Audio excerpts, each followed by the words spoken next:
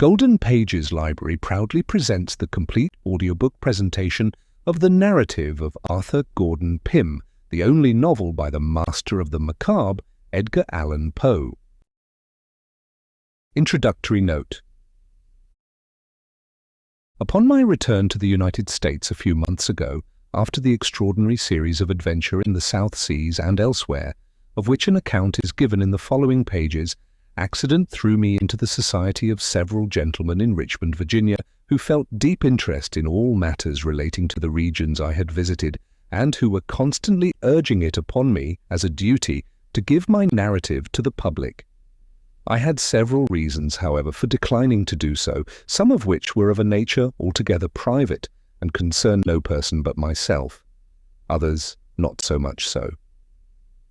One consideration which deterred me was that, having kept no journal during a greater portion of the time in which I was absent, I feared I should not be able to write, from mere memory, a statement so minute and connected as to have the appearance of that truth it would really possess, barring only the natural and unavoidable exaggeration to which all of us are prone when detailing events which have had powerful influence in exciting the imaginative faculties.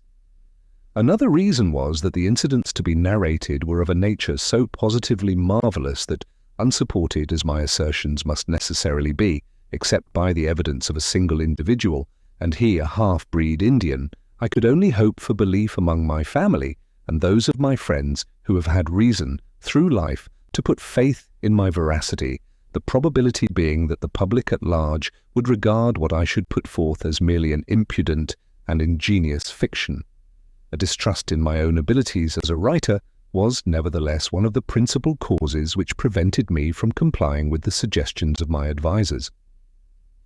Among those gentlemen in Virginia who expressed the greatest interest in my statement, more particularly in regard to that portion of it which related to the Antarctic Ocean, was Mr. Poe, lately editor of the Southern Literary Messenger, a monthly magazine published by Mr. Thomas W. White in the city of Richmond.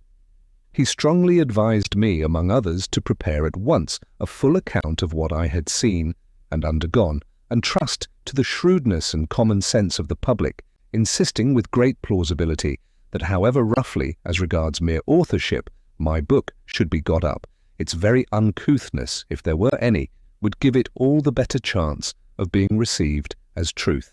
Notwithstanding this representation, I did not make up my mind to do as he suggested. He afterward proposed, finding that I would not stir in the matter, that I should allow him to draw up, in his own words, a narrative of the earlier portion of my adventures, from facts afforded by myself, publishing it in the Southern Messenger under the garb of fiction. To this, perceiving no objection, I consented, stipulating only that my real name should be retained. 2 numbers of the pretended fiction appeared, consequently, in the Messenger for January and February 1837, and in order that it might certainly be regarded as fiction, the name of Mr. Poe was affixed to the articles in the table of contents of the magazine.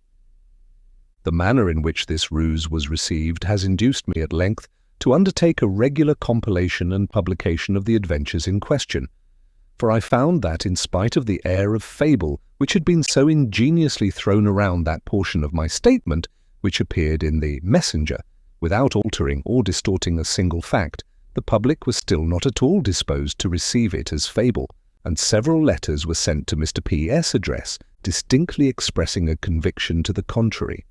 I thence concluded that the facts of my narrative would prove of such a nature as to carry with them sufficient evidence of their own authenticity, and that I had consequently little to fear on the score of popular incredulity.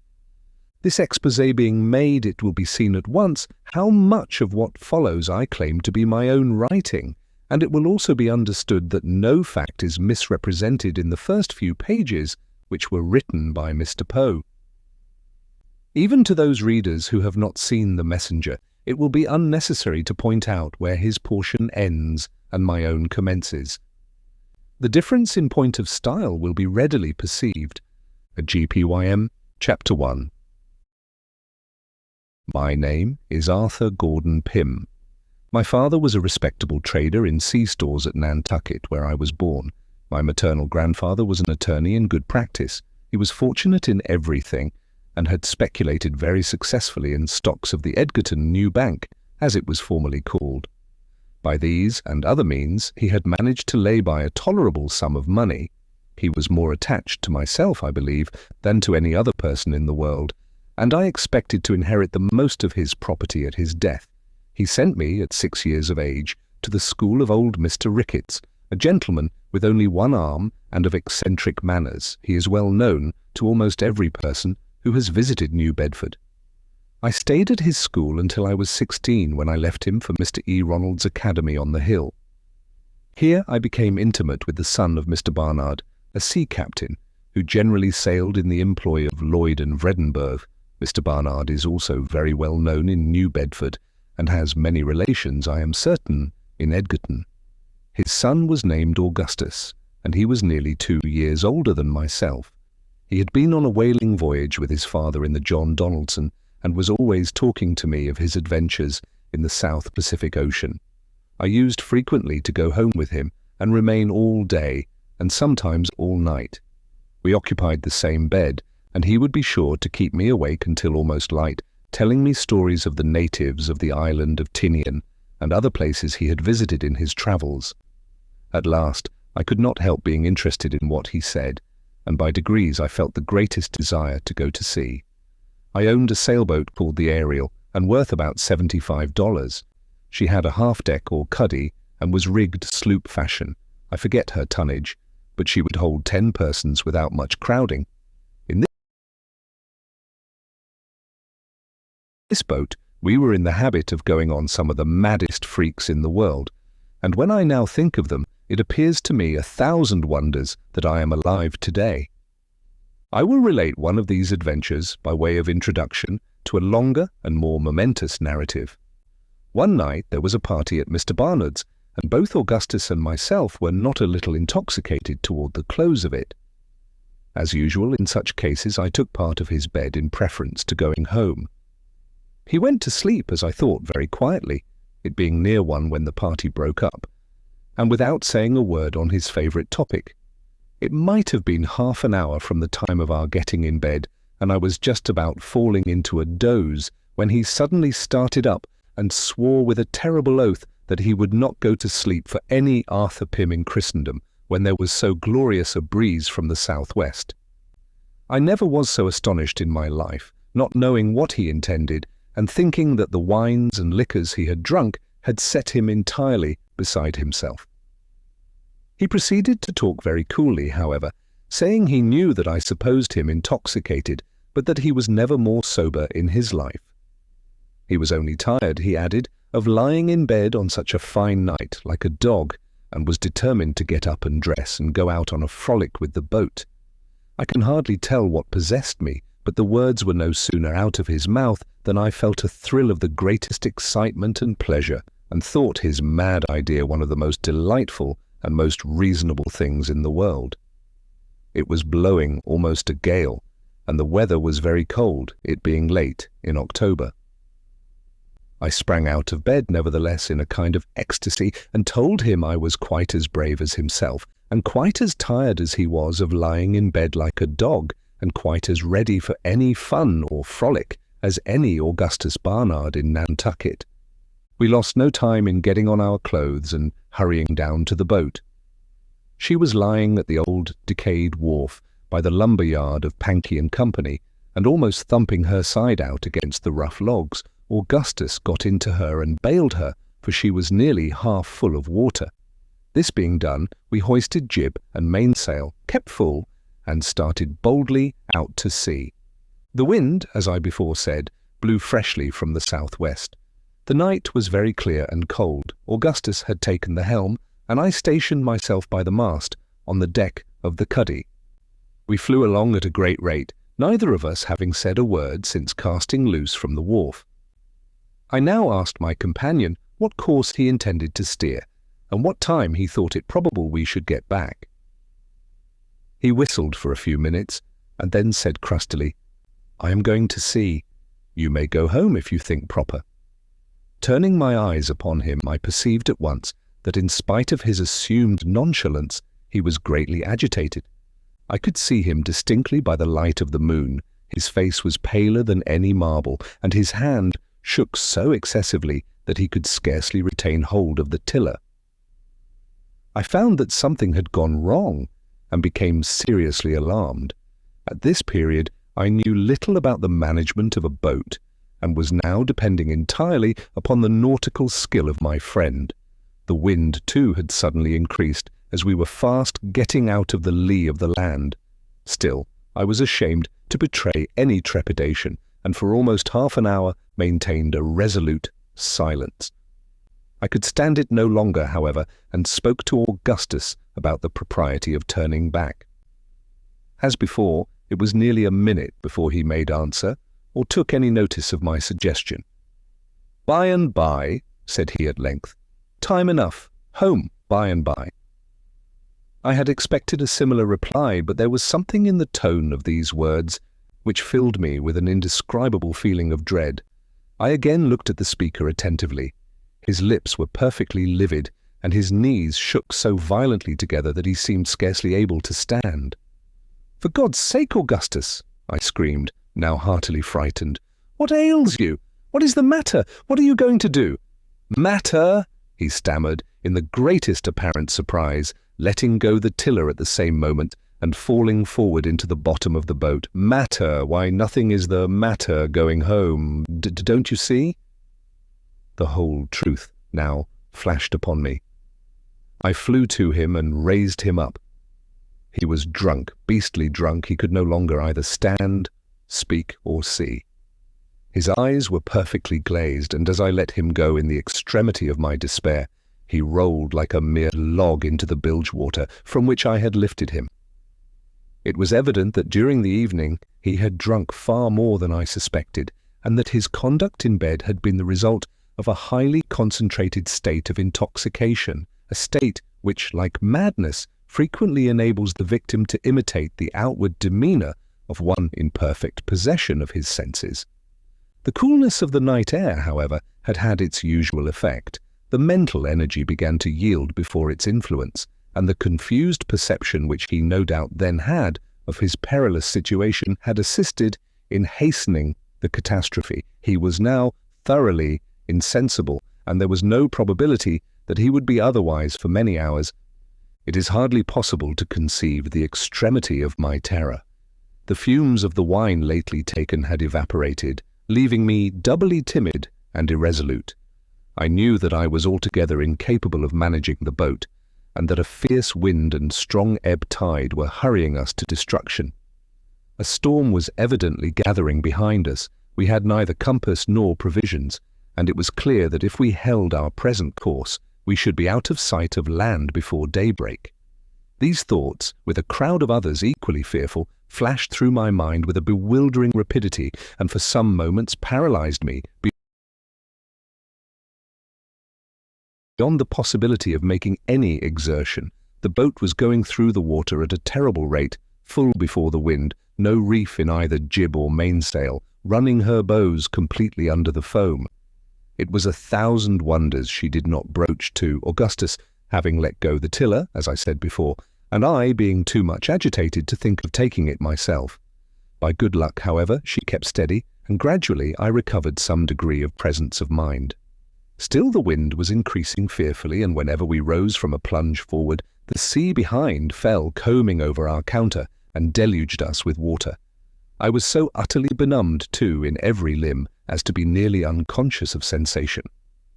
At length I summoned up the resolution of despair, and rushing to the mainsail let it go by the run. As might have been expected, it flew over the bows and, getting drenched with water, carried away the mast short off by the board. This latter accident alone saved me from instant destruction. Under the jib only I now boomed along before the wind, shipping heavy seas occasionally over the counter, but relieved from the terror of immediate death. I took the helm and breathed with greater freedom as I found that there yet remained to us a chance of ultimate escape. Augustus still lay senseless in the bottom of the boat, and as there was imminent danger of his drowning, the water being nearly a foot deep just where he fell, I contrived to raise him partially up and keep him in a sitting position by passing a rope round his waist and lashing it to a ringbolt in the deck of the cuddy. Having thus arranged everything as well as I could in my chilled and agitated condition, I recommended myself to God and made up my mind to bear whatever might happen with all the fortitude in my power. Hardly had I come to this resolution when suddenly a loud and long scream or yell, as if from the throats of 1,000 demons, seemed to pervade the whole atmosphere around and above the boat. Never while I live shall I forget the intense agony of terror I experienced at that moment. My hair stood erect on my head. I felt the blood congealing in my veins. My heart ceased utterly to beat, and without having once raised my eyes to learn the source of my alarm, I tumbled headlong and insensible upon the body of my fallen companion.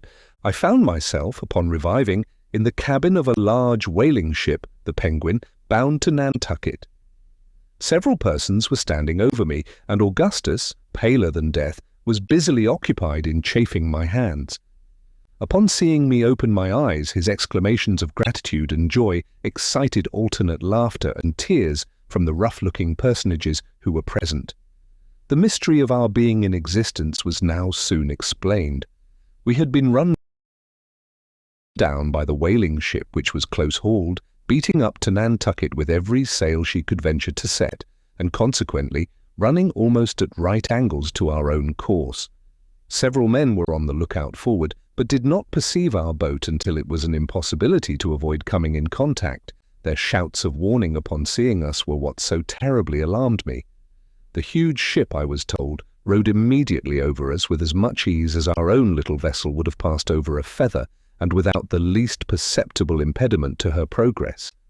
Not a scream arose from the deck of the victim. There was a slight grating sound to be heard, mingling with the roar of wind and water, as the frail bark which was swallowed up rubbed for a moment along the keel of her destroyer.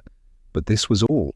Thinking our boat, which it will be remembered was dismasted, some mere shell cut adrift as useless, the captain, Captain E.T.V. Block of New London, was for proceeding on his course without troubling himself further about the matter. Luckily, there were two of the lookout who swore positively to having seen some person at our helm, and represented the possibility of yet saving him. A discussion ensued when Block grew angry, and after a while said that it was no business of his to be eternally watching for eggshells, that the ship should not put about for any such nonsense, and if there was a man run down, it was nobody's fault but his own. He might drown and be damned, or some language to that effect. Henderson, the first mate, now took the matter up, being justly indignant, as well as the whole ship's crew, at a speech evincing so base a degree of heartless atrocity. He spoke plainly, seeing himself upheld by the men, told the captain he considered him a fit subject for the gallows, and that he would disobey his orders if he were hanged for it the moment he set his foot on shore. He strode aft, jostling Block, who turned pale and made no answer, on one side, and seizing the helm, gave the word, in a firm voice, "Hard a lee." The men flew to their posts, and the ship went cleverly about. All this had occupied nearly 5 minutes, and it was supposed to be hardly within the bounds of possibility that any individual could be saved, allowing any to have been on board the boat. Yet, as the reader has seen, both Augustus and myself were rescued, and our deliverance seemed to have been brought about by two of those almost inconceivable pieces of good fortune which are attributed by the wise and pious to the special interference of Providence. While the ship was yet in stays, the mate lowered the jolly boat and jumped into her with the very two men, I believe, who spoke up as having seen me at the helm. They had just left the lee of the vessel, the moon still shining brightly, when she made a long and heavy roll to windward, and Henderson, at the same moment, starting up in his seat, bawled out to his crew to back water. He would say nothing else, repeating his cry impatiently, "Back water! Black water!" The men put back as speedily as possible, but by this time the ship had gone round and gotten fully under headway, although all hands on board were making great exertions to take in sail. In despite of the danger of the attempt, the mate clung to the main chains as soon as they came within his reach. Another huge lurch now brought the starboard side of the vessel out of water nearly as far as her keel, when the cause of his anxiety was rendered obvious enough. The body of a man was seen to be affixed, in the most singular manner, to the smooth and shining bottom. The Penguin was coppered and copper-fastened, and beating violently against it with every movement of the hull. After several ineffectual efforts made during the lurches of the ship, and at the imminent risk of swamping the boat, I was finally disengaged from my perilous situation and taken on board, for the body proved to be my own.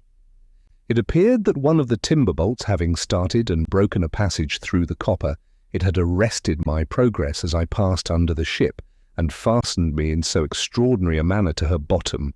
The head of the bolt had made its way through the collar of the green baize jacket I had on, and through the back part of my neck, forcing itself out between two sinews and just below the right ear. I was immediately put to bed, although life seemed to be totally extinct. There was no surgeon on board. The captain, however, treated me with every attention, to make amends, I presume, in the eyes of his crew, for his atrocious behaviour in the previous portion of the adventure. In the meantime, Henderson had again put off from the ship, although the wind was now blowing almost a hurricane. He had not been gone many minutes when he fell in with some fragments of our boat, and shortly afterward one of the men with him asserted that he could distinguish a cry for help at intervals amid the roaring of the tempest. This induced the hardy seamen to persevere in their search for more than half an hour, although repeated signals to return were made them by Captain Block, and although every moment on the water in so frail a boat was fraught to them with the most imminent and deadly peril.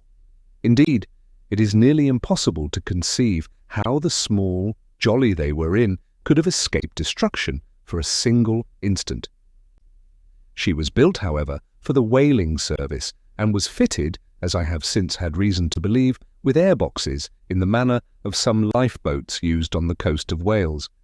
After searching in vain for about the period of time just mentioned, it was determined to get back to the ship.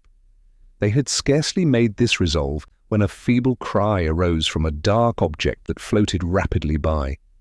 They pursued and soon overtook it. It proved to be the entire deck of the Ariel's cuddy. Augustus was struggling near it, apparently in the last agonies. Upon getting hold of him, it was found that he was attached by a rope to the floating timber. This rope, it will be remembered, I had myself tied around his waist and made fast to a ring-bolt for the purpose of keeping him in an upright position, and my so doing, it appeared, had been ultimately the means of preserving his life. The Ariel was slightly put together, and in going down her frame, naturally went to pieces.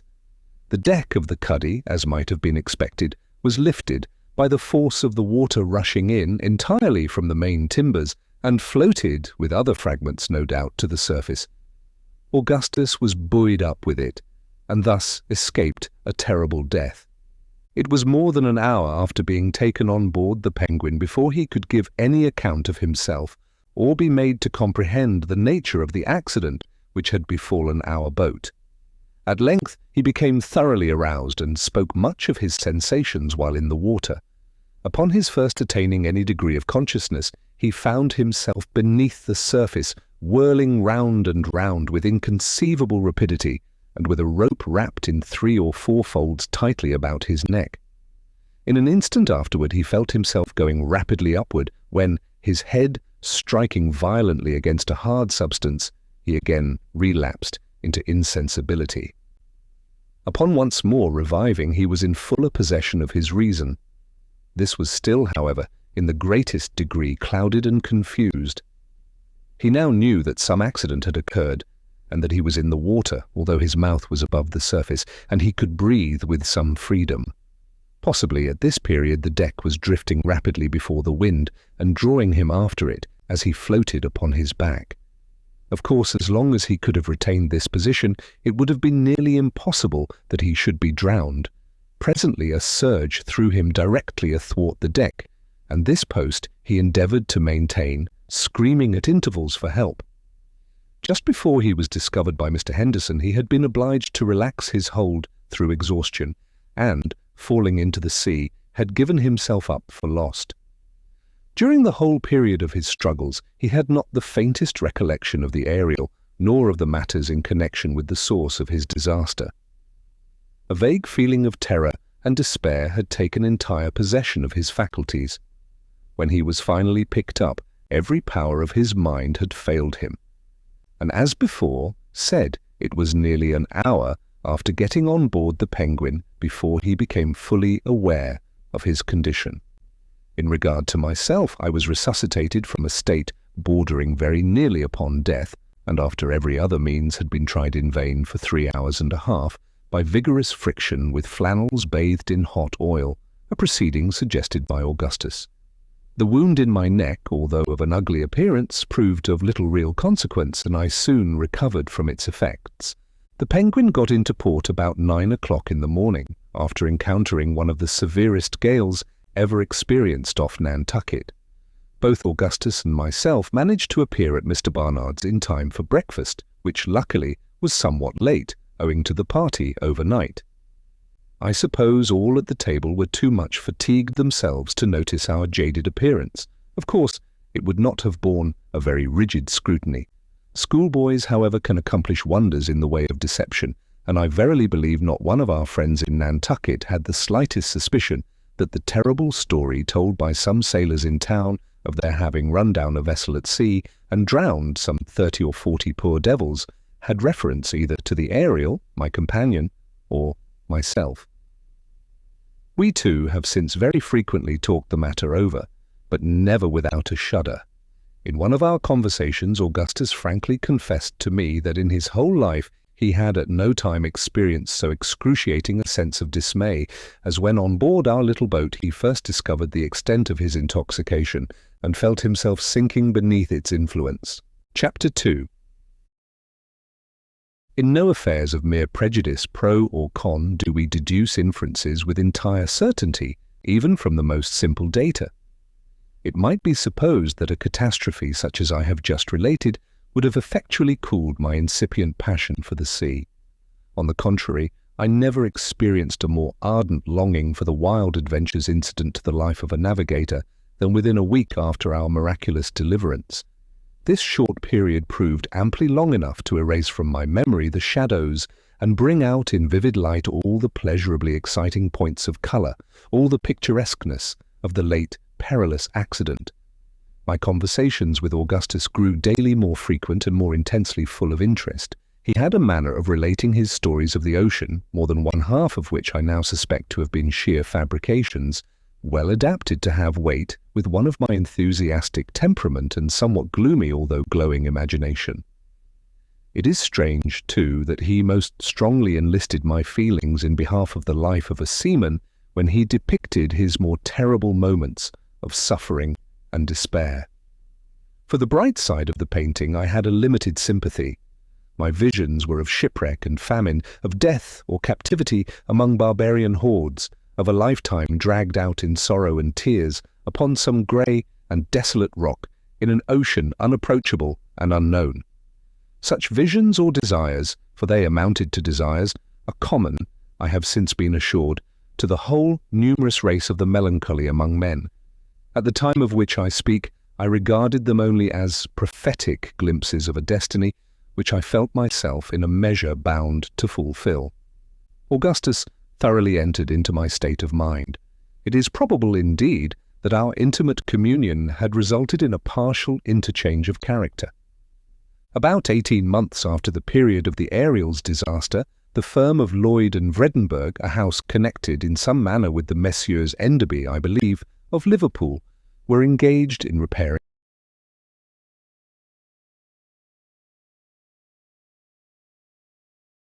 and fitting out the brig Grampus for a whaling voyage. She was an old hulk, and scarcely seaworthy when all was done to her that could be done.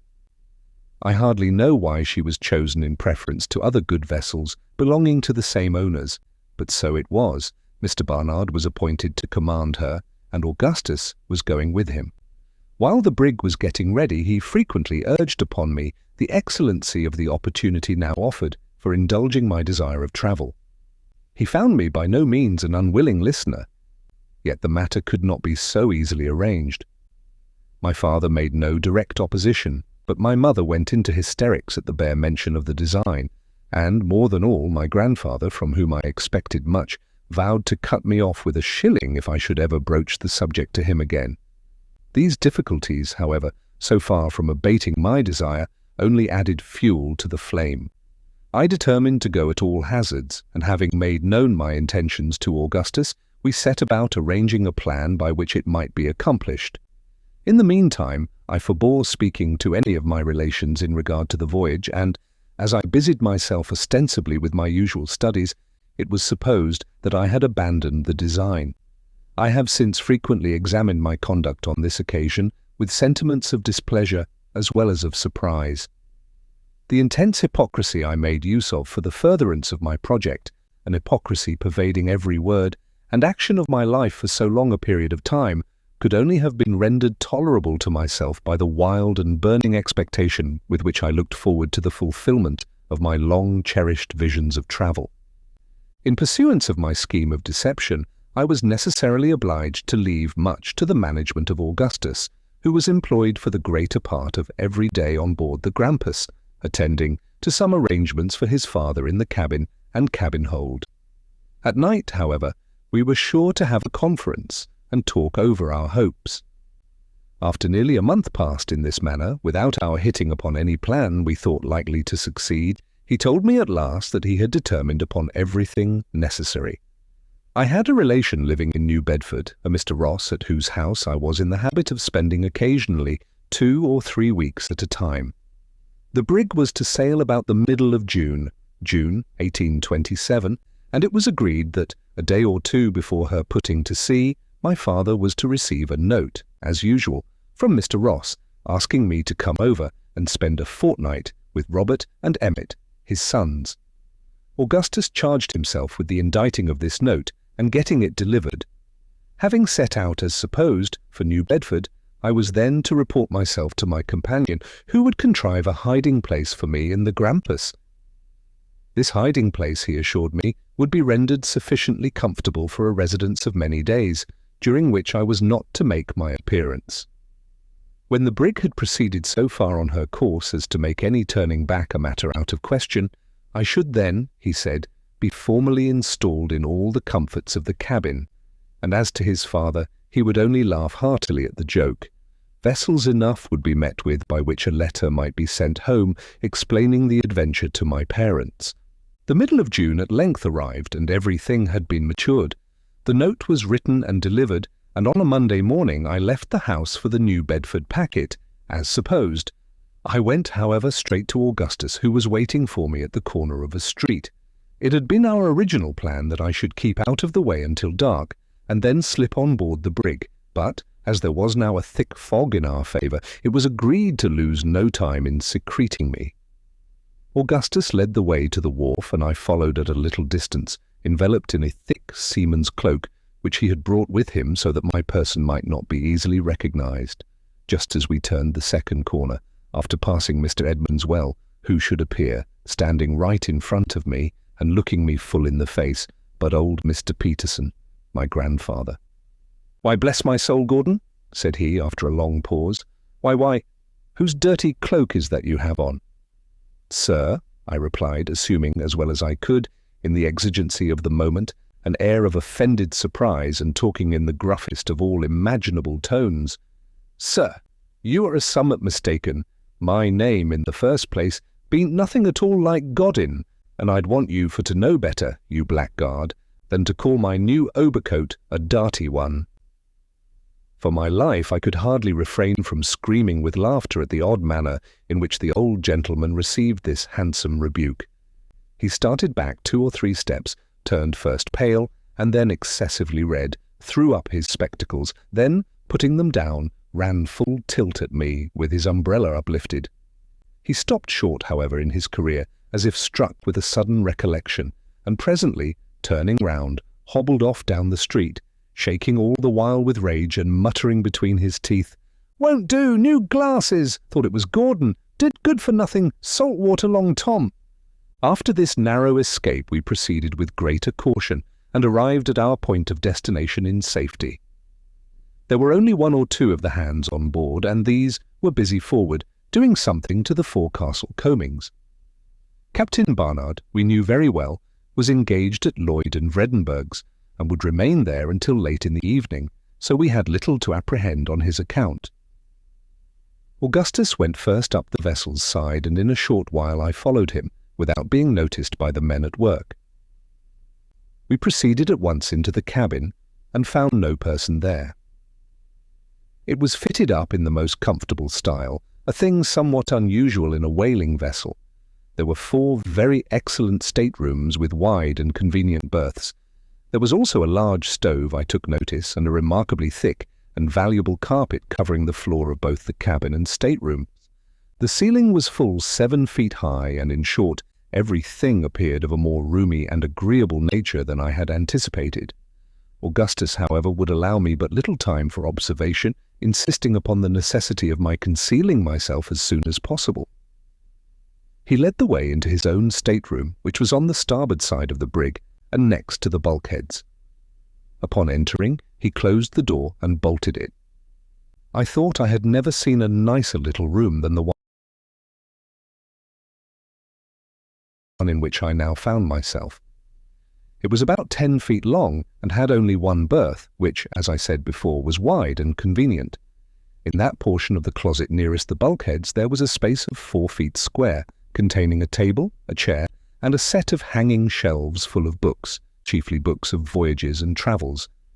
There were many other little comforts in the room, among which I ought not to forget a kind of safe or refrigerator, in which Augustus pointed out to me a host of delicacies, both in the eating and drinking department. He now pressed with his knuckles upon a certain spot of the carpet in one corner of the space just mentioned, letting me know that a portion of the flooring, about 16 inches square, had been neatly cut out and again adjusted. As he pressed, this portion rose up at one end sufficiently to allow the passage of his finger beneath. In this manner he raised the mouth of the trap, to which the carpet was still fastened by tacks, and I found that it led into the after-hold. He next lit a small taper by means of a phosphorus match, and, placing the light in a dark lantern, descended with it through the opening, bidding me follow. I did so, and he then pulled the cover upon the hole by means of a nail driven into the underside, the carpet, of course, resuming its original position on the floor of the stateroom, and all traces of the aperture being concealed. The taper gave out so feeble a ray that it was with the greatest difficulty I could grope my way through the confused mass of lumber among which I now found myself. By degrees, however, my eyes became accustomed to the gloom, and I proceeded with less trouble, holding on to the skirts of my friend's coat. He brought me, at length, after creeping and winding through innumerable narrow passages, to an iron-bound box, such as is used sometimes for packing fine earthenware. It was nearly 4 feet high and full 6 long, but very narrow. 2 large empty oil casks lay on the top of it, and above these again a vast quantity of straw matting, piled up as high as the floor of the cabin. In every other direction around was wedged as closely as possible, even up to the ceiling, a complete chaos of almost every species of ship furniture, together with a heterogeneous medley of crates, hampers, barrels and bales, so that it seemed a matter no less than miraculous that we had discovered any passage at all to the box. I afterward found that Augustus had purposely arranged the stowage in this hold with a view to affording me a thorough concealment, having had only one assistant in the labour, a man not going out in the brig. My companion now showed me that one of the ends of the box could be removed at pleasure. He slipped it aside and displayed the interior, at which I was excessively amused. A mattress from one of the cabin berths covered the whole of its bottom, and it contained almost every article of mere comfort which could be crowded into so small a space, allowing me at the same time sufficient room for my accommodation, either in a sitting position or lying at full length. Among other things there were some books, pen, ink and paper, 3 blankets, a large jug full of water, a keg of sea biscuit, 3 or 4 immense Bologna sausages, an enormous ham, a cold leg of roast mutton, and half a dozen bottles of cordials and liqueurs. I proceeded immediately to take possession of my little apartment, and this with feelings of higher satisfaction, I am sure, than any monarch ever experienced upon entering a new palace. Augustus now pointed out to me the method of fastening the open end of the box, and then, holding the taper close to the deck, showed me a piece of dark whipcord lying along it. This, he said, extended from my hiding place throughout all the necessary windings among the lumber to a nail which was driven into the deck of the hold immediately beneath the trap door leading into his stateroom. By means of this cord I should be enabled readily to trace my way out without his guidance, provided any unlooked-for accident should render such a step necessary. He now took his departure, leaving with me the lantern, together with a copious supply of tapers and phosphorus, and promising to pay me a visit as often as he could contrive to do so without observation. This was on the 17th of June. I remained 3 days and nights, as nearly as I could guess, in my hiding place without getting out of it at all, except twice for the purpose of stretching my limbs by standing erect between two crates just opposite the opening. During the whole period I saw nothing of Augustus, but this occasioned me little uneasiness, as I knew the brig was expected to put to sea every hour, and in the bustle he would not easily find opportunities of coming down to me. At length I heard the trap open and shut, and presently he called in a low voice, asking if all was well, and if there was anything I wanted. "Nothing," I replied. "I am as comfortable as can be. When will the brig sail?" "She will be under way in less than half an hour," he answered. "I came to let you know, and for fear you should be uneasy at my absence. I shall not have a chance of coming down again for some time, perhaps for 3 or 4 days more. All is going on right above board. After I go up and close the trap, do you creep along by the whipcord to where the nail is driven in. You will find my watch there. It may be useful to you, as you have no daylight to keep time by. I suppose you can't tell how long you have been buried? Only 3 days? This is the 20th? I would bring the watch to your box, but am afraid of being missed." With this, he went up. In about an hour after he had gone, I distinctly felt the brig in motion, and congratulated myself upon having at length fairly commenced a voyage. Satisfied with this idea, I determined to make my mind as easy as possible, and await the course of events until I should be permitted to exchange the box for the more roomy, although hardly more comfortable, accommodations of the cabin. My first care was to get the watch. Leaving the taper burning, I groped along in the dark, following the cord through windings innumerable, in some of which I discovered that, after toiling a long distance, I was brought back within a foot or two of a former position. At length I reached the nail, and securing the object of my journey, returned with it in safety. I now looked over the books which had been so thoughtfully provided, and selected the expedition of Lewis and Clark to the mouth of the Columbia.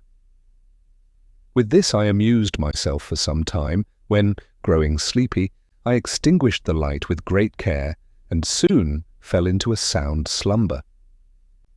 Upon awakening, I felt strangely confused in mind, and some time elapsed before I could bring to recollection all the various circumstances of my situation.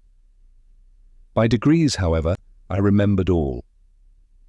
Striking a light, I looked at the watch, but it was run down, and there were, consequently, no means of determining how long I slept. My limbs were greatly cramped, and I was forced to relieve them by standing between the crates. Presently, feeling an almost ravenous appetite, I bethought myself of the cold mutton, some of which I had eaten just before going to sleep and found excellent. What was my astonishment in discovering it to be in a state of absolute putrefaction!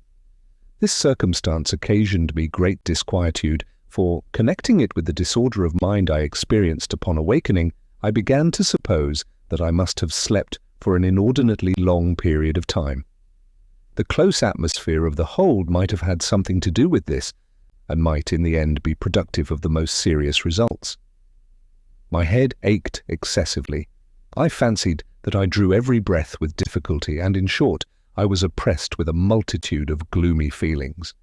Still, I could not venture to make any disturbance by opening the trap or otherwise, and having wound up the watch, contented myself as well as possible. Throughout the whole of the next tedious 24 hours, no person came to my relief, and I could not help accusing Augustus of the grossest inattention.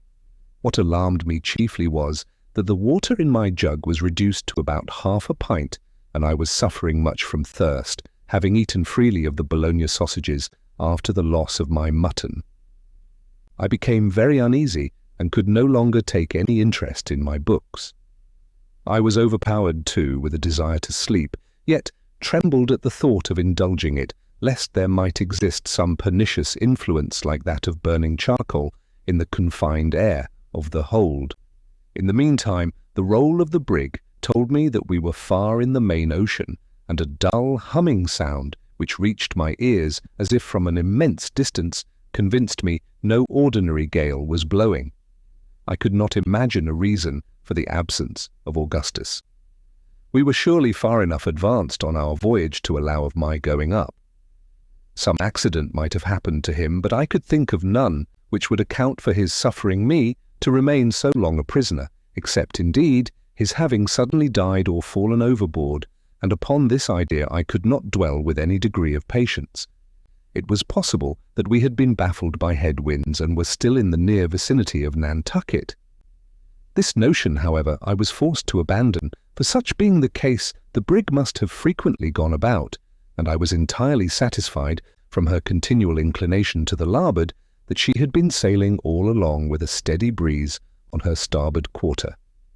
Besides, granting that we were still in the neighbourhood of the island, why should not Augustus have visited me and informed me of the circumstance?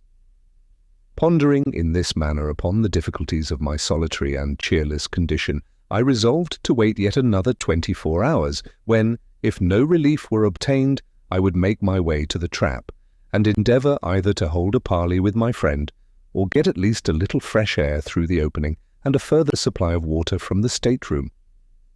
While occupied with this thought, however, I fell, in spite of every exertion to the contrary, into a state of profound sleep, or rather stupor.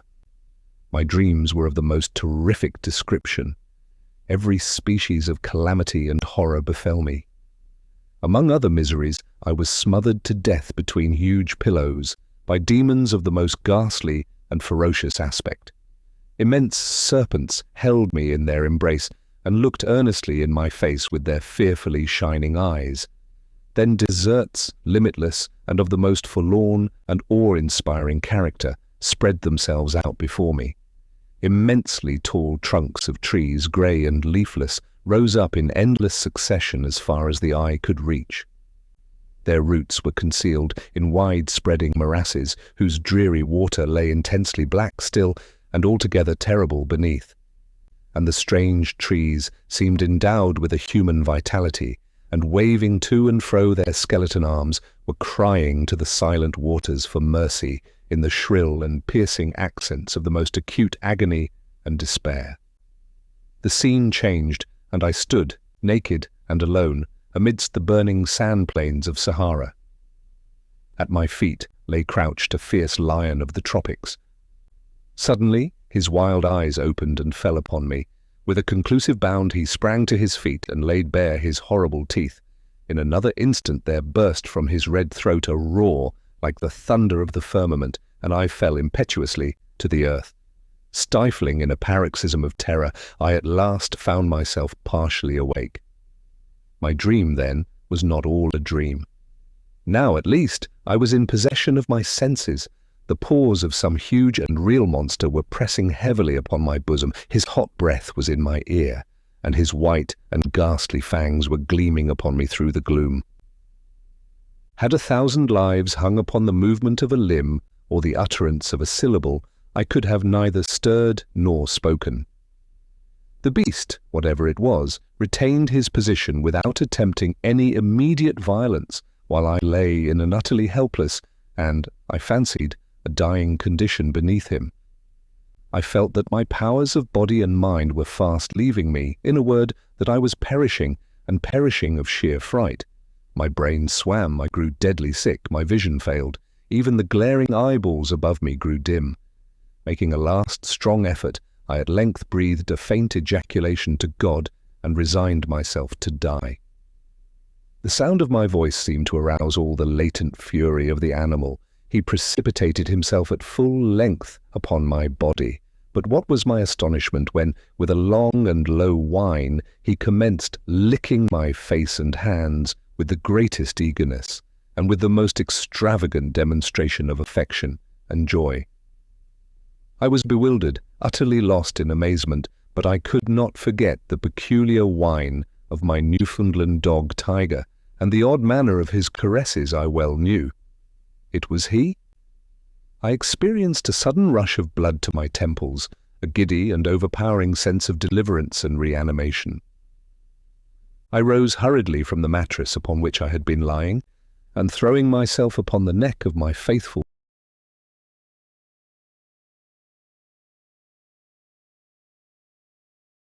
follower and friend, relieved the long oppression of my bosom in a flood of the most passionate tears. As upon a former occasion, my conceptions were in a state of the greatest indistinctness and confusion after leaving the mattress. For a long time I found it nearly impossible to connect any ideas, but by very slow degrees my thinking faculties returned, and I again called to memory the several incidents of my condition. For the presence of Tiger I tried in vain to account, and after busying myself with 1,000 different conjectures respecting him, was forced to content myself with rejoicing that he was with me to share my dreary solitude and render me comfort by his caresses. Most people love their dogs, but for Tiger I had an affection far more ardent than common, and never, certainly, did any creature more truly deserve it. For 7 years he had been my inseparable companion, and in a multitude of instances had given evidence of all the noble qualities for which we value the animal.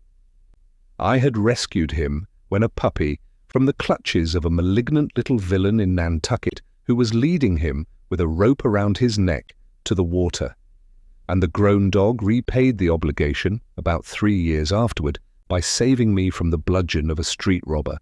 Getting now hold of the watch, I found, upon applying it to my ear, that it had again run down, but at this I was not at all surprised, being convinced, from the peculiar state of my feelings, that I had slept as before for a very long period of time. How long, it was of course impossible to say.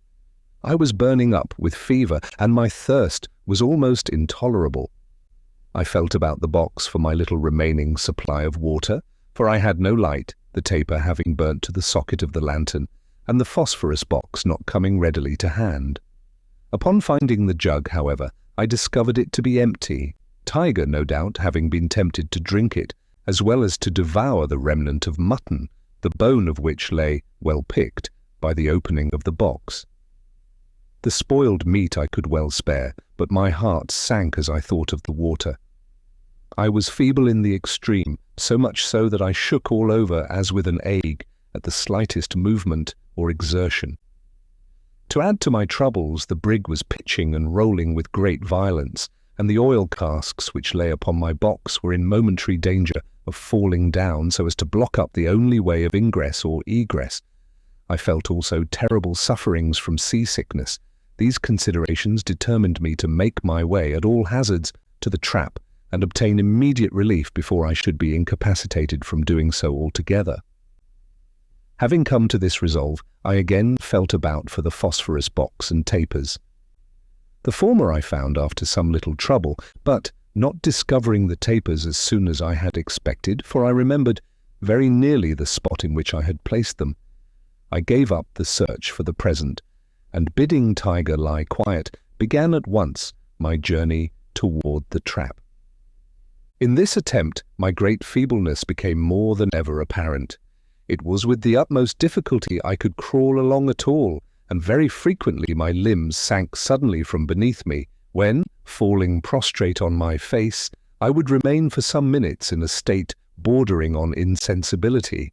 Still I struggled forward by slow degrees, dreading every moment that I should swoon amid the narrow and intricate windings of the lumber, in which event I had nothing but death to expect as the result. At length, upon making a push forward with all the energy I could command, I struck my forehead violently against the sharp corner of an iron-bound crate.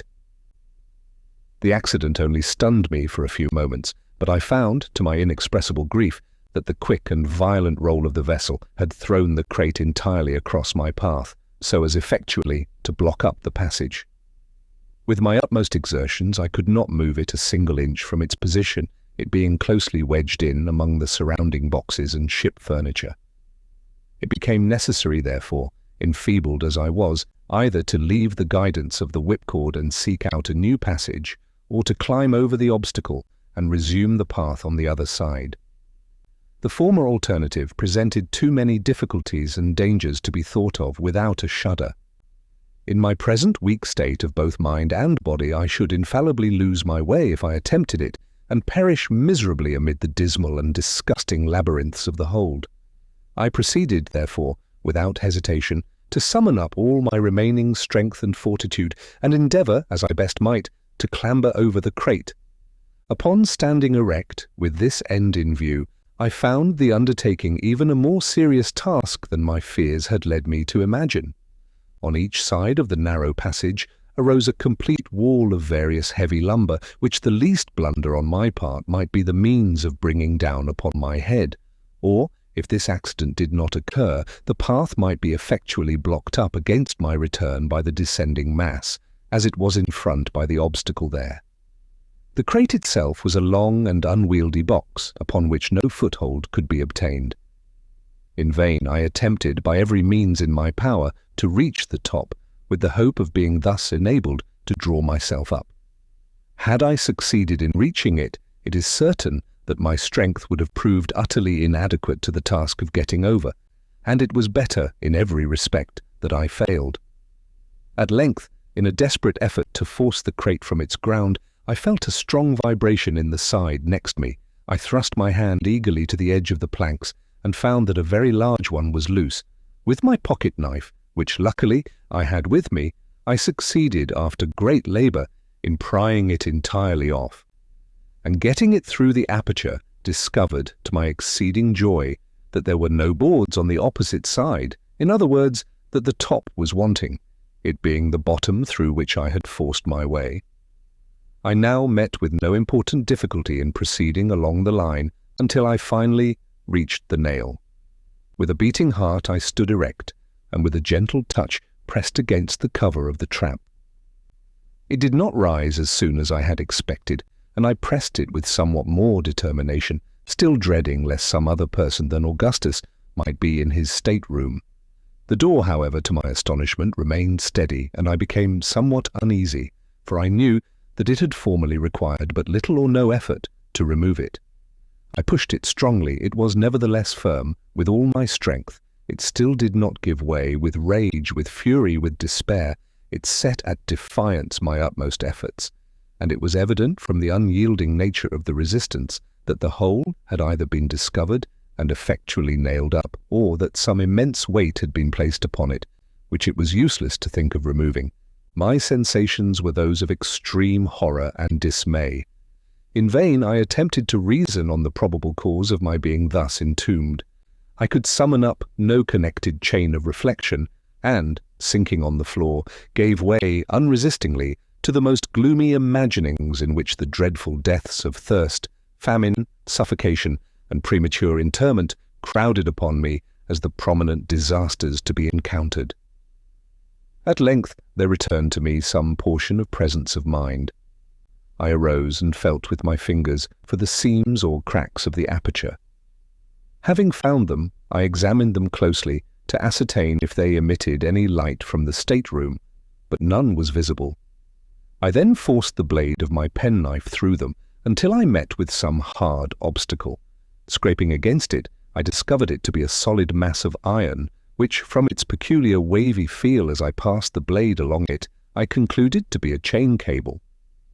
The only course now left me was to retrace my way to the box, and there either yield to my sad fate, or try so to tranquilize my mind as to admit of my arranging some plan of escape. I immediately set about the attempt, and succeeded, after innumerable difficulties, in getting back. As I sank, utterly exhausted, upon the mattress, Tiger threw himself at full length by my side, and seemed as if desirous by his caresses of consoling me in my troubles, and urging me to bear them with fortitude. The singularity of his behavior at length forcibly arrested my attention. After licking my face and hands for some minutes, he would suddenly cease doing so and utter a low whine. Upon reaching out my hand toward him, I then invariably found him lying on his back, with his paws uplifted.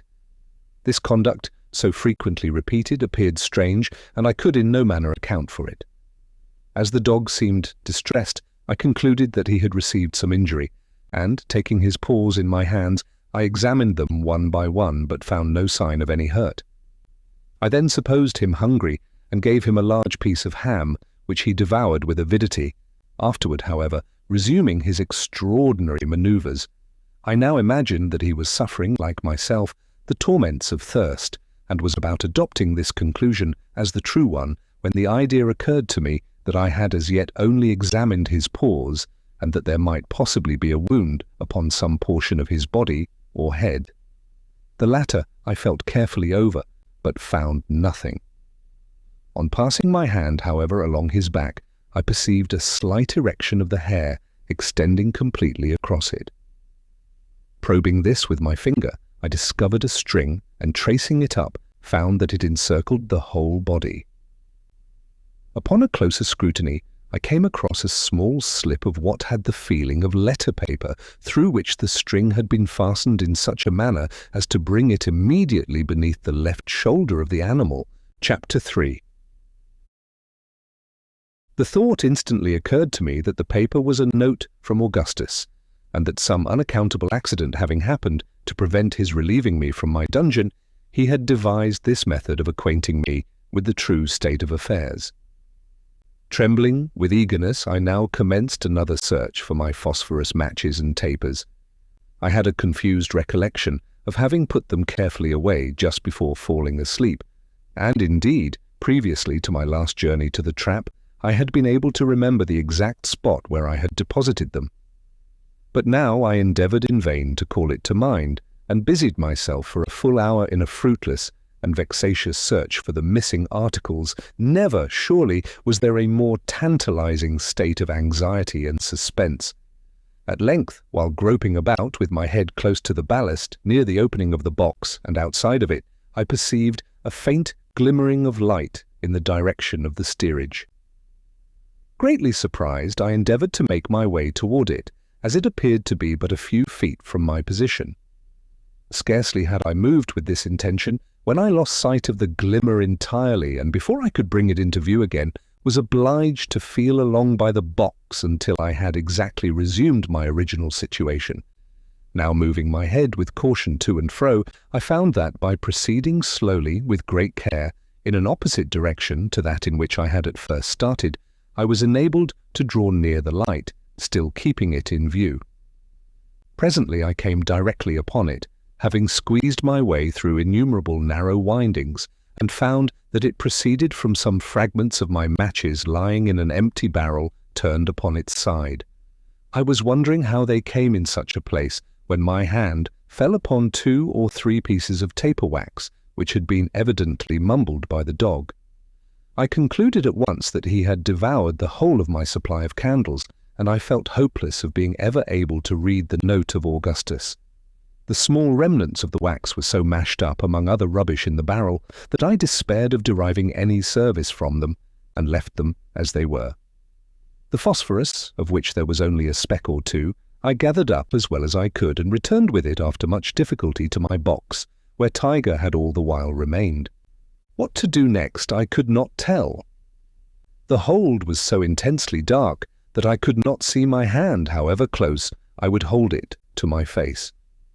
The white slip of paper could barely be discerned, and not even that when I looked at it directly, by turning the exterior portions of the retina toward it, that is to say, by surveying it slightly askance, I found that it became in some measure perceptible.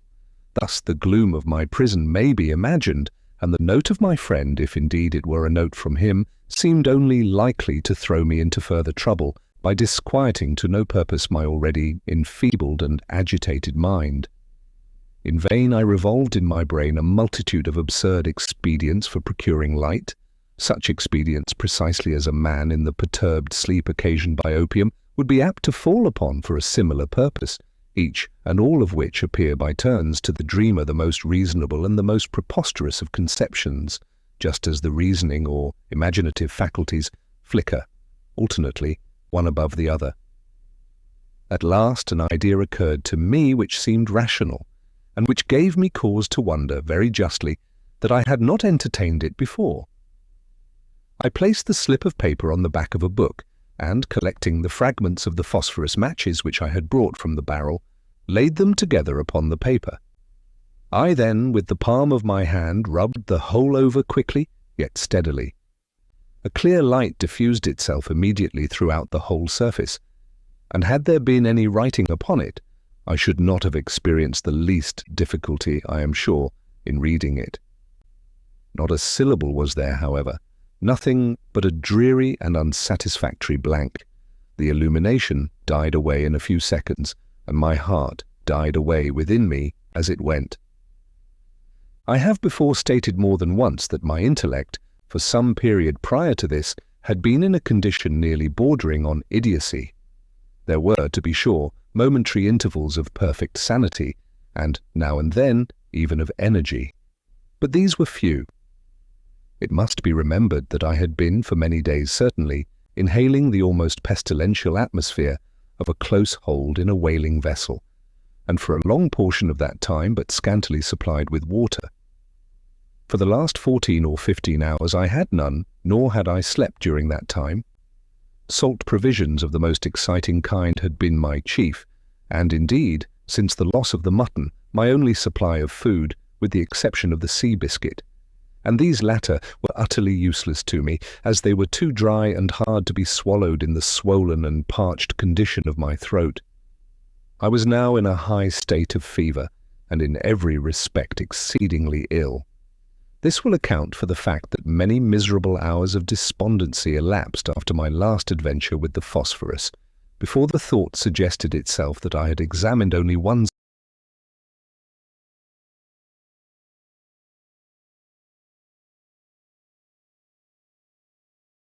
side of the paper. I shall not attempt to describe my feelings of rage, for I believe I was more angry than anything else when the egregious oversight I had committed flashed suddenly upon my perception. The blunder itself would have been unimportant, had not my own folly and impetuosity rendered it otherwise. In my disappointment at not finding some words upon the slip, I had childishly torn it in pieces and thrown it away, it was impossible to say where. From the worst part of this dilemma I was relieved by the sagacity of Tiger. Having got, after a long search, a small piece of the note, I put it to the dog's nose and endeavoured to make him understand that he must bring me the rest of it. To my astonishment, for I had taught him none of the usual tricks for which his breed are famous, he seemed to enter at once into my meaning, and, rummaging about for a few moments, soon found another considerable portion. Bringing me this, he paused a while and, rubbing his nose against my hand, appeared to be waiting for my approval of what he had done. I patted him on the head when he immediately made off again. It was now some minutes before he came back, but when he did come, he brought with him a large slip, which proved to be all the paper missing, it having been torn, it seems, only into 3 pieces. Luckily, I had no trouble in finding what few fragments of the phosphorus were left, being guided by the indistinct glow 1 or 2 of the particles still emitted. My difficulties had taught me the necessity of caution, and I now took time to reflect upon what I was about to do. It was very probable, I considered, that some words were written upon that side of the paper which had not been examined, but which side was that? Fitting the pieces together gave me no clue in this respect, although it assured me that the words, if there were any, would be found all on one side and connected in a proper manner, as written. There was the greater necessity of ascertaining the point in question beyond a doubt, as the phosphorus remaining would be altogether insufficient for a third attempt, should I fail in the one I was now about to make. I placed the paper on a book as before, and sat for some minutes thoughtfully revolving the matter over in my mind. At last I thought it barely possible that the written side might have some unevenness on its surface, which a delicate sense of feeling might enable me to detect. I determined to make the experiment and passed my finger very carefully over the side which first presented itself. Nothing, however, was perceptible, and I turned the paper, adjusting it on the book. I now again carried my forefinger cautiously along when I was aware of an exceedingly slight but still discernible glow which followed as it proceeded. This, I knew, must arise from some very minute remaining particles of the phosphorus with which I had covered the paper in my previous attempt. The other, or underside then, was that on which lay the writing, if writing there should finally prove to be. Again I turned the note and went to work as I had previously done.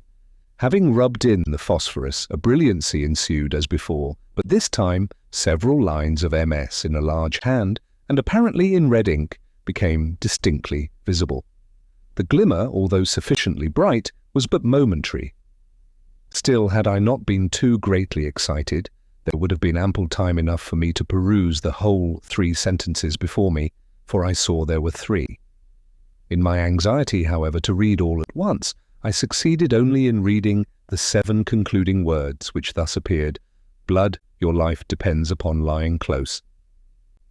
Had I been able to ascertain the entire contents of the note, the full meaning of the admonition which my friend had thus attempted to convey, that admonition, even although it should have revealed a story of disaster the most unspeakable, could not, I am firmly convinced, have imbued my mind with 1/10 of the harrowing and yet indefinable horror with which I was inspired by the fragmentary warning thus received. And blood, too, that word of all words, so rife at all times with mystery and suffering and terror, how trebly full of import did it now appear, how chilly and heavily, disjointed as it thus was, from any foregoing words to qualify or render it distinct, did its vague syllables fall, amid the deep gloom of my prison, into the innermost recesses of my soul. Augustus had undoubtedly good reasons for wishing me to remain concealed, and I formed 1,000 surmises as to what they could be, but I could think of nothing affording a satisfactory solution of the mystery. Just after returning from my last journey to the trap, and before my attention had been otherwise directed by the singular conduct of Tiger, I had come to the resolution of making myself heard, at all events, by those on board, or, if I could not succeed in this directly, of trying to cut my way through the orlop deck. The half-certainty which I felt of being able to accomplish one of these 2 purposes in the last emergency had given me courage, which I should not otherwise have had, to endure the evils of my situation. The few words I had been able to read, however, had cut me off from these final resources, and I now, for the first time, felt all the misery of my fate. In a paroxysm of despair, I threw myself again upon the mattress, where, for about the period of a day and night, I lay in a kind of stupor, relieved only by momentary intervals of reason and recollection. At length I once more arose and busied myself in reflection upon the horrors which encompassed me. For another 24 hours it was barely possible that I might exist without water. For a longer time I could not do so. During the first portion of my imprisonment I had made free use of the cordials with which Augustus had supplied me, but they only served to excite fever without in the least degree assuaging thirst. I had now only about a gill left, and this was of a species of strong peach liqueur at which my stomach revolted. The sausages were entirely consumed. Of the ham nothing remained but a small piece of the skin, and all the biscuit, except a few fragments of one, had been eaten by Tiger. To add to my troubles, I found that my headache was increasing momentarily, and with it the species of delirium which had distressed me more or less since my first falling asleep. For some hours past it had been with the greatest difficulty I could breathe at all, and now each attempt at so doing was attended with the most depressing spasmodic action of the chest. But there was still another and very different source of disquietude, and one, indeed, whose harassing terrors had been the chief means of arousing me to exertion from my stupor on the mattress. It arose from the demeanour of the dog. I first observed an alteration in his conduct while rubbing in the phosphorus on the paper in my last attempt. As I rubbed, he ran his nose against my hand with a slight snarl, but I was too greatly excited at the time to pay much attention to the circumstance. Soon afterward, it will be remembered, I threw myself on the mattress and fell into a species of lethargy. Presently I became aware of a singular hissing sound close at my ears, and discovered it to proceed from Tiger, who was panting and wheezing in a state of the greatest apparent excitement, his eyeballs flashing fiercely through the gloom. I spoke to him, when he replied with a low growl, and then remained quiet. Presently I relapsed into my stupor, from which I was again awakened in a similar manner. This was repeated 3 or 4 times, until finally his behavior inspired me with so great a degree of fear that I became fully aroused. He was now lying close by the door of the box, snarling fearfully, although in a kind of undertone, and grinding his teeth as if strongly convulsed. I had no doubt whatever that the want of water, or the confined atmosphere of the hold, had driven him mad, and I was at a loss what course to pursue. I could not endure the thought of killing him, yet it seemed absolutely necessary for my own safety. I could distinctly perceive his eyes fastened upon me with an expression of the most deadly animosity, and I expected every instant that he would attack me. At last I could endure my terrible situation no longer, and determined to make my way from the box at all hazards and dispatch him if his opposition should render it necessary for me to do so. To get out I had to pass directly over his body, and he already seemed to anticipate my design, missing himself upon his forelegs, as I perceived by the altered position of his eyes, and displayed the whole of his white fangs, which were easily discernible. I took the remains of the ham skin and the bottle containing the liqueur, and secured them about my person, together with a large carving knife which Augustus had left me. Then, folding my cloak around me as closely as possible, I made a movement toward the mouth of the box. No sooner did I do this than the dog sprang with a loud growl toward my throat. The whole weight of his body struck me on the right shoulder, and I fell violently to the left, while the enraged animal passed entirely over me. I had fallen upon my knees, with my head buried among the blankets, and these protected me from a second furious assault, during which I felt the sharp teeth pressing vigorously upon the woolen which enveloped my neck, yet luckily without being able to penetrate all the folds. I was now beneath the dog, and a few moments would place me completely in his power. Despair gave me strength, and I rose boldly up, shaking him from me by main force, and dragging with me the blankets from the mattress. These I now threw over him, and before he could extricate himself, I had got through the door and closed it effectually against his pursuit. In this struggle, however, I had been forced to drop the morsel of ham skin, and I now found my whole stock of provisions reduced to a single gill of liqueur. As this reflection crossed my mind, I felt myself actuated by one of those fits of perverseness which might be supposed to influence a spoiled child in similar circumstances, and raising the bottle to my lips, I drained it to the last drop and dashed it furiously upon the floor. Scarcely had the echo of the crash died away when I heard my name pronounced in an eager but subdued voice issuing from the direction of the steerage. So unexpected was anything of the kind, and so intense was the emotion excited within me by the sound, that I endeavoured in vain to reply. My powers of speech totally failed, and in an agony of terror lest my friend should conclude me dead, and return without attempting to reach me, I stood up between the crates near the door of the box, trembling convulsively, and gasping and struggling for utterance. Had 1,000 words depended upon a syllable, I could not have spoken it. There was a slight movement now audible among the lumber somewhere forward of my station. The sound presently grew less distinct, then again less so, and still less. Shall I ever forget my feelings at this moment? He was going, my friend, my companion, from whom I had a right to expect so much. He was going, he would abandon me, he was gone.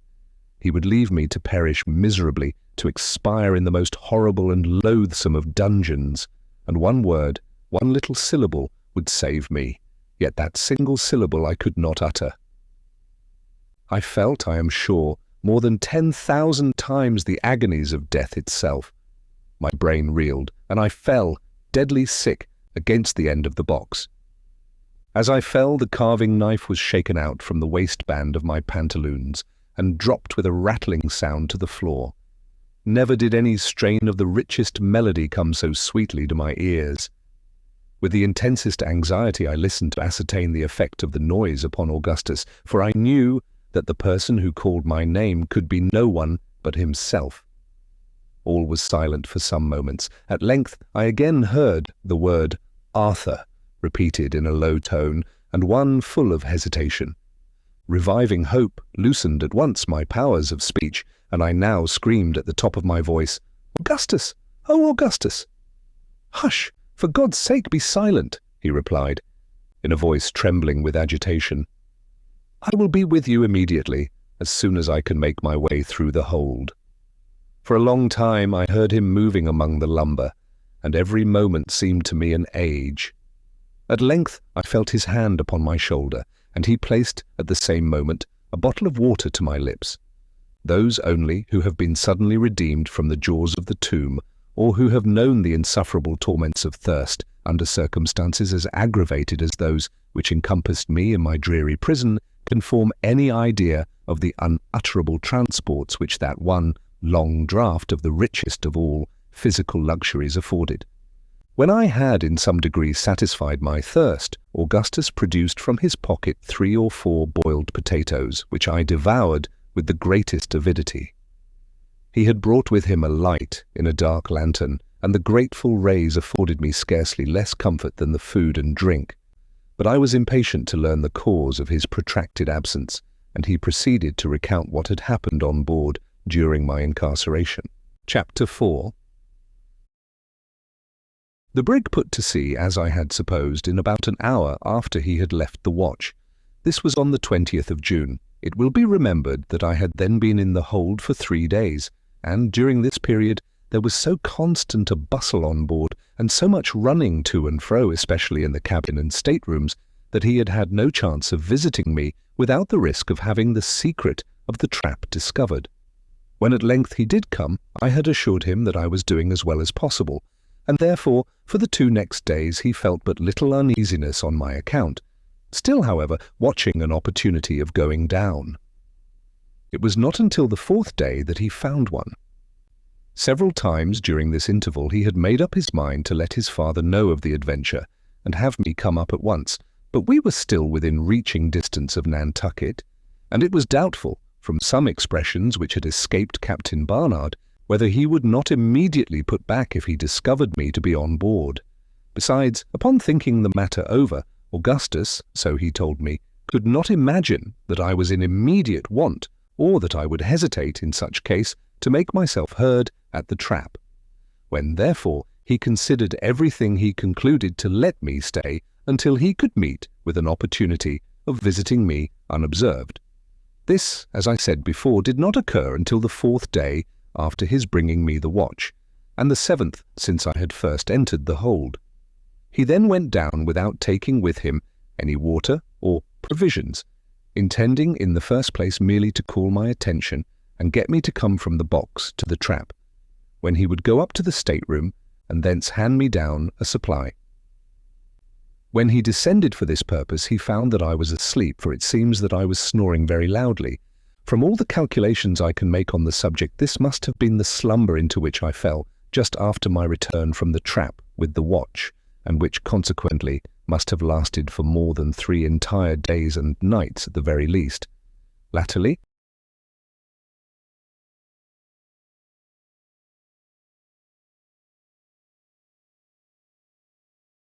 I have had reason, both from my own experience and the assurance of others, to be acquainted with the strong soporific effects of the stench arising from old fish oil when closely confined. And when I think of the condition of the hold in which I was imprisoned, and the long period during which the brig had been used as a whaling vessel, I am more inclined to wonder that I awoke at all after once falling asleep, than that I should have slept uninterruptedly for the period specified above. Augustus called to me at first in a low voice and without closing the trap, but I made him no reply. He then shut the trap and spoke to me in a louder, and finally in a very loud tone. Still I continued to snore. He was now at a loss what to do. It would take him some time to make his way through the lumber to my box, and in the meanwhile his absence would be noticed by Captain Barnard, who had occasion for his services every minute in arranging and copying papers connected with the business of the voyage. He determined, therefore, upon reflection, to ascend and await another opportunity of visiting me.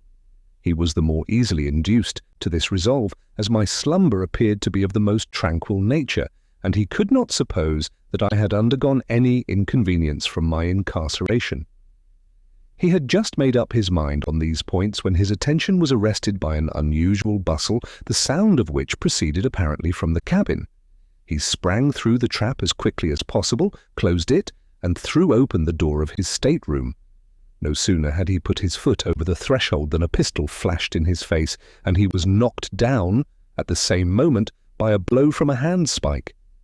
A strong hand held him on the cabin floor, with a tight grasp upon his throat. Still he was able to see what was going on around him.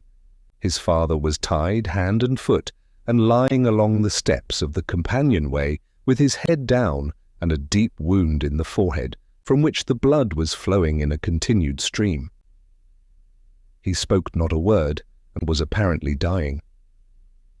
Over him stood the first mate, eyeing him with an expression of fiendish derision, and deliberately searching his pockets, from which he presently drew forth a large wallet and a chronometer. 7 of the crew, among whom was the cook, a negro, were rummaging the staterooms on the larboard for arms, where they soon equipped themselves with muskets and ammunition. Besides Augustus and Captain Barnard, there were 9 men altogether in the cabin, and these among the most ruffianly of the brig's company. The villains now went upon deck, taking my friend with them, after having secured his arms behind his back. They proceeded straight to the forecastle, which was fastened down, 2 of the mutineers standing by it with axes, 2 also at the main hatch. The mate called out in a loud voice, "Do you hear there below? Tumble up with you one by one. Now mark that, and no grumbling." It was some minutes before anyone appeared. At last, an Englishman who had shipped as a raw hand came up, weeping piteously, and entreating the mate, in the most humble manner, to spare his life. The only reply was a blow on the forehead from an axe.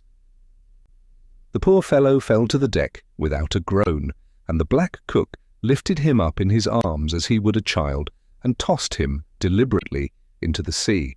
Hearing the blow and the plunge of the body, the men below could now be induced to venture on deck, neither by threats nor promises, until a proposition was made to smoke them out.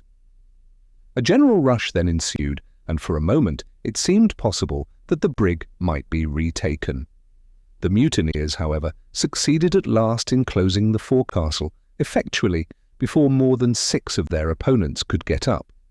These 6, finding themselves so greatly outnumbered and without arms, submitted after a brief struggle. The mate gave them fair words, no doubt with a view of inducing those below to yield, for they had no difficulty in hearing all that was said on deck. The result proved his sagacity, no less than his diabolical villainy.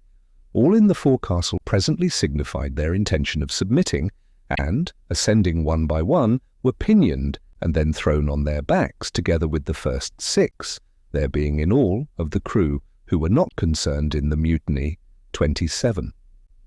A scene of the most horrible butchery ensued. The bound seamen were dragged to the gangway. Here the cook stood with an axe, striking each victim on the head as he was forced over the side of the vessel by the other mutineers. In this manner 22 perished, and Augustus had given himself up for lost, expecting every moment his own turn to come next. But it seemed that the villains were now either weary or in some measure disgusted with their bloody labour.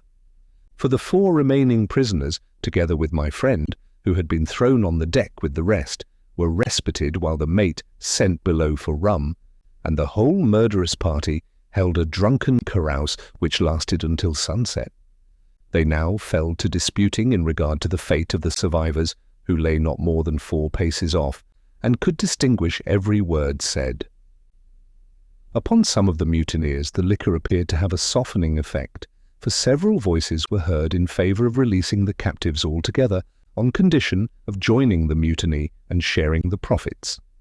The black cook, however, who in all respects was a perfect demon, and who seemed to exert as much influence, if not more, than the mate himself, would listen to no proposition of the kind, and rose repeatedly for the purpose of resuming his work at the gangway. Fortunately, he was so far overcome by intoxication as to be easily restrained by the less bloodthirsty of the party, among whom was a line manager who went by the name of Dirk Peters. This man was the son of an Indian squaw of the tribe of Upsarokas, who live among the fastnesses of the Black Hills near the source of the Missouri. His father was a fur trader, I believe, or at least connected in some manner with the Indian trading posts on Lewis River. Peter himself was one of the most ferocious-looking men I ever beheld. He was short in stature, not more than 4 feet 8 inches high, but his limbs were of Herculean mould. His hands especially were so enormously thick and broad as hardly to retain a human shape. His arms, as well as legs, were bowed in the most singular manner, and appeared to possess no flexibility whatever. His head was equally deformed, being of immense size with an indentation on the crown like that on the head of most Negroes, and entirely bald. To conceal this latter deficiency, which did not proceed from old age, he usually wore a wig formed of any hair-like material which presented itself, occasionally the skin of a Spanish dog or American grizzly bear. At the time spoken of, he had on a portion of one of these bearskins, and it added no little to the natural ferocity of his countenance, which betook of the Upsaroka character. The mouth extended nearly from ear to ear, the lips were thin, and seemed, like some other portions of his frame, to be devoid of natural pliancy, so that the ruling expression never varied under the influence of any emotion whatever. This ruling expression may be conceived when it is considered that the teeth were exceedingly long and protruding, and never even partially covered, in any instance, by the lips. To pass this man with a casual glance, one might imagine him to be convulsed with laughter, but a second look would induce a shuddering acknowledgment that if such an expression were indicative of merriment, the merriment must be that of a demon. Of this singular being, many anecdotes were prevalent among the seafaring men of Nantucket. These anecdotes went to prove his prodigious strength when under excitement, and some of them had given rise to a doubt of his sanity. But on board the Grampus, it seems, he was regarded at the time of the mutiny with feelings more of derision than of anything else. I have been thus particular in speaking of Dirk Peters, because, ferocious as he appeared, he proved the main instrument in preserving the life of Augustus, and because I shall have frequent occasion to mention him hereafter in the course of my narrative, a narrative, let me here say, which, in its latter portions, will be found to include incidents of a nature so entirely out of the range of human experience, and for this reason so far beyond the limits of human credulity, that I proceed in utter hopelessness of obtaining credence for all that I shall tell, yet confidently trusting in time and progressing science to verify some of the most important and most improbable of my statements. After much indecision and 2 or 3 violent quarrels, it was determined at last that all the prisoners, with the exception of Augustus, whom Peters insisted in a jocular manner upon keeping as his clerk, should be set adrift in one of the smallest whaleboats. The mate went down into the cabin to see if Captain Barnard was still living, for it will be remembered he was left below when the mutineers came up. Presently the two made their appearance, the captain pale as death, but somewhat recovered from the effects of his wound. He spoke to the men in a voice hardly articulate, entreated them not to set him adrift, but to return to their duty, and promising to land them wherever they chose, and to take no steps for bringing them to justice. He might as well have spoken to the winds. 2 of the ruffians seized him by the arms and hurled him over the brig's side into the boat, which had been lowered, while the mate went below. The 4 men who were lying on the deck were then untied and ordered to follow, which they did without attempting any resistance, Augustus being still left in his painful position, although he struggled and prayed only for the poor satisfaction of being permitted to bid his father farewell. A handful of sea biscuit and a jug of water were now handed down, but neither mast, sail, oar, nor compass. The boat was towed astern for a few minutes, during which the mutineers held another consultation. It was then finally cut adrift. By this time, night had come on. There were neither moon nor stars visible, and a short and ugly sea was running, although there was no great deal of wind. The boat was instantly out of sight, and little hope could be entertained for the unfortunate sufferers who were in it. This event happened, however, in latitude 35 degrees 30 minutes north, longitude 61 degrees 20 minutes west, and consequently at no very great distance from the Bermuda Islands. Augustus therefore endeavoured to console himself with the idea that the boat might either succeed in reaching the land or come sufficiently near to be fallen in with by vessels off the coast. All sail was now put upon the brig, and she continued her original course to the southwest, the mutineers being bent upon some piratical expedition in which, from all that could be understood, a ship was to be intercepted on her way from the Cape Verde Islands to Puerto Rico. No attention was paid to Augustus, who was untied and suffered to go about anywhere forward of the cabin companionway. Dirk Peters treated him with some degree of kindness, and on one occasion saved him from the brutality of the cook. His situation was still one of the most precarious, as the men were continually intoxicated, and there was no relying upon their continued good humour or carelessness in regard to himself. His anxiety on my account be represented, however, as the most distressing result of his condition, and indeed I had never reason to doubt the sincerity of his friendship. More than once he had resolved to acquaint the mutineers with the secret of my being on board, but was restrained from so doing, partly through recollection of the atrocities he had already beheld, and partly through a hope of being able soon to bring me relief. For the latter purpose he was constantly on the watch, but, in spite of the most constant vigilance, 3 days elapsed after the boat was cut adrift before any chance occurred. At length, on the night of the 3rd day, there came on a heavy blow from the eastward, and all hands were called up to take in sail. During the confusion which ensued, he made his way below, unobserved, and into the stateroom. What was his grief and horror in discovering that the latter had been rendered a place of deposit for a variety of sea stores and ship furniture, and that several fathoms of old chain cable, which had been stowed away beneath the companion ladder, had been dragged thence to make room for a chest, and were now lying immediately upon the trap. To remove it without discovery was impossible, and he returned on deck as quickly as he could. As he came up, the mate seized him by the throat, and demanding what he had been doing in the cabin, was about flinging him over the larboard bulwark, when his life was again preserved through the interference of Dirk Peters. Augustus was now put in handcuffs, of which there were several pairs on board, and his feet lashed tightly together. He was then taken into the steerage and thrown into a lower berth next to the forecastle bulkheads, with the assurance that he should never put his foot on deck again until the brig was no longer a brig. This was the expression of the cook who threw him into the berth. It is hardly possible to say what precise meaning intended by the phrase.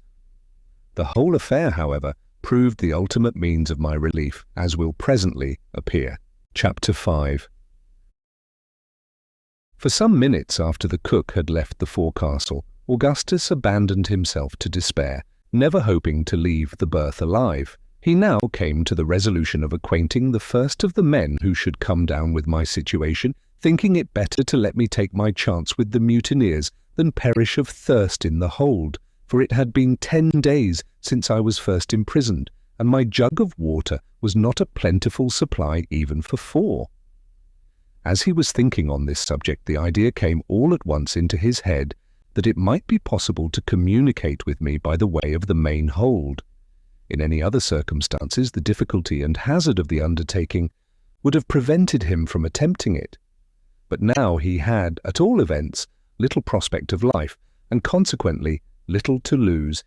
He bent his whole mind, therefore, upon the task.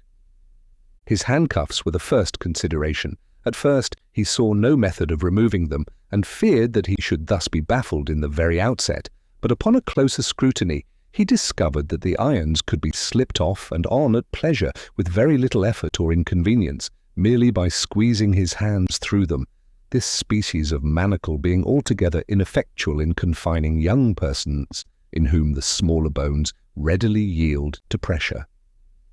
He now untied his feet, and, leaving the cord in such a manner that it could easily be readjusted in the event of any person's coming down, proceeded to examine the bulkhead where it joined the berth.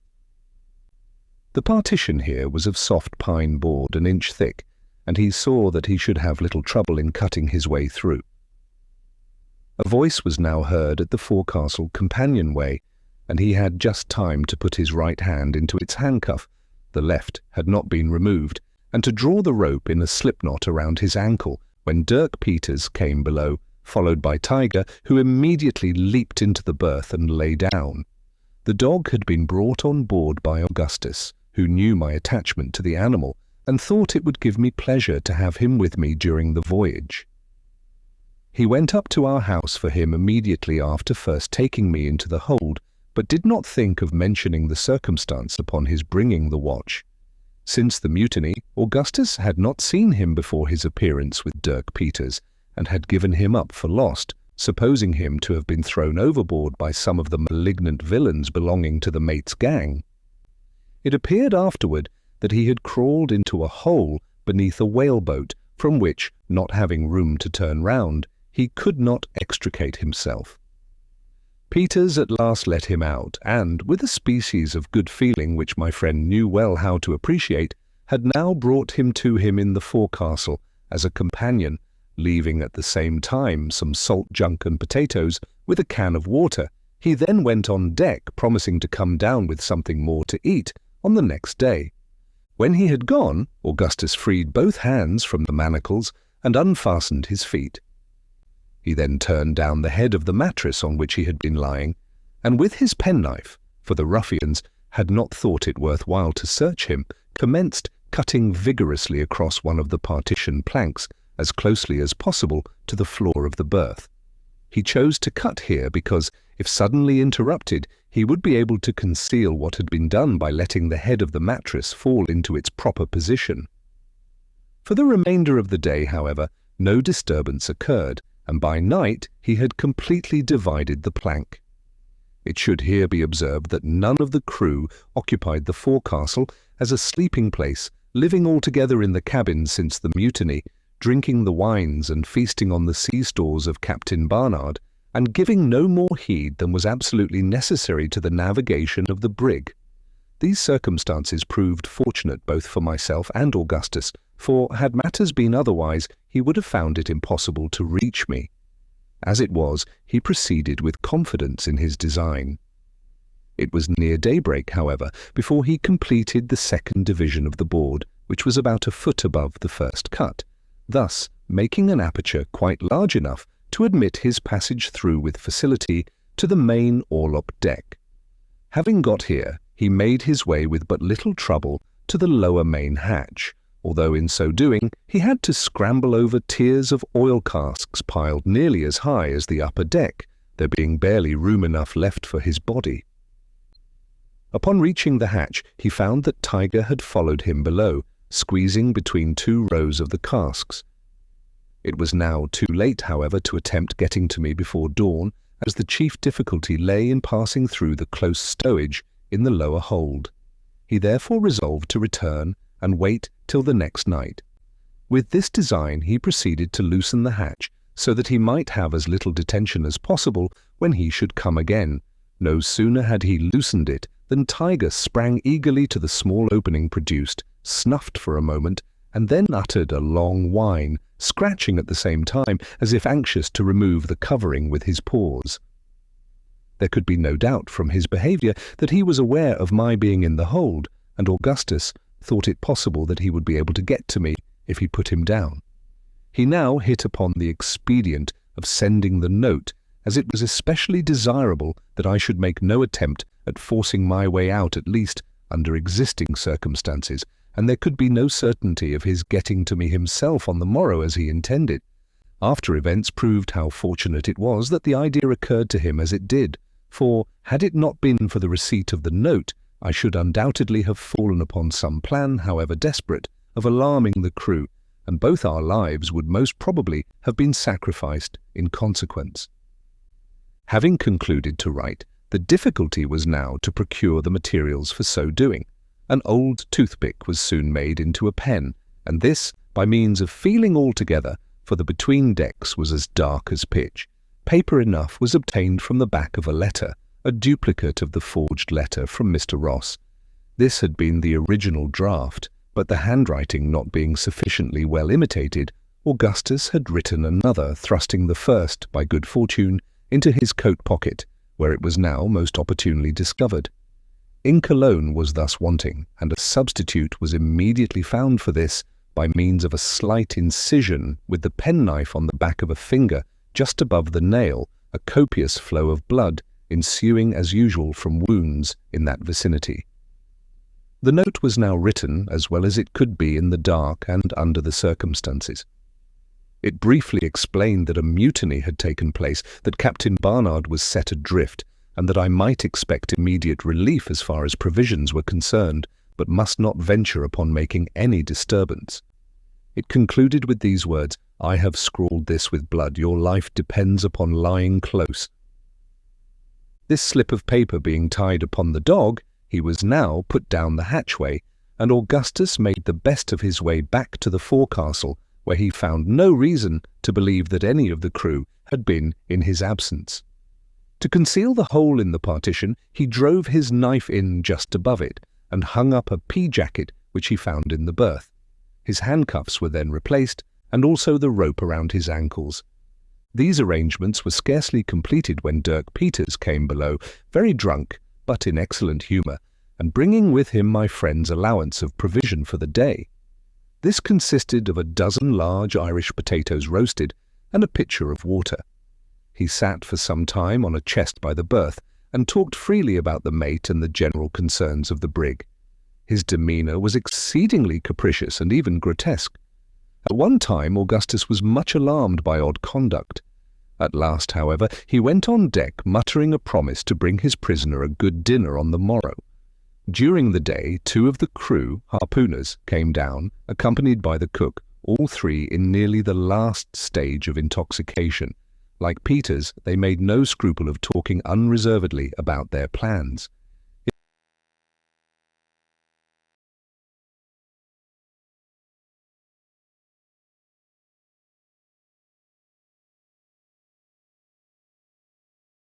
It appeared that they were much divided among themselves as to their ultimate course, agreeing in no point except the attack on the ship from the Cape Verde Islands, with which they were in hourly expectation of meeting. As far as could be ascertained, the mutiny had not been brought about altogether for the sake of booty, a private pique of the chief mates against Captain Barnard having been the main instigation. There now seemed to be 2 principal factions among the crew, one headed by the mate, the other by the cook. The former party were for seizing the first suitable vessel which should present itself and equipping it at some of the West India Islands for a piratical cruise. The latter division, however, which was the stronger and included Dirk Peters among its partisans, were bent upon pursuing the course originally laid out for the brig into the South Pacific, there either to take whale or act otherwise as circumstances should suggest. The representations of Peters, who had frequently visited these regions, had great weight, apparently, with the mutineers, wavering as they were, between half-engendered notions of profit and pleasure. He dwelt on the world of novelty and amusement to be found among the innumerable islands of the Pacific, on the perfect security and freedom from all restraint to be enjoyed, but, more particularly, on the deliciousness of the climate, on the abundant means of good living, and on the voluptuous beauty of the women. As yet nothing had been absolutely determined upon, but the pictures of the hybrid line manager were taking strong hold upon the ardent imaginations of the seamen, and there was every possibility that his intentions would be finally carried into effect. The 3 men went away in about an hour, and no one else entered the forecastle all day. Augustus lay quiet until nearly night. He then freed himself from the rope and irons, and prepared for his attempt. A bottle was found in one of the berths, and this he filled with water from the pitcher left by Peters, storing his pockets at the same time with cold potatoes. To his great joy, he also came across a lantern with a small piece of tallow candle in it. This he could light at any moment, as he had in his possession a box of phosphorus matches.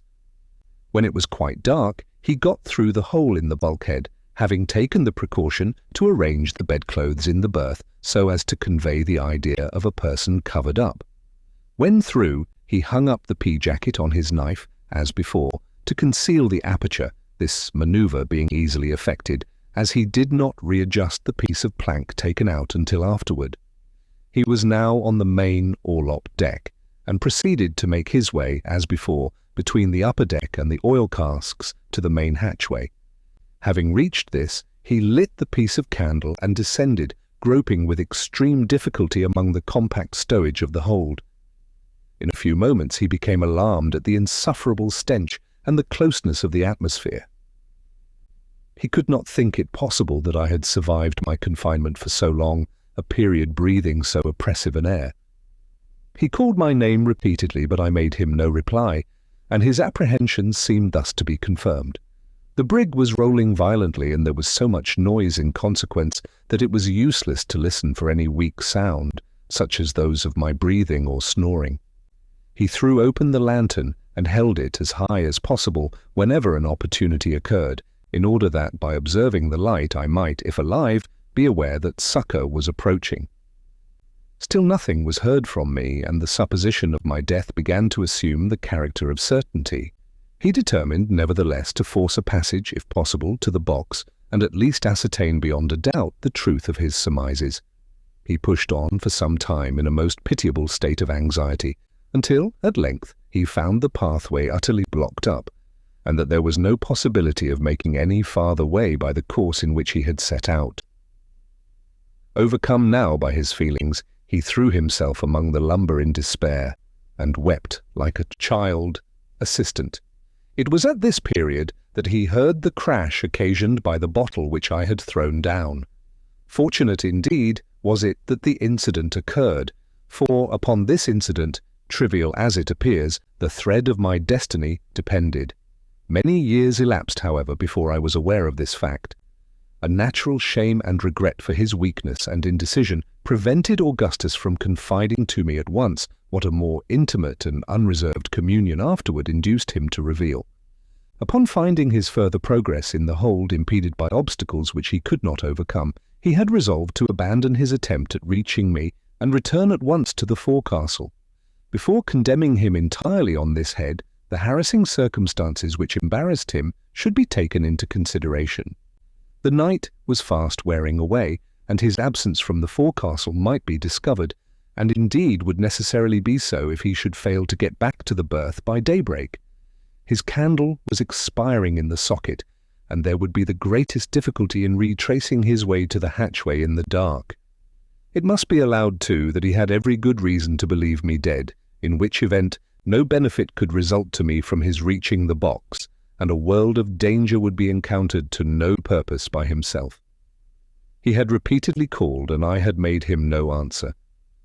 I had been now 11 days and nights with no more water than that contained in the jug which he had left with me, a supply which it was not at all probable I had hoarded in the beginning of my confinement, as I had every cause to expect a speedy release. The atmosphere of the hold, too, must have appeared to him, coming from the comparatively open air of the steerage, of a nature absolutely poisonous, and by far more intolerable than it had seemed to me upon my first taking up my quarters in the box, the hatchways at that time having been constantly open for many months previous. Add to these considerations that of the scene of bloodshed and terror so lately witnessed by my friend, his confinement, privations, and narrow escapes from death, together with the frail and equivocal tenure by which he still existed, circumstances all so well calculated to prostrate every energy of mind, and the reader will be easily brought, as I have been, to regard his apparent falling off in friendship and in faith with sentiments rather of sorrow than of anger. The crash of the bottle was distinctly heard, yet Augustus was not sure that it proceeded from the hold. The doubt, however, was sufficient inducement to persevere. He clambered up nearly to the orlop deck by means of the stowage, and then, watching for a lull in the pitchings of the vessel, he called out to me in as loud a tone as he could command, regardless, for the moment, of being overheard by the crew. It will be remembered that on this occasion the voice reached me, but I was so entirely overcome by violent agitation as to be incapable of reply. Confident now that his worst apprehensions were well-founded, he descended with a view of getting back to the forecastle without loss of time. In his haste, some small boxes were thrown down, the noise occasioned by which I heard, as will be recollected. He had made considerable progress on his return when the fall of the knife again caused him to hesitate. He retraced his steps immediately, and clambering up the stowage a second time, called out my name, loudly as before, having watched for a lull. This time I found voice to answer. Overjoyed at discovering me to be still alive, he now resolved to brave every difficulty and danger in reaching me. Having extricated himself as quickly as possible from the labyrinth of lumber by which he was hemmed in, he at length struck into an opening which promised better, and finally, after a series of struggles, arrived at the box in a state of utter exhaustion. Chapter 6. The leading particulars of this narration were all that Augustus communicated to me while we remained near the box. It was not until afterward that he entered fully into all the details. He was apprehensive of being missed, and I was wild with impatience to leave my detested place of confinement.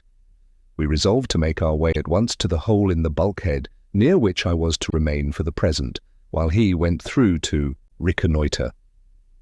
To leave Tiger in the box was what neither of us could endure to think of, yet how to act otherwise was the question. He now seemed to be perfectly quiet, and we could not even distinguish the sound of his breathing upon applying our ears closely to the box. I was convinced that he was dead, and determined to open the door. We found him lying at full length, apparently in a deep stupor, yet still alive. No time was to be lost, yet I could not bring myself to abandon an animal who had now been twice instrumental in saving my life, without some attempt at preserving him. We therefore dragged him along with us as well as we could, although with the greatest difficulty and fatigue.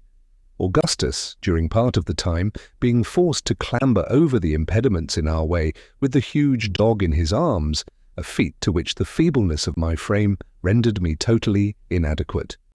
At length we succeeded in reaching the hole when Augustus got through, and Tiger was pushed in afterward. All was found to be safe, and we did not fail to return sincere thanks to God for our deliverance from the imminent danger we had escaped. For the present it was agreed that I should remain near the opening, through which my companion could readily supply me with a part of his daily provision, and where I could have the advantages of breathing an atmosphere comparatively pure. In explanation of some portions of this narrative, wherein I have spoken of the stowage of the brig, and which may appear ambiguous to some of my readers who may have seen a proper or regular stowage, I must here state that the manner in which this most important duty had been performed on board the Grampus was a most shameful piece of neglect on the part of Captain Barnard, who was by no means as careful or as experienced a seaman as the hazardous nature of the service on which he was employed would seem necessarily to demand. A proper stowage cannot be accomplished in a careless manner, and many most disastrous accidents, even within the limits of my own experience, have arisen from neglect or ignorance in this particular. Coasting vessels, in the frequent hurry and bustle attendant upon taking in or discharging cargo, are the most liable to mishap from the want of a proper attention to stowage. The great point is to allow no possibility of the cargo or ballast shifting position, even in the most violent rollings of the vessel. With this end, great attention must be paid not only to the bulk taken in, but to the nature of the bulk, and whether there be a full or only a partial cargo. In most kinds of freight, the stowage is accomplished by means of a screw. Thus, in a load of tobacco or flour, the whole is screwed so tightly into the hold of the vessel that the barrels or hogsheads, upon discharging, are found to be completely flattened and take some time to regain their original shape.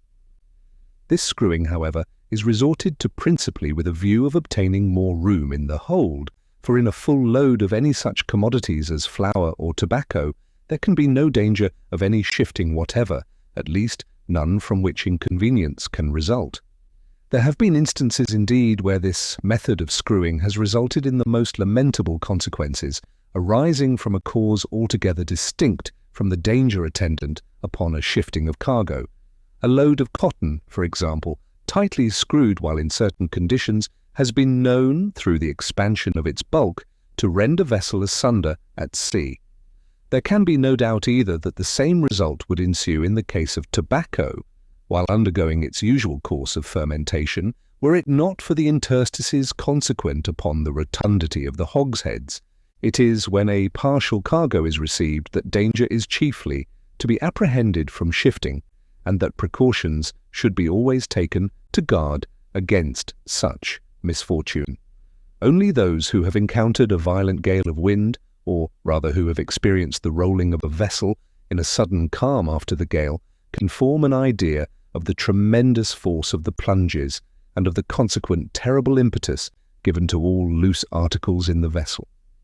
It is then that the necessity of a cautious stowage, when there is a partial cargo, becomes obvious. When lying to, especially with a small bead sail, a vessel which is not properly modelled in the bows is frequently thrown upon her beam ends, this occurring even every 15 or 20 minutes upon an average, yet without any serious consequences resulting, provided there be a proper stowage. If this, however, has not been strictly attended to, in the first of these heavy lurches the whole of the cargo tumbles over to the side of the vessel which lies upon the water, and, being thus prevented from regaining her equilibrium, as she would otherwise necessarily do, she is certain to fill in a few seconds and go down. It is not too much to say that at least 1/2 of the instances in which vessels have foundered in heavy gales at sea may be attributed to a shifting of cargo or of ballast. When a partial cargo of any kind is taken on board, the whole, after being first stowed as compactly as may be, should be covered with a layer of stout shifting boards extending completely across the vessel. Upon these boards, strong temporary stanchions should be erected, reaching to the timbers above, and thus securing every thing in its place. In cargoes consisting of grain or any similar matter, additional precautions are requisite. A hold filled entirely with grain upon leaving port will be found not more than 3/4 full upon reaching its destination. This too, although the freight, when measured bushel by the consignee, will overrun by a vast deal, on account of the swelling of the grain, the quantity consigned. This result is occasioned by settling during the voyage, and is the more perceptible in proportion to the roughness of the weather experienced. If grain loosely thrown in a vessel, then, is ever so well secured by shifting boards and stanchions, it will be liable to shift in a long passage so greatly as to bring about the most distressing calamities. To prevent these, every method should be employed before leaving port to settle the cargo as much as possible, and for this there are many contrivances, among which may be mentioned the driving of wedges into the grain. Even after all this is done and unusual pains taken to secure the shifting boards, no seaman who knows what he is about will feel altogether secure in a gale of any violence with a cargo of grain on board, and least of all with a partial cargo. Yet there are hundreds of our coasting vessels, and it is likely many more from the ports of Europe, which sail daily with partial cargoes, even of the most dangerous species, and without any precaution whatever. The wonder is that no more accidents occur than do actually happen. A lamentable instance of this heedlessness occurred to my knowledge in the case of Captain Joel Rice of the schooner Firefly, which sailed from Richmond, Virginia, to Madeira with a cargo of corn in the year 1825. The captain had gone many voyages without serious accident, although he was in the habit of paying no attention whatever to his stowage, more than to secure it in the ordinary manner. He had never before sailed with a cargo of grain, and on this occasion had the corn thrown on board loosely, when it did not much more than half fill the vessel. For the first portion of the voyage he met with nothing more than light breezes, but when within a day's sail of Madeira there came on a strong gale from the NNE which forced him to lie to. He brought the schooner to the wind under a double-reefed foresail alone, when she rowed as well as any vessel could be expected to do, and shipped not a drop of water. Toward night, the gale somewhat abated, and she rolled with more unsteadiness than before, but still did very well, until a heavy lurch threw her upon her beam ends to starboard. The corn was then heard to shift bodily, the force of the movement bursting open the main hatchway. The vessel went down like a shot. This happened within hail of a small sloop from Madeira, which picked up one of the crew, the only person saved, and which rode out the gale in perfect security, as indeed a jolly boat might have done under proper management. The stowage on board the Grampus was most clumsily done, if stowage that could be called, which was little better than a promiscuous huddling together of oil casks and ship furniture. I have already spoken of the condition of articles in the hold. On the orlop deck there was space enough for my body, as I have stated, between the oil casks and the upper deck. A space was left open around the main hatchway, and several other large spaces were left in the stowage. Near the hole cut through the bulkhead by Augustus there was room enough for an entire cask, and in this space I found myself comfortably situated for the present. By the time my friend had got safely into the berth and readjusted his handcuffs and the rope, it was broad daylight. We had made a narrow escape indeed, for scarcely had he arranged all matters when the mate came below with Dirk Peters and the cook. They talked for some time about the vessel from the Cape Verds, and seemed to be excessively anxious for her appearance. At length the cook came to the berth in which Augustus was lying, and seated himself in it near the head. I could see and hear everything from my hiding place, for the piece cut out had not been put back, and I was in momentary expectation that the negro would fall against the pea-jacket, which was hung up to conceal the aperture, in which case all would have been discovered, and our lives would, no doubt, have been instantly sacrificed. Our good fortune prevailed, however, and although he frequently touched it as the vessel rolled, he never pressed against it sufficiently to bring about a discovery. The bottom of the jacket had been carefully fastened to the bulkhead, so that the hole might not be seen by its swinging to one side. All this time Tiger was lying in the foot of the berth, and appeared to have recovered in some measure his faculties, for I could see him occasionally open his eyes and draw a long breath. After a few minutes the mate and cook went above, leaving Dirk Peters behind, who, as soon as they were gone, came and sat himself down in the place just occupied by the mate. He began to talk very sociably with Augustus, and we could now see that the greater part of his apparent intoxication, while the two others were with him, was a feint. He answered all my companion's questions with perfect freedom, told him that he had no doubt of his father's having been picked up, as there were no less than 5 sail in sight just before sundown on the day he was cut adrift, and used other language of a consolatory nature, which occasioned me no less surprise than pleasure. Indeed, I began to entertain hopes that through the instrumentality of Peters we might be finally enabled to regain possession of the brig, and this idea I mentioned to Augustus as soon as I found an opportunity. He thought the matter possible, but urged the necessity of the greatest caution in making the attempt, as the conduct of the hybrid appeared to be instigated by the most arbitrary caprice alone, and indeed it was difficult to say if he was at any moment of sound mind.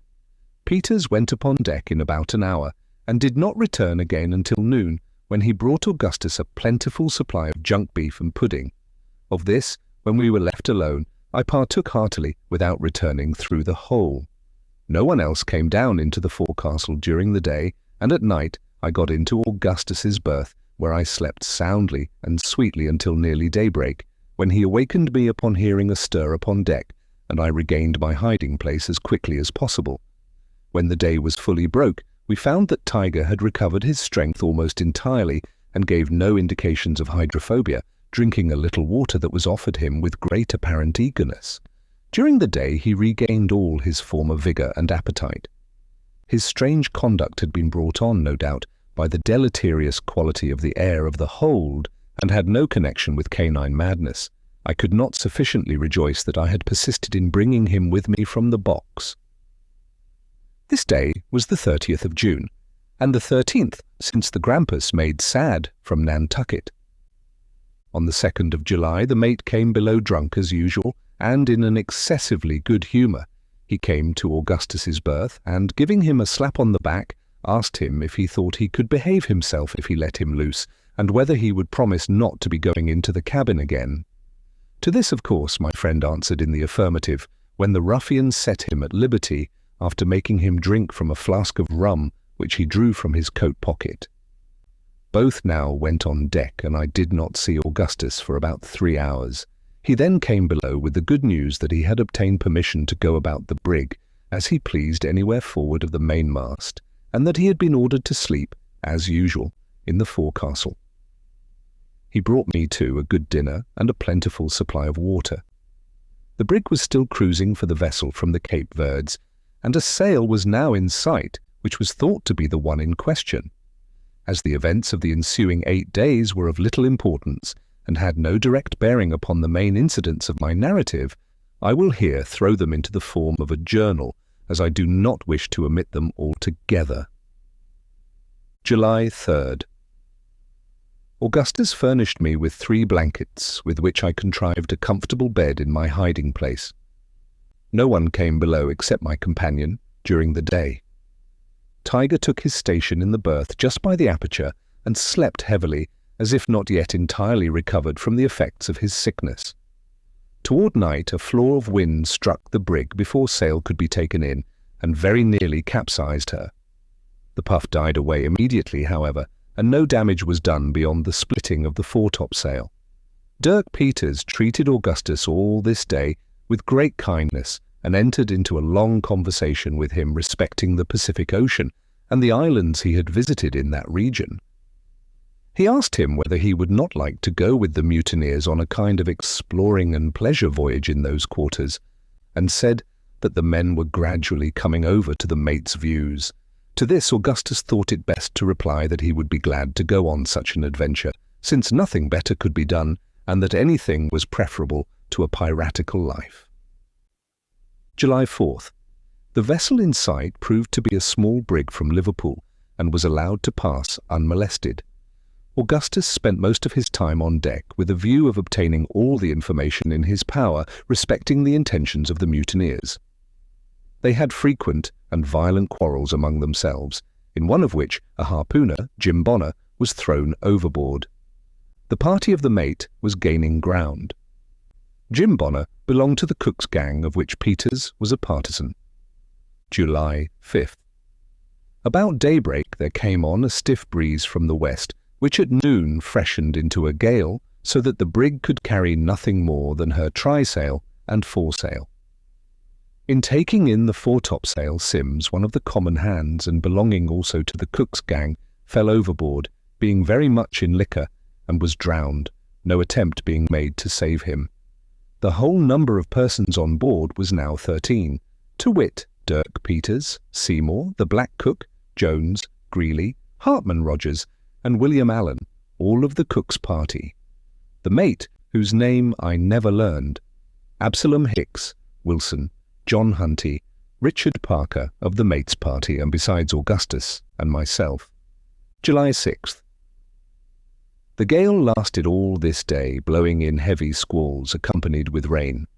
The brig took in a good deal of water through her seams, and one of the pumps was kept continually going, Augustus being forced to take his turn. Just at twilight a large ship passed close by us, without having been discovered until within hail.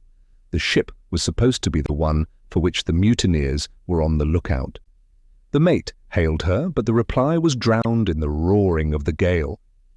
At 11, a sea was shipped amidships, which tore away a great portion of the larboard bulwarks and did some other slight damage.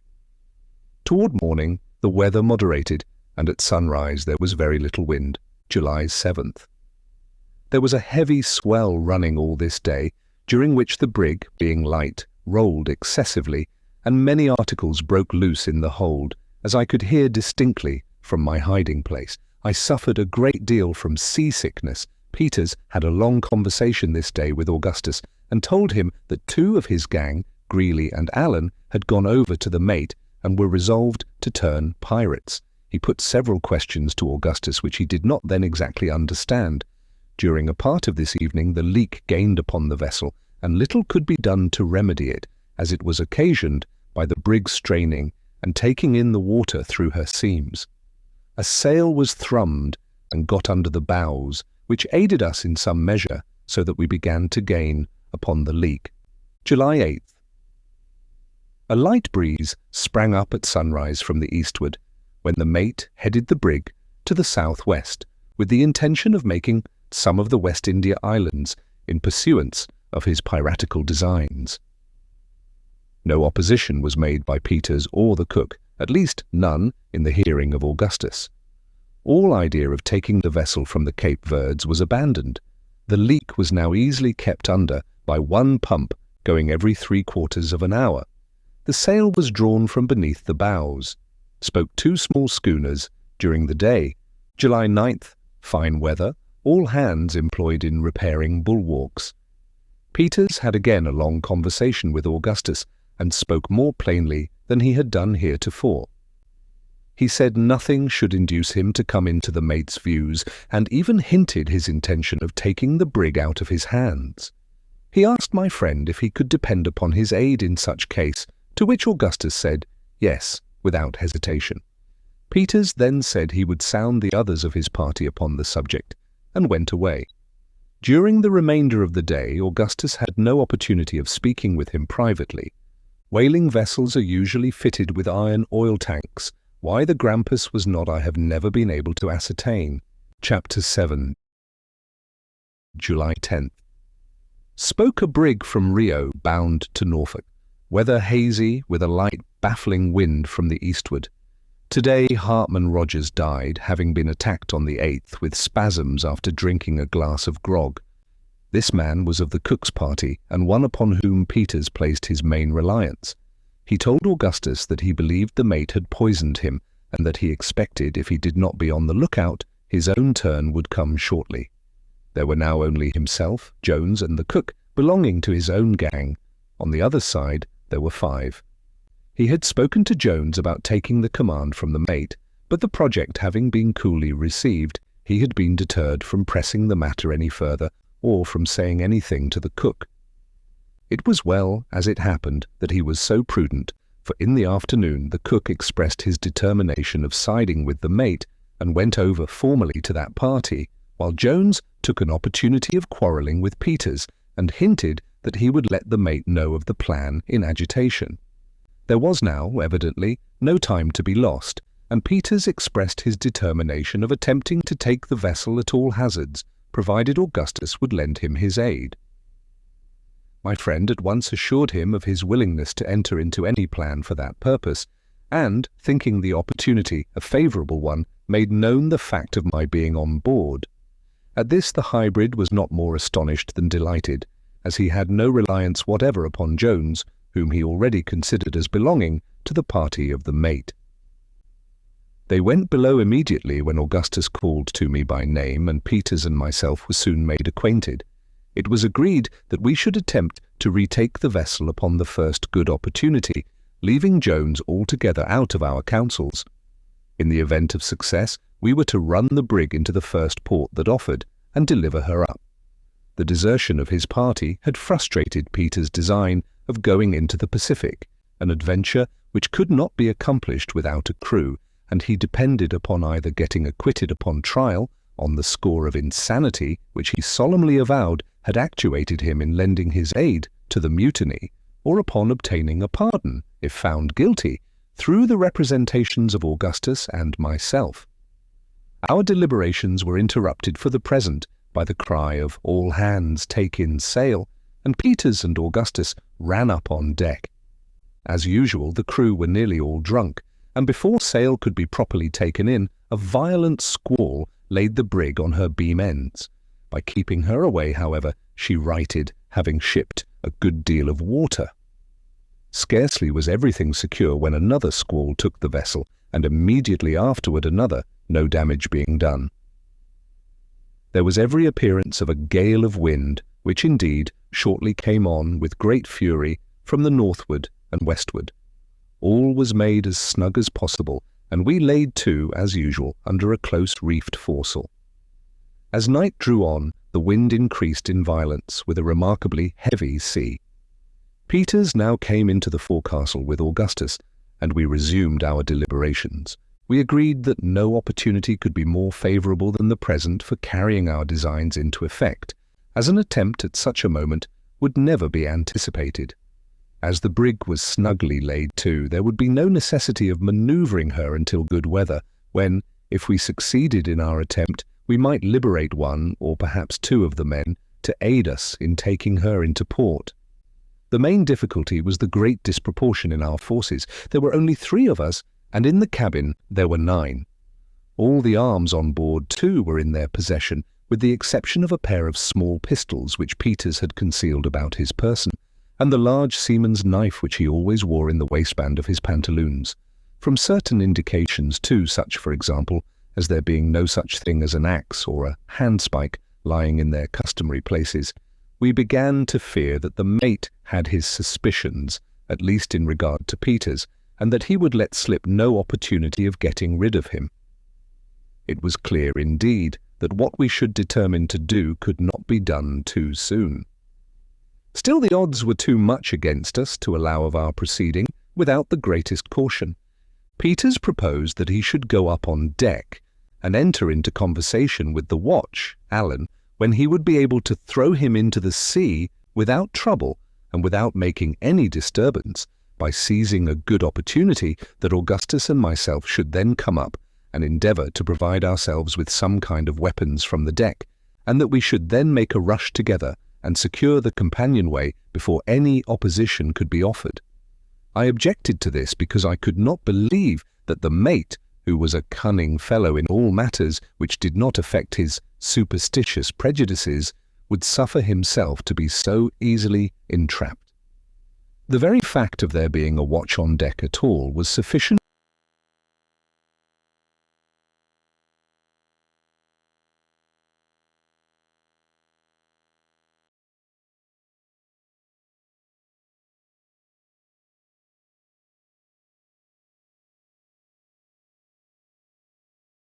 proof that he was upon the alert, it not being usual except in vessels where discipline is most rigidly enforced, to station a watch on deck when a vessel is lying to in a gale of wind.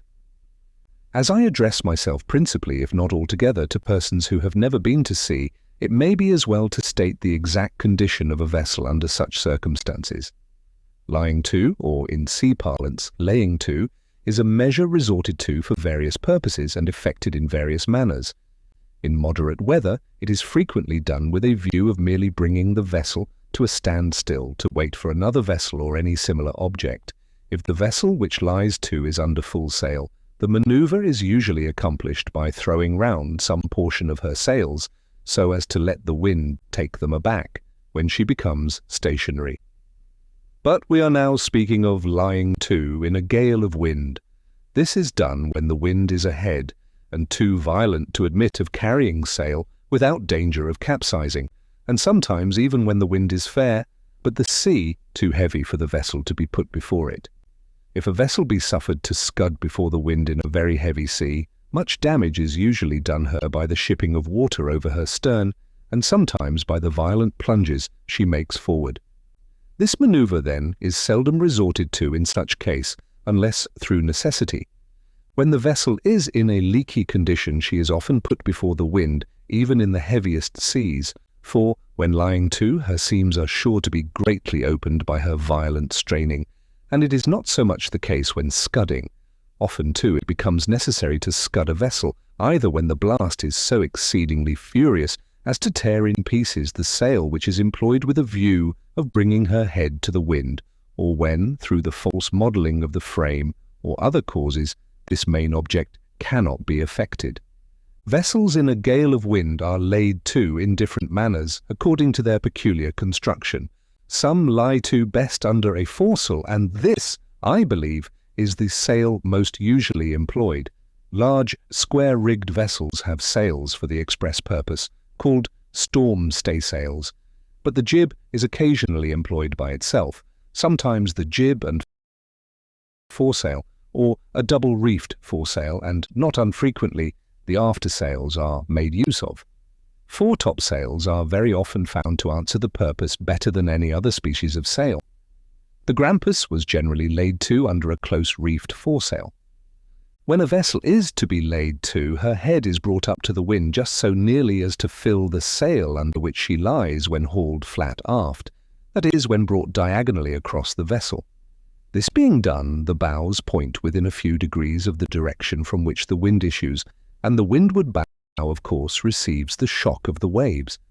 In this situation, a good vessel will ride out a very heavy gale of wind without shipping a drop of water, and without any further attention being requisite on the part of the crew. The helm is usually lashed down, but this is altogether unnecessary, except on account of the noise it makes when loose, for the rudder has no effect upon the vessel when lying to. Indeed, the helm had far better be left loose than lashed very fast, for the rudder is apt to be torn off by heavy seas if there be no room for the helm to play. As long as the sail holds, a well-modelled vessel will maintain her situation and ride every sea as if instinct with life and reason. If the violence of the wind, however, should tear the sail into pieces, a feat which it requires a perfect hurricane to accomplish under ordinary circumstances, there is then imminent danger. The vessel falls off from the wind and, coming broadside to the sea, is completely at its mercy. The only resource in this case is to put her quietly before the wind, letting her scud until some other sail can be set.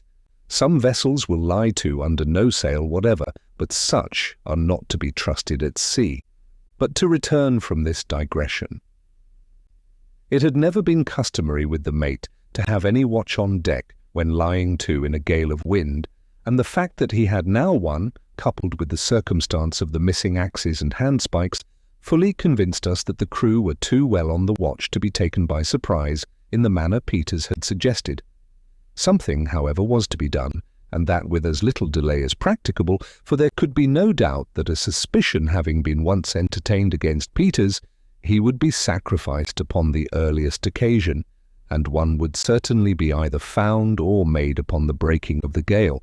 Augustus now suggested that if Peters could contrive to remove, under any pretext, the piece of chain cable which lay over the trap in the stateroom, we might possibly be able to come upon them unawares by means of the hold.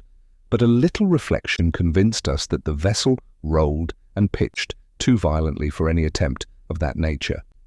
By good fortune, I at length hit upon the idea of working upon the superstitious terrors and guilty conscience of the mate. It will be remembered that one of the crew, Hartman Rogers, had died during the morning, having been attacked 2 days before with spasms after drinking some spirits and water. Peters had expressed to us his opinion that this man had been poisoned by the mate, and for this belief he had reasons, so he said, which were incontrovertible, but which he could not be prevailed upon to explain to us, this wayward refusal being only in keeping with other points of his singular character. But whether or not he had any better grounds for suspecting the mate than we had ourselves, we were easily led to fall in with his suspicion and determined to act accordingly. Rogers had died about 11 in the forenoon in violent convulsions, and the corpse presented in a few minutes after death one of the most horrid and loathsome spectacles I ever remember to have seen. The stomach was swollen immensely, like that of a man who has been drowned and lain under water for many weeks. The hands were in the same condition, while the face was shrunken, shriveled, and of a chalky whiteness, except where relieved by 2 or 3 glaring red blotches like those occasioned by the erysipelas. One of these blotches extended diagonally across the face, completely covering up an eye, as if with a band of red velvet. In this disgusting condition the body had been brought up from the cabin at noon to be thrown overboard, when the mate, getting a glimpse of it, for he now saw it for the first time, and being either touched with remorse for his crime or struck with terror at so horrible a sight, ordered the men to sew the body up in its hammock and allow it the usual rites of sea burial. Having given these directions, he went below, as if to avoid any further sight of his victim. While preparations were making to obey his orders, the gale came on with great fury, and the design was abandoned for the present. The corpse, left to itself, was washed into the larboard scuppers, where it still lay at the time of which I speak, floundering about with the furious lurches of the brig. Having arranged our plan, we set about putting it in execution as speedily as possible. Peters went upon deck and, as he had anticipated, was immediately accosted by Allan, who appeared to be stationed more as a watch upon the forecastle than for any other purpose. The fate of this villain, however, was speedily and silently decided, for Peters, approaching him in a careless manner as if about to address him, seized him by the throat and, before he could utter a single cry, tossed him over the bulwarks. He then called to us and we came up. Our first precaution was to look about for something with which to arm ourselves, and in doing this we had to proceed with great care, for it was impossible to stand on deck an instant without holding fast, and violent seas broke over the vessel at every plunge forward. It was indispensable, too, that we should be quick in our operations, for every minute we expected the mate to be up to set the pumps going, as it was evident the brig must be taking in water very fast. After searching about for some time, we could find nothing more fit for our purpose than the 2 pump handles, one of which Augustus took, and I the other. Having secured these, we stripped off the shirt of the corpse and dropped the body overboard. Peters and myself then went below, leaving Augustus to watch upon deck, where he took his station just where Allan had been placed, and with his back to the cabin companionway, so that if any of the mate's gang should come up, he might suppose it was the watch. As soon as I got below, I commenced disguising myself so as to represent the corpse of Rogers. The shirt which we had taken from the body aided us very much, for it was of singular form and character, and easily recognizable, a kind of smock which the deceased wore over his other clothing. It was a blue stockinette with large white stripes running across. Having put this on, I proceeded to equip myself with a false stomach, in imitation of the horrible deformity of the swollen corpse. This was soon effected by means of stuffing with some bedclothes. I then gave the same appearance to my hands by drawing on a pair of white woolen mittens, and filling them in with any kind of rags that offered themselves. Peters then arranged my face, first rubbing it well over with white chalk, and afterward blotching it with blood, which he took from a cut in his finger. The streak across the eye was not forgotten, and presented a most shocking appearance. Chapter 8.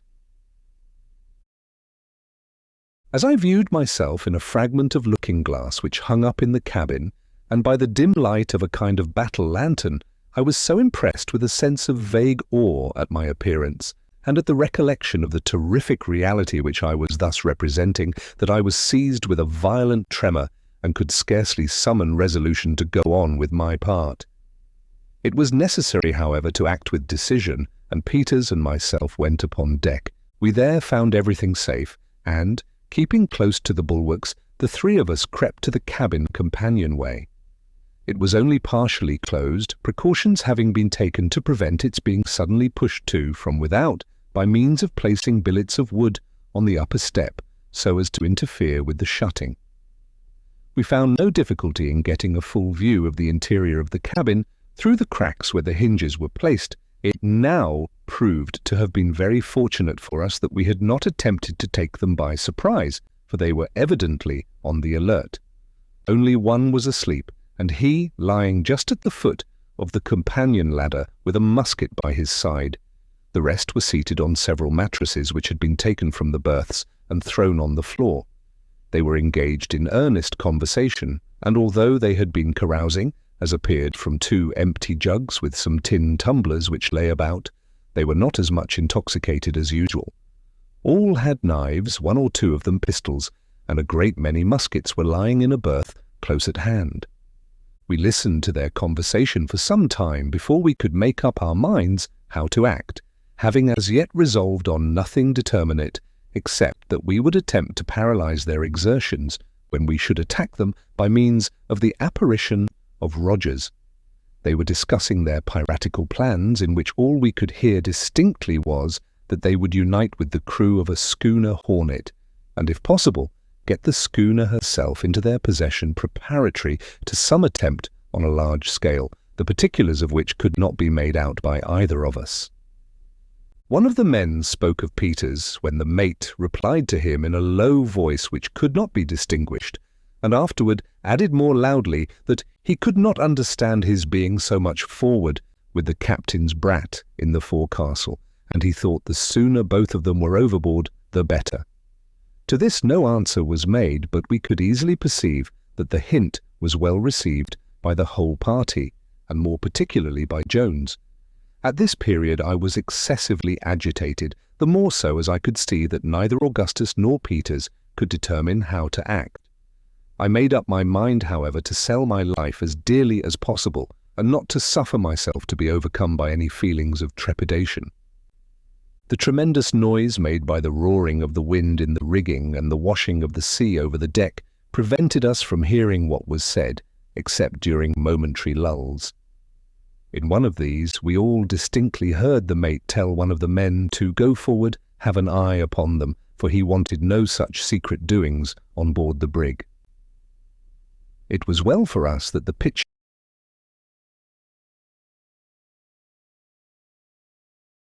of the vessel at this moment was so violent as to prevent this order from being carried into instant execution. The cook got up from his mattress to go for us when a tremendous lurch, which I thought would carry away the masts, threw him headlong against one of the larboard stateroom doors, bursting it open and creating a good deal of other confusion.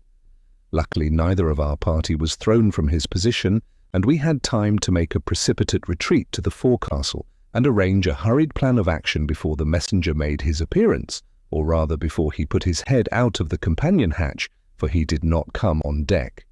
From this station he could not notice the absence of Allan, and he accordingly bawled out as if to him, repeating the orders of the mate.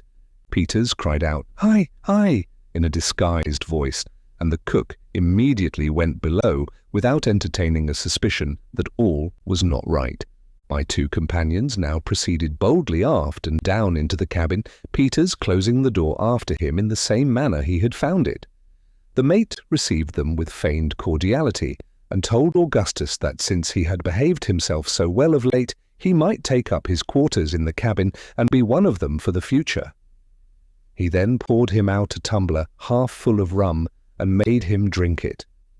All this I saw and heard, for I followed my friends to the cabin as soon as the door was shut, and took up my old point of observation.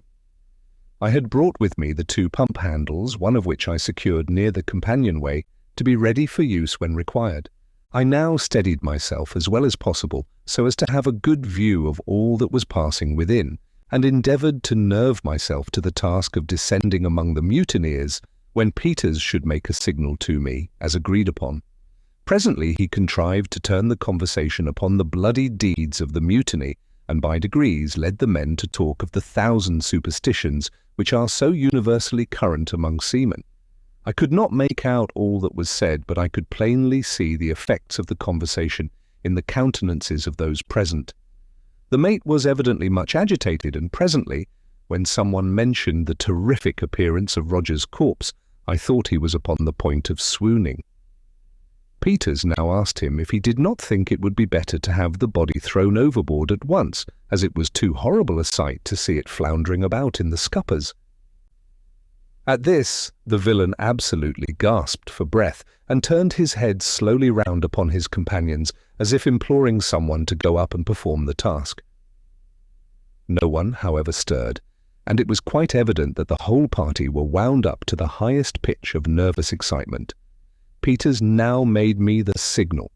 I immediately threw open the door of the companionway, and descending, without uttering a syllable, stood erect in the midst of the party. The intense effect produced by this sudden apparition is not at all to be wondered at when the various circumstances are taken into consideration. Usually, in cases of a similar nature, there is left in the mind of the spectator some glimmering of doubt as to the reality of the vision before his eyes, a degree of hope, however feeble, that he is the victim of chicanery, and that the apparition is not actually a visitant from the old world of shadows. It is not too much to say that such remnants of doubt have been at the bottom of almost every such visitation, and that the appalling horror which has sometimes been brought about is to be attributed, even in the cases most in point, and where most suffering has been experienced, more to a kind of anticipative horror, lest the apparition might possibly be real, than to an unwavering belief in its reality. But in the present instance it will be seen immediately that in the minds of the mutineers there was not even the shadow of a basis upon which to rest, a doubt that the apparition of Rogers was indeed a revivification of his disgusting corpse, or at least its spiritual image. The isolated situation of the brig, with its entire inaccessibility on account of the gale, confined the apparently possible means of deception within such narrow and definite limits, that they must have thought themselves enabled to survey them all at a glance. They had now been at sea 24 days, without holding more than a speaking communication with any vessel whatever. The whole of the crew, too, at least all whom they had the most remote reason for suspecting to be on board, were assembled in the cabin, with the exception of Allan, the watch, and his gigantic stature, he was 6 feet 6 inches high, was too familiar in their eyes to permit the notion that he was the apparition before them to enter their minds even for an instant. Add to these considerations the awe-inspiring nature of the tempest, and that of the conversation brought about by Peters, the deep impression which the loathsomeness of the actual corpse had made in the morning upon the imaginations of the men, the excellence of the imitation in my person, and the uncertain and wavering light in which they beheld me, as the glare of the cabin lantern, swinging violently to and fro, fell dubiously and fitfully upon my figure, and there will be no reason to wonder that the deception had even more than the entire effect which we had anticipated. The mate sprang up from the mattress on which he was lying, and, without uttering a syllable, fell back, stone dead, upon the cabin floor, and was hurled to the leeward like a log by a heavy roll of the brig. Of the remaining 7, there were but 3 who had at first any degree of presence of mind. The 4 others sat for some time, rooted apparently to the floor, the most pitiable objects of horror and utter despair my eyes ever encountered. The only opposition we experienced at all was from the cook, John Hunt, and Richard Parker, but they made but a feeble and irresolute defence. The 2 former were shot instantly by Peters, and I felled Parker with a blow on the head from the pump handle which I had brought with me. In the meantime, Augustus seized one of the muskets lying on the floor and shot another mutineer, Wilson, through the breast. There were now but 3 remaining, but by this time they had become aroused from their lethargy and perhaps began to see that a deception had been practised upon them, for they fought with great resolution and fury, and, but for the immense muscular strength of Peters, might have ultimately got the better of us. These 3 men were Jones, Greeley, and Absalom Hicks. Jones had thrown Augustus to the floor, stabbed him in several places along the right arm, and would no doubt have soon dispatched him, as neither Peters nor myself could immediately get rid of our own antagonists, had it not been for the timely aid of a friend, upon whose assistance we, surely, had never depended. This friend was no other than Tiger. With a low growl, he bounded into the cabin at a most critical moment for Augustus, and throwing himself upon Jones, pinned him to the floor in an instant. My friend, however, was now too much injured to render us any aid whatever, and I was so encumbered with my disguise that I could do but little. The dog would not leave his hold upon the throat of Jones. Peters, nevertheless, was far more than a match for the 2 men who remained, and would, no doubt, have dispatched them sooner, had it not been for the narrow space in which he had to act, and the tremendous lurches of the vessel. Presently he was enabled to get hold of a heavy stool, several of which lay about the floor. With this he beat out the brains of Greeley as he was in the act of discharging a musket at me, and immediately afterward a roll of the brig throwing him in contact with Hicks, he seized him by the throat, and by dint of sheer strength strangled him instantaneously. Thus, in far less time than I have taken to tell it, we found ourselves masters of the brig. The only person of our opponents who was left alive was Richard Parker. This man, it will be remembered, I had knocked down with a blow from the pump handle at the commencement of the attack. He now lay motionless by the door of the shattered stateroom, but upon Peters touching him with his foot, he spoke and entreated for mercy. His head was only slightly cut, and otherwise he had received no injury, having been merely stunned by the blow. He now got up, and for the present we secured his hands behind his back. The dog was still growling over Jones, but upon examination we found him completely dead, the blood issuing in a stream from a deep wound in the throat, inflicted, no doubt, by the sharp teeth of the animal. It was now about 1 o'clock in the morning, and the wind was still blowing tremendously. The brig evidently laboured much more than usual, and it became absolutely necessary that something should be done with a view of easing her in some measure. At almost every roll to leeward she shipped to sea, several of which came partially down into the cabin during our scuffle, the hatchway having been left open by myself when I descended. The entire range of bulwarks to larboard had been swept away, as well as the caboose, together with the jollyboat from the counter.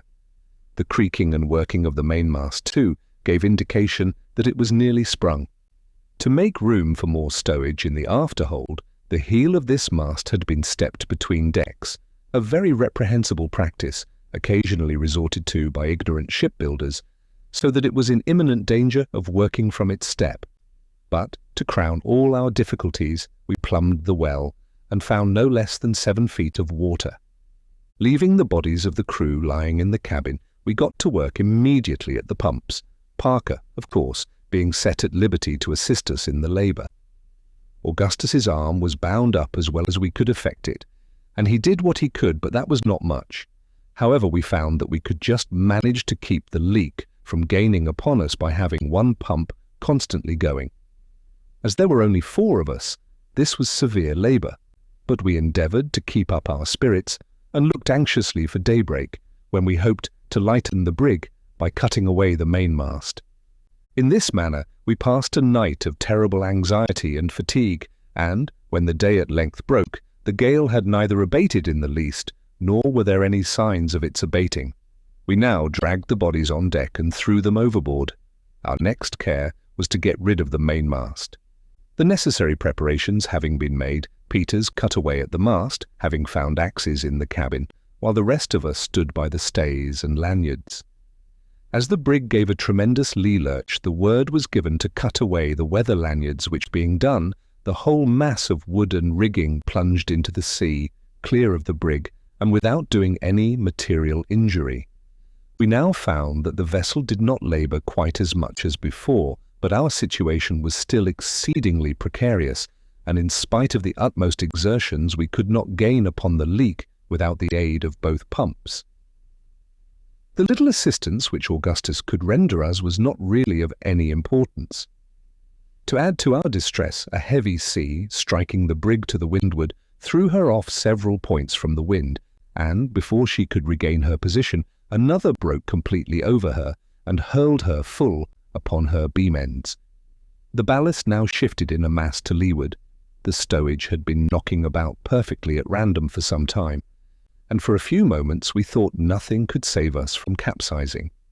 Presently, however, we partially righted, but the ballast still retaining its place to larboard, we lay so much along that it was useless to think of working the pumps, which indeed we could not have done much longer in any case, as our hands were entirely raw with the excessive labour we had undergone, and were bleeding in the most horrible manner.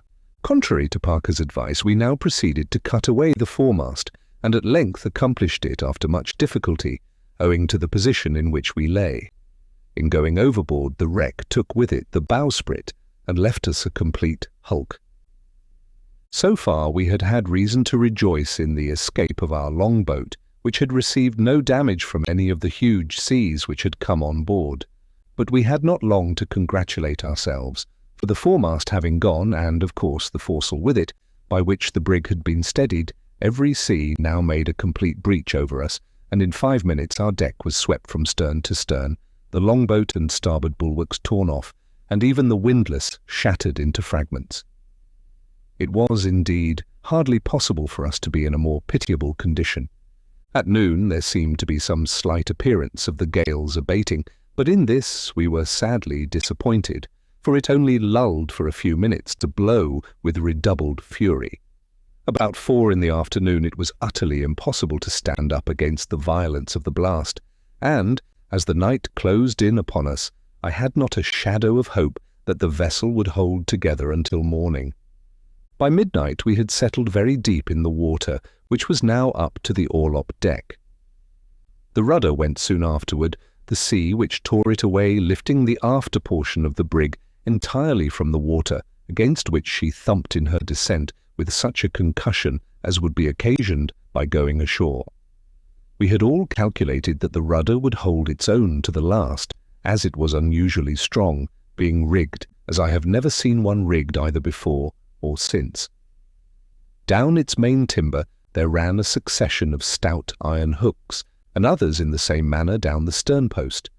Through these hooks there extended a very thick wrought iron rod, the rudder being thus held to the sternpost and swinging freely on the rod. The tremendous force of the sea which tore it off may be estimated by the fact that the hooks in the sternpost, which ran entirely through it, being clinched on the inside, were drawn every one of them completely out of the solid wood. We had scarcely time to draw breath after the violence of this shock, when one of the most tremendous waves I had then ever known broke right on board of us, sweeping the companionway clear off, bursting in the hatchways and filling every inch of the vessel with water. Chapter 9. Luckily, just before night, all 4 of us had lashed ourselves firmly to the fragments of the windlass, lying in this manner as flat upon the deck as possible. This precaution alone saved us from destruction. As it was, we were all more or less stunned by the immense weight of water which tumbled upon us, and which did not roll from above us until we were nearly exhausted. As soon as I could recover breath, I called aloud to my companions. Augustus alone replied, saying, "It is all over with us, and may God have mercy upon our souls." By and by both the others were enabled to speak, when they exhorted us to take courage, as there was still hope, it being impossible, from the nature of the cargo, that the brig could go down, and there being every chance that the gale would blow over by the morning. These words inspired me with new life, for, strange as it may seem, although it was obvious that a vessel with a cargo of empty oil casks would not sink,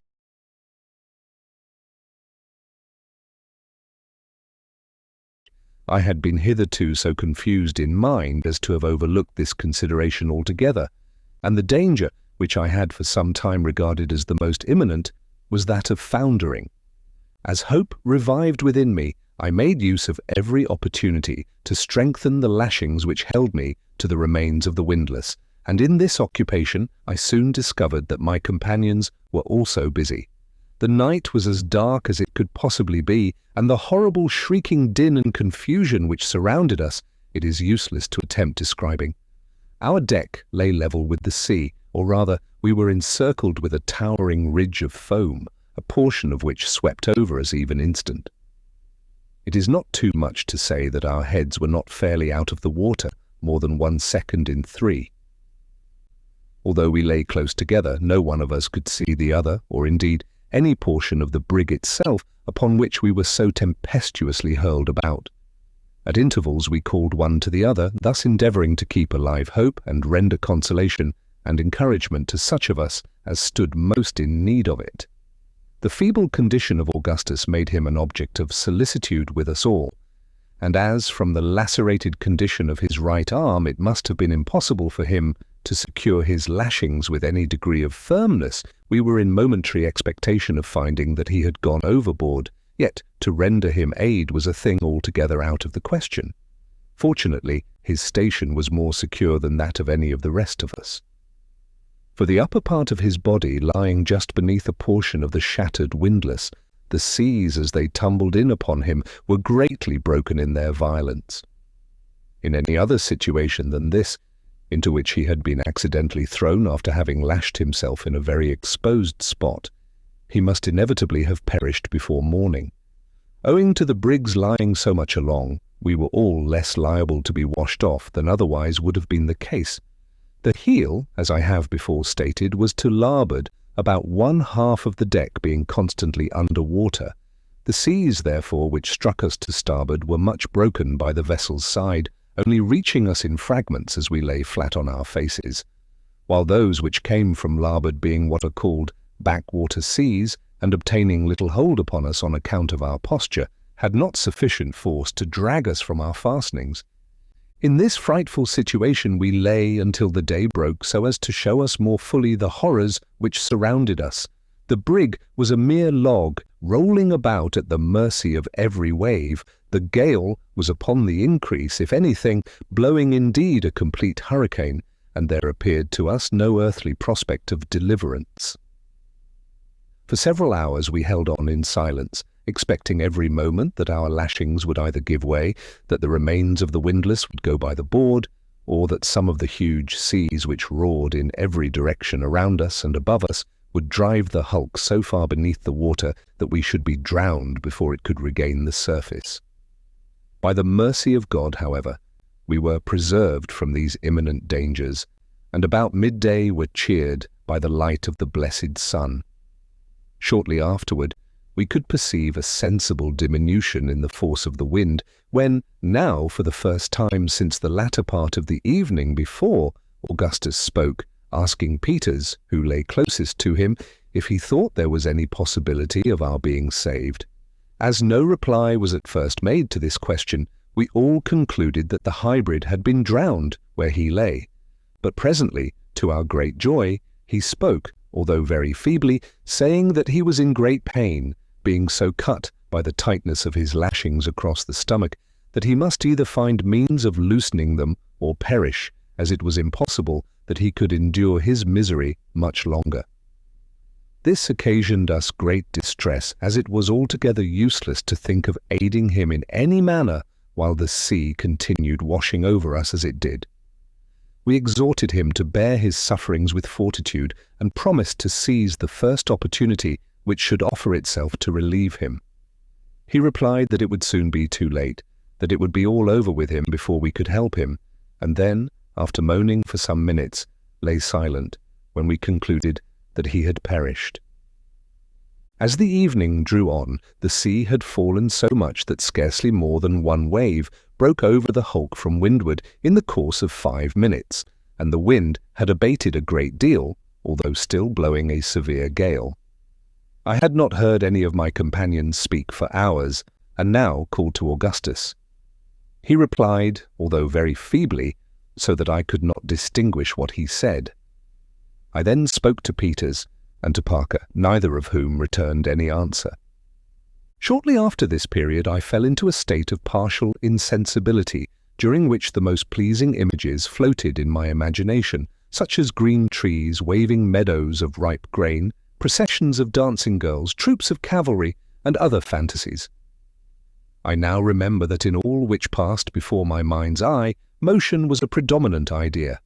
Thus I never fancied any stationary object, such as a house, a mountain, or anything of that kind, but windmills, ships, large birds, balloons, people on horseback, carriages driving furiously, and similar moving objects presented themselves in endless succession. When I recovered from this state, the sun was, as near as I could guess, an hour high. I had the greatest difficulty in bringing to recollection the various circumstances connected with my situation, and for some time remained firmly convinced that I was still in the hold of the brig near the box, and that the body of Parker was that of Tiger. When I at length completely came to my senses, I found that the wind blew no more than a moderate breeze, and that the sea was comparatively calm, so much so that it only washed over the brig amidships. My left arm had broken loose from its lashings and was much cut about the elbow. My right was entirely benumbed, and the hand and wrist swollen prodigiously by the pressure of the rope, which had worked from the shoulder downward. I was also in great pain from another rope which went about my waist, and had been drawn to an insufferable degree of tightness. Looking round upon my companions, I saw that Peters still lived, although a thick line was pulled so forcibly around his loins as to give him the appearance of being cut nearly in two. As I stirred, he made a feeble motion to me with his hand, pointing to the rope. Augustus gave no indication of life whatever and was bent nearly double across a splinter of the windlass. Parker spoke to me when he saw me moving and asked me if I had not sufficient strength to release him from his situation, saying that if I would summon up what spirits I could and contrive to untie him, we might yet save our lives, but that otherwise we must all perish. I told him to take courage, and I would endeavour to free him. Feeling in my pantaloons pocket, I got hold of my penknife, and, after several ineffectual attempts, at length succeeded in opening it. I then, with my left hand, managed to free my right from its fastenings, and afterward cut the other ropes which held me. Upon attempting, however, to move from my position, I found that my legs failed me altogether, and that I could not get up. Neither could I move my right arm in any direction. Upon mentioning this to Parker, he advised me to lie quiet for a few minutes, holding on to the windlass with my left hand, so as to allow time for the blood to circulate. Doing this, the numbness presently began to die away so that I could move first one of my legs and then the other, and, shortly afterward, I regained the partial use of my right arm. I now crawled with great caution toward Parker without getting on my legs, and soon cut loose all the lashings about him when, after a short delay, he also recovered the partial use of his limbs. We now lost no time in getting loose the rope from Peter's. It had cut a deep gash through the waistband of his woolen pantaloons and through 2 shirts, and made its way into his groin, from which the blood flowed out copiously as we removed the cordage. No sooner had we removed it, however, than he spoke, and seemed to experience instant relief, being able to move with much greater ease than either Parker or myself. This was no doubt owing to the discharge of blood. We had little hopes that Augustus would recover, as he evinced no signs of life, but upon getting to him, we discovered that he had merely swooned from the loss of blood, the bandages we had placed around his wounded arm having been torn off by the water. None of the ropes which held him to the windlass were drawn sufficiently tight to occasion his death. Having relieved him from the fastenings, and got him clear of the broken wood about the windlass, we secured him in a dry place to windward, with his head somewhat lower than his body, and all 3 of us busied ourselves in chafing his limbs. In about half an hour he came to himself, although it was not until the next morning that he gave signs of recognizing any of us or had sufficient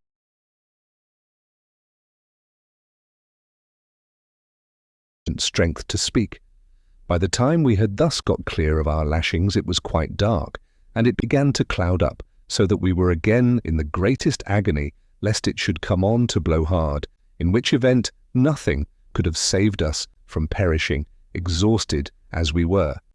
By good fortune, it continued very moderate during the night, the sea subsiding every minute, which gave us great hopes of ultimate preservation.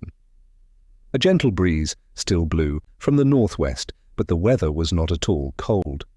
Augustus was lashed carefully to windward in such a manner as to prevent him from slipping overboard with the rolls of the vessel, as he was still too weak to hold on at all. For ourselves, there was no such necessity. We sat close together, supporting each other with the aid of the broken ropes about the windlass, and devising methods of escape from our frightful situation. We derived much comfort from taking off our clothes and wringing the water from them.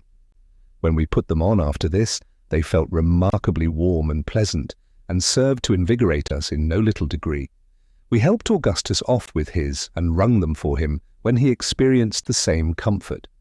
Our chief sufferings were now those of hunger and thirst, and when we looked forward to the means of relief in this respect, our hearts sunk within us, and we were induced to regret that we had escaped the less dreadful perils of the sea.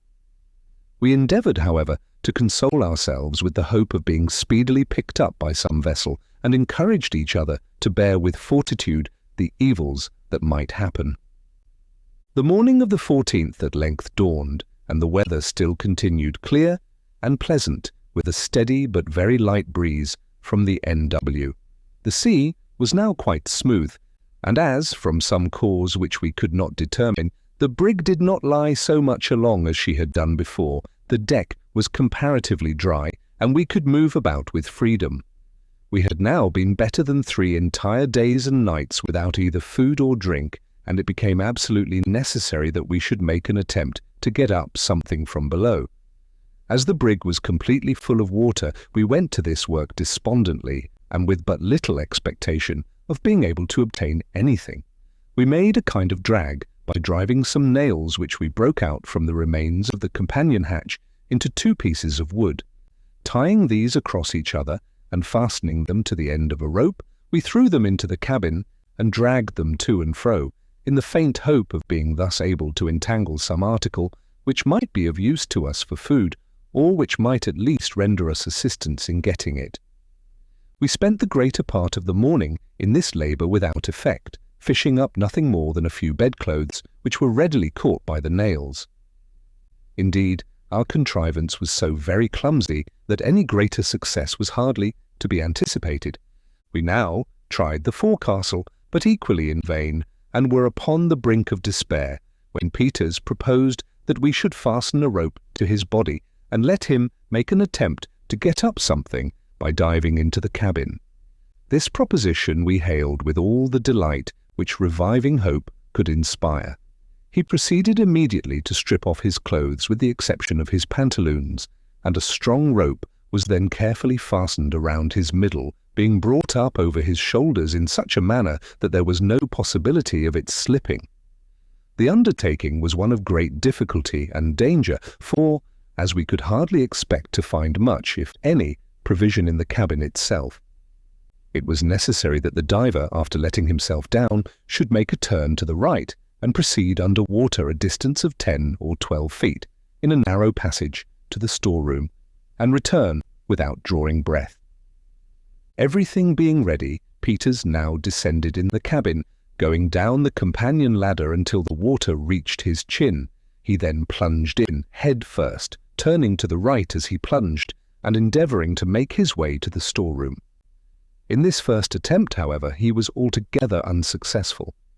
In less than half a minute after his going down, we felt the rope jerked violently, the signal we had agreed upon when he desired to be drawn up. We accordingly drew him up instantly, but so incautiously as to bruise him badly against the ladder. He had brought nothing with him, and had been unable to penetrate more than a very little way into the passage, owing to the constant exertions he found it necessary to make in order to keep himself from floating up against the deck. Upon getting out, he was very much exhausted, and had to rest full 15 minutes before he could again venture to descend. The second attempt met with even worse success, for he remained so long under water without giving the signal that, becoming alarmed for his safety, we drew him out without it, and found that he was almost at the last gasp, having, as he said, repeatedly jerked at the rope without our feeling it. This was probably owing to a portion of it having become entangled in the balustrade at the foot of the ladder. This balustrade was indeed so much in the way that we determined to remove it, if possible, before proceeding with our design. As we had no means of getting it away except by main force, we all descended into the water as far as we could on the ladder, and giving a pull against it with our united strength, succeeded in breaking it down.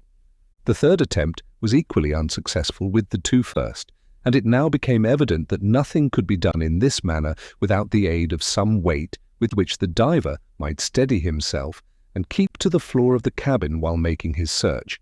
For a long time we looked about in vain for something which might answer this purpose, but at length, to our great joy, we discovered one of the weather fore chains so loose that we had not the least difficulty in wrenching it off. Having fastened this securely to one of his ankles, Peters now made his 4th descent into the cabin, and this time succeeded in making his way to the door of the steward's room. To his inexpressible grief, however, he found it locked, and was obliged to return without effecting an entrance, as, with the greatest exertion, he could remain under water not more, at the utmost extent, than a single minute. Our affairs now looked gloomy indeed, and neither Augustus nor myself could refrain from bursting into tears, as we thought of the host of difficulties which encompassed us, and the slight probability which existed of our finally making an escape. But this weakness was not of long duration. Throwing ourselves on our knees to God, we implored his aid in the many dangers which beset us, and arose with renewed hope and vigour to think what could yet be done by mortal means toward accomplishing our deliverance. Chapter 10. Shortly afterward an incident occurred which I am induced to look upon as more intensely productive of emotion, as far more replete with the extremes first of delight and then of horror, than even any of the 1,000 chances which afterward befell me in 9 long years, crowded with events of the most startling and, in many cases, of the most unconceived and unconceivable character. We were lying on the deck, near the companionway, and debating the possibility of yet making our way into the storeroom, when, looking toward Augustus, who lay fronting myself, I perceived that he had become all at once deadly pale, and that his lips were quivering in the most singular and unaccountable manner. Greatly alarmed, I spoke to him, but he made me no reply, and I was beginning to think that he was suddenly taken ill, when I took notice of his eyes, which were glaring apparently at some object behind me. I turned my head, and shall never forget the ecstatic joy which thrilled through every particle of my frame, when I perceived a large brig bearing down upon us, and not more than a couple of miles off. I sprung to my feet as if a musket bullet had suddenly struck me to the heart, and, stretching out my arms in the direction of the vessel, stood in this manner, motionless and unable to articulate a syllable. Peters and Parker were equally affected, although in different ways. The former danced about the deck like a madman, uttering the most extravagant rhodomontades, intermingled with howls and imprecations, while the latter burst into tears and continued for many minutes, weeping like a child. The vessel in sight was a large hermaphrodite brig of a Dutch build, and painted black, with a tawdry gilt figurehead. She had evidently seen a good deal of rough weather, and, we supposed, had suffered much in the gale which had proved so disastrous to ourselves, for her foretopmast was gone, and some of her starboard bulwarks. When we first saw her, she was, as I have already said, about 2 miles off, and to windward, bearing down upon us. The breeze was very gentle, and what astonished us chiefly was that she had no other sails set than her foremast and mainsail, with a flying jib. Of course, she came down but slowly, and our impatience amounted nearly to frenzy. The awkward manner in which she steered, too, was remarked by all of us, even excited as we were. She yawed about so considerably that once or twice we thought it impossible she could see us, or imagined that, having seen us, and discovered no person on board, she was about to tack and make off in another direction. Upon each of these occasions we screamed and shouted at the top of our voices, when the stranger would appear to change for a moment her intention and again hold on toward us, this singular conduct being repeated 2 or 3 times, so that at last we could think of no other manner of accounting for it than by supposing the helmsman to be in liquor. No person was seen upon her decks until she arrived within about 1/4 of a mile of us. We then saw 3 seamen, whom by their dress we took to be Hollanders. 2 of these were lying on some old sails near the forecastle, and the third, who appeared to be looking at us with great curiosity, was leaning over the starboard bow near the bowsprit. This last was a stout and tall man with a very dark skin. He seemed by his manner to be encouraging us to have patience, nodding to us in a cheerful although rather odd way, and smiling constantly so as to display a set of the most brilliantly white teeth. As his vessel drew nearer, we saw a red flannel cap, which he had on, fall from his head into the water. But of this he took little or no notice, continuing his odd smiles and gesticulations. I relate these things and circumstances minutely, and I relate them, it must be understood, precisely as they appeared to us.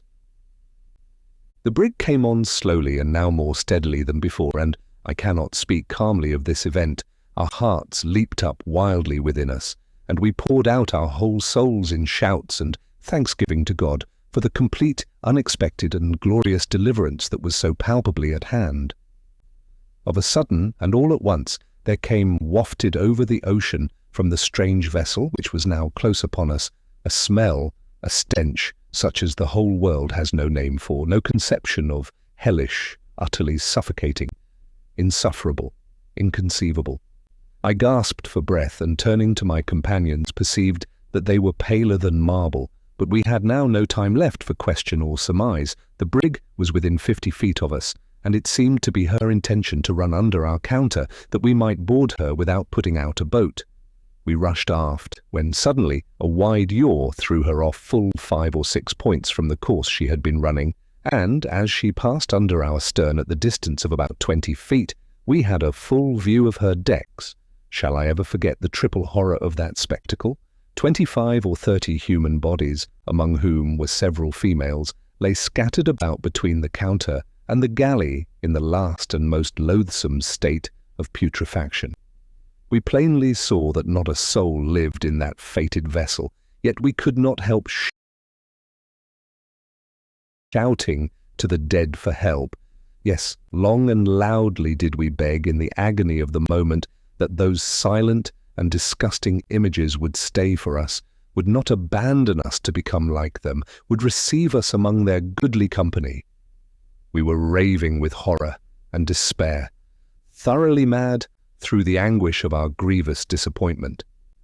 As our first loud yell of terror broke forth, it was replied to by something from near the bowsprit of the stranger, so closely resembling the scream of a human voice that the nicest ear might have been startled and deceived.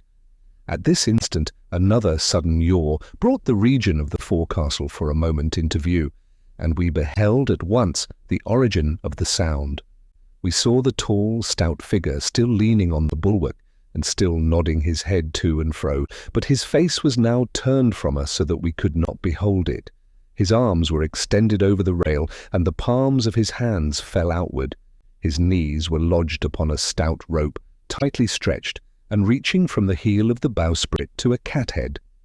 On his back, from which a portion of the shirt had been torn, leaving it bare, there sat a huge seagull, busily gorging itself with the horrible flesh, its bill and talons deep buried, and its white plumage spattered all over with blood.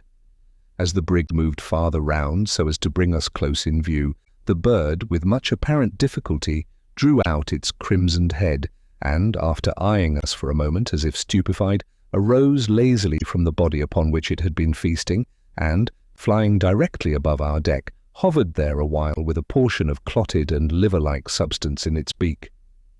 The horrid morsel dropped at length with a sullen splash immediately at the feet of Parker.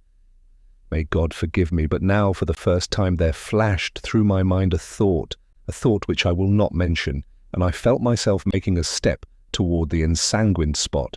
I looked upward, and the eyes of Augustus met my own with a degree of intense and eager meaning which immediately brought me to my senses.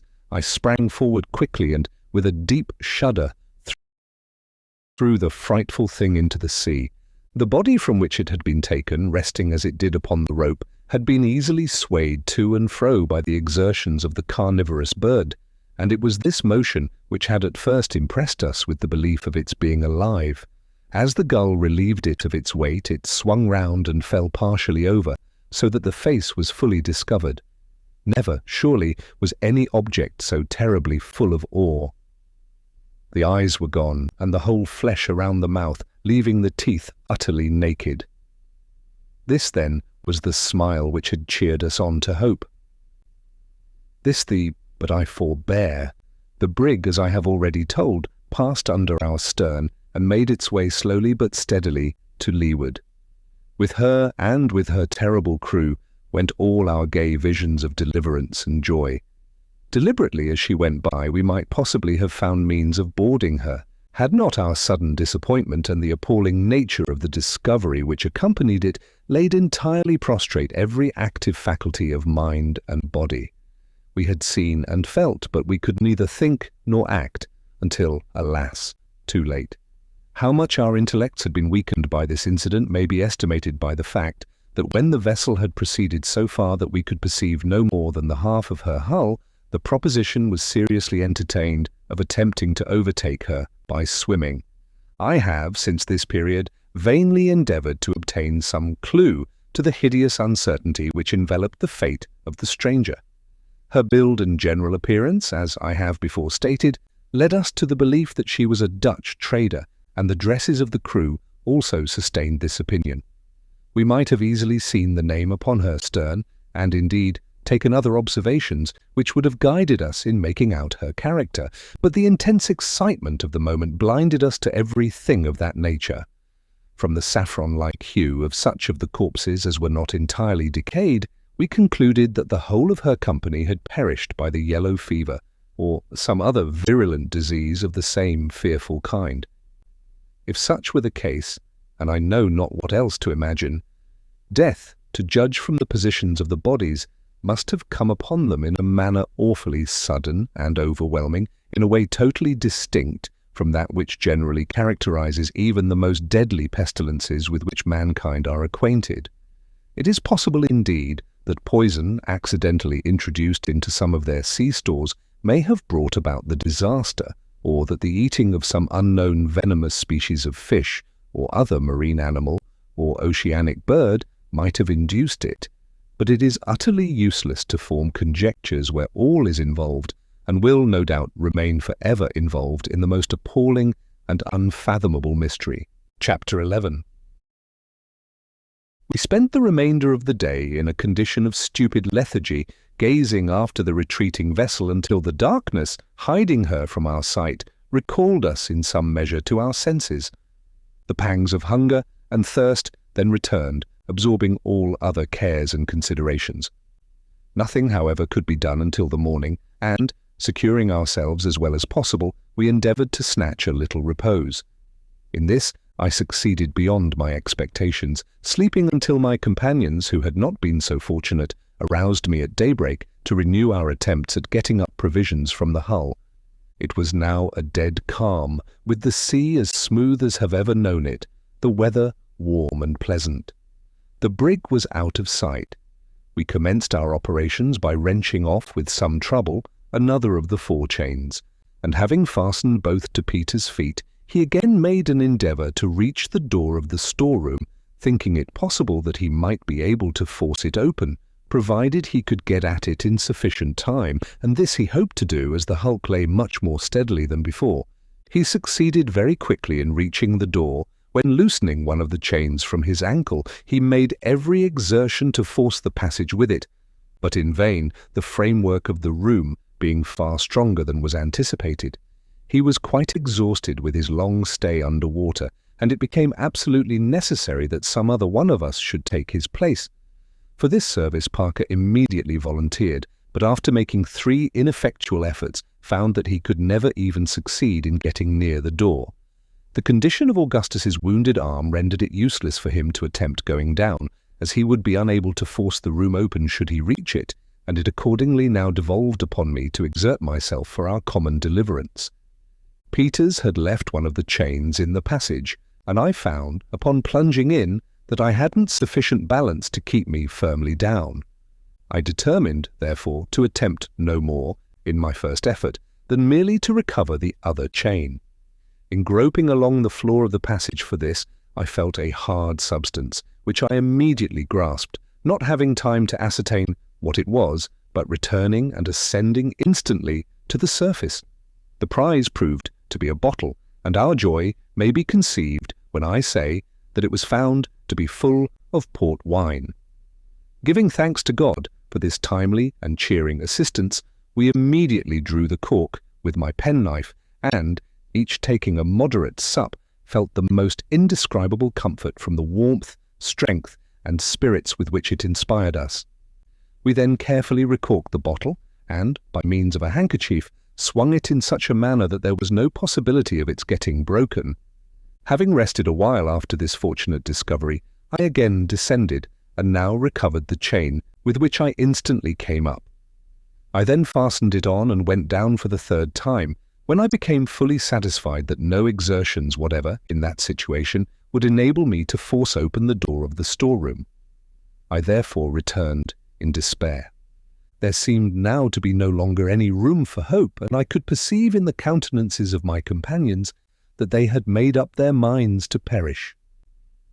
The wine had evidently produced in them a species of delirium, which perhaps I had been prevented from feeling by the immersion I had undergone since drinking it.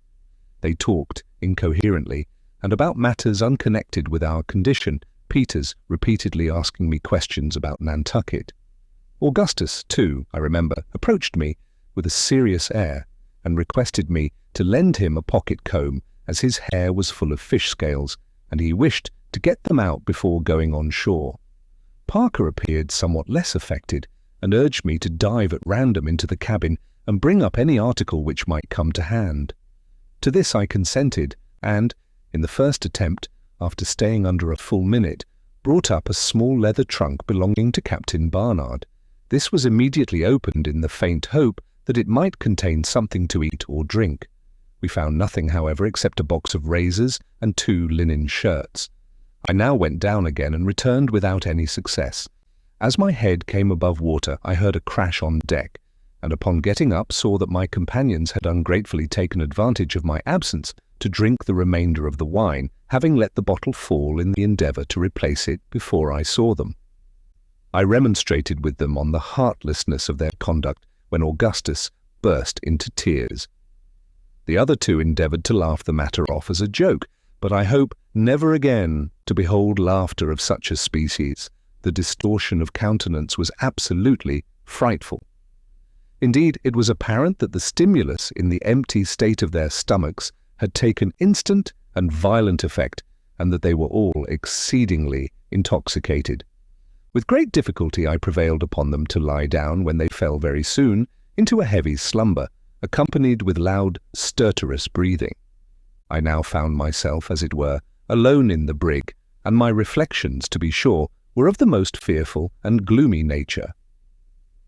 No prospect offered itself to my view, but a lingering death by famine, or, at the best, by being overwhelmed in the first gale which should spring up, for in our present exhausted condition we could have no hope of living through another. The gnawing hunger which I now experienced was nearly insupportable, and I felt myself capable of going to any lengths in order to appease it. With my knife I cut off a small portion of the leather trunk and endeavoured to eat it, but found it utterly impossible to swallow a single morsel, although I fancied that some little alleviation of my suffering was obtained by chewing small pieces of it and spitting them out. Toward night my companions awoke, one by one, each in an indescribable state of weakness and horror, brought on by the wine, whose fumes had now evaporated. They shook as if with a violent ague, and uttered the most lamentable cries for water.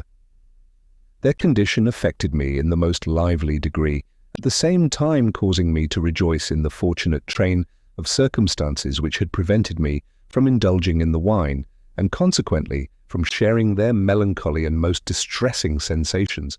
Their conduct, however, gave me great uneasiness and alarm, for it was evident that unless some favourable change took place, they could afford me no assistance in providing for our common safety. I had not yet abandoned all idea of being able to get up something from below, but the attempt could not possibly be resumed until some one of them was sufficiently master of himself to aid me by holding the end of the rope while I went down. Parker appeared to be somewhat more in possession of his senses than the others, and I endeavoured, by every means in my power, to rouse him. Thinking that a plunge in the sea-water might have a beneficial effect, I contrived to fasten the end of a rope around his body, and then, leading him to the companionway, he remaining quite passive all the while, pushed him in, and immediately drew him out. I had good reason to congratulate myself upon having made this experiment, for he appeared much revived and invigorated, and, upon getting out, asked me, in a rational manner, why I had so served him. Having explained my object, he expressed himself indebted to me, and said that he felt greatly better from the immersion, afterward conversing sensibly upon our situation. We then resolved to treat Augustus and Peters in the same way, which we immediately did, when they both experienced much benefit from the shock. This idea of sudden immersion had been suggested to me by reading in some medical work the good effect of the shower bath in a case where the patient was suffering from mania apotu. Finding that I could now trust my companions to hold the end of the rope, I again made 3 or 4 plunges into the cabin, although it was now quite dark, and a gentle but long swell from the northward rendered the hulk somewhat unsteady. In the course of these attempts, I succeeded in bringing up 2 case knives, a 3-gallon jug, empty, and a blanket, but nothing which could serve us for food. I continued my efforts after getting these articles until I was completely exhausted, but brought up nothing else.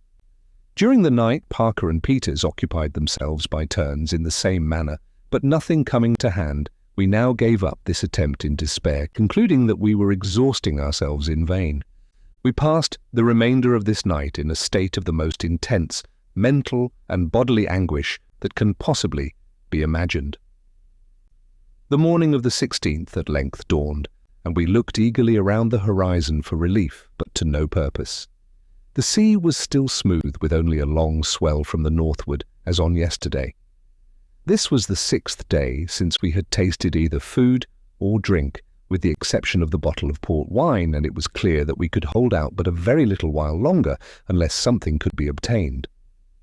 I never saw before, nor wish to see again, human beings so utterly emaciated as Peters and Augustus. Had I met them on shore in their present condition, I should not have had the slightest suspicion that I had ever beheld them. Their countenances were totally changed in character, so that I could not bring myself to believe them really the same individuals with whom I had been in company but a few days before. Parker, although sadly reduced and so feeble that he could not raise his head from his bosom, was not so far gone as the other 2. He suffered with great patience, making no complaint, and endeavouring to inspire us with hope in every manner he could devise. For myself, although at the commencement of the voyage I had been in bad health, and was at all times of a delicate constitution, I suffered less than any of us, being much less reduced in frame, and retaining my powers of mind in a surprising degree, while the rest were completely prostrated in intellect, and seemed to be brought to a species of second childhood, generally simpering in their expressions with idiotic smiles and uttering the most absurd platitudes. At intervals, however, they would appear to revive suddenly, as if inspired all at once with a consciousness of their condition, when they would spring upon their feet in a momentary flash of vigour and speak, for a short period, of their prospects, in a manner altogether rational, although full of the most intense despair.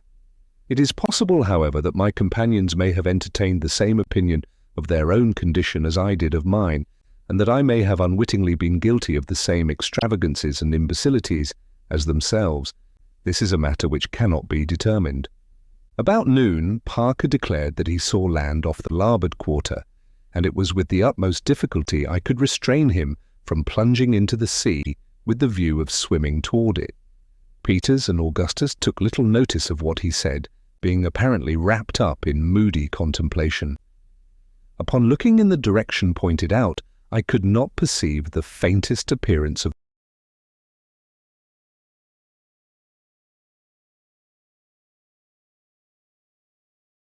the shore. Indeed, I was too well aware that we were far from any land to indulge in a hope of that nature. It was a long time, nevertheless, before I could convince Parker of his mistake. He then burst into a flood of tears, weeping like a child, with loud cries and sobs, for 2 or 3 hours, when, becoming exhausted, he fell asleep. Peters and Augustus now made several ineffectual efforts to swallow portions of the leather. I advised them to chew it and spit it out, but they were too excessively debilitated to be able to follow my advice. I continued to chew pieces of it at intervals and found some relief from so doing. My chief distress was for water, and I was only prevented from taking a draught from the sea by remembering the horrible consequences which thus have resulted to others who were similarly situated with ourselves. The day wore on in this manner when I suddenly discovered a sail to the eastward, and on our larboard bow. She appeared to be a large ship, and was coming nearly athwart us, being probably 12 or 15 miles distant. None of my companions had as yet discovered her, and I forbore to tell them of her for the present, lest we might again be disappointed of relief. At length, upon her getting nearer, I saw distinctly that she was heading immediately for us, with her light sails filled. I could now contain myself no longer, and pointed her out to my fellow sufferers.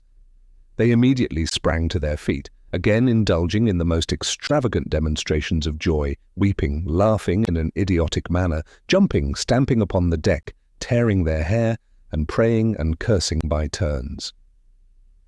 I was so affected by their conduct, as well as by what I considered a sure prospect of deliverance, that I could not refrain from joining in with their madness, and gave way to the impulses of my gratitude and ecstasy by lying and rolling on the deck, clapping my hands, shouting, and other similar acts, until I was suddenly called to my recollection, and once more to the extreme human misery and despair, by perceiving the ship all at once with her stern fully presented toward us, and steering in a direction nearly opposite to that in which I had at first perceived her. It was some time before I could induce my poor companions to believe that this sad reverse in our prospects had actually taken place. They replied to all my assertions with a stare and a gesture implying that they were not to be deceived by such misrepresentations. The conduct of Augustus most sensibly affected me. In spite of all I could say or do to the contrary, he persisted in saying that the ship was rapidly nearing us, and in making preparations to go on board of her. Some seaweed floating by the brig, he maintained that it was the ship's boat, and endeavoured to throw himself upon it, howling and shrieking in the most heart-rending manner, when I forcibly restrained him from thus casting himself into the sea.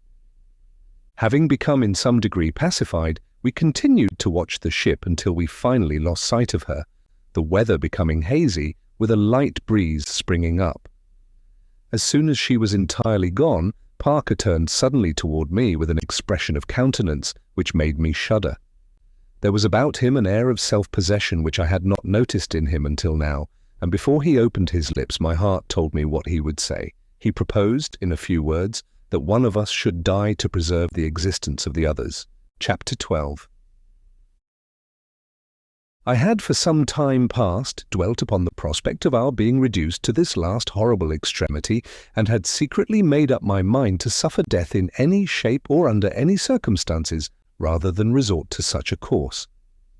Nor was this resolution in any degree weakened by the present intensity of hunger under which I laboured. The proposition had not been heard by either Peters or Augustus.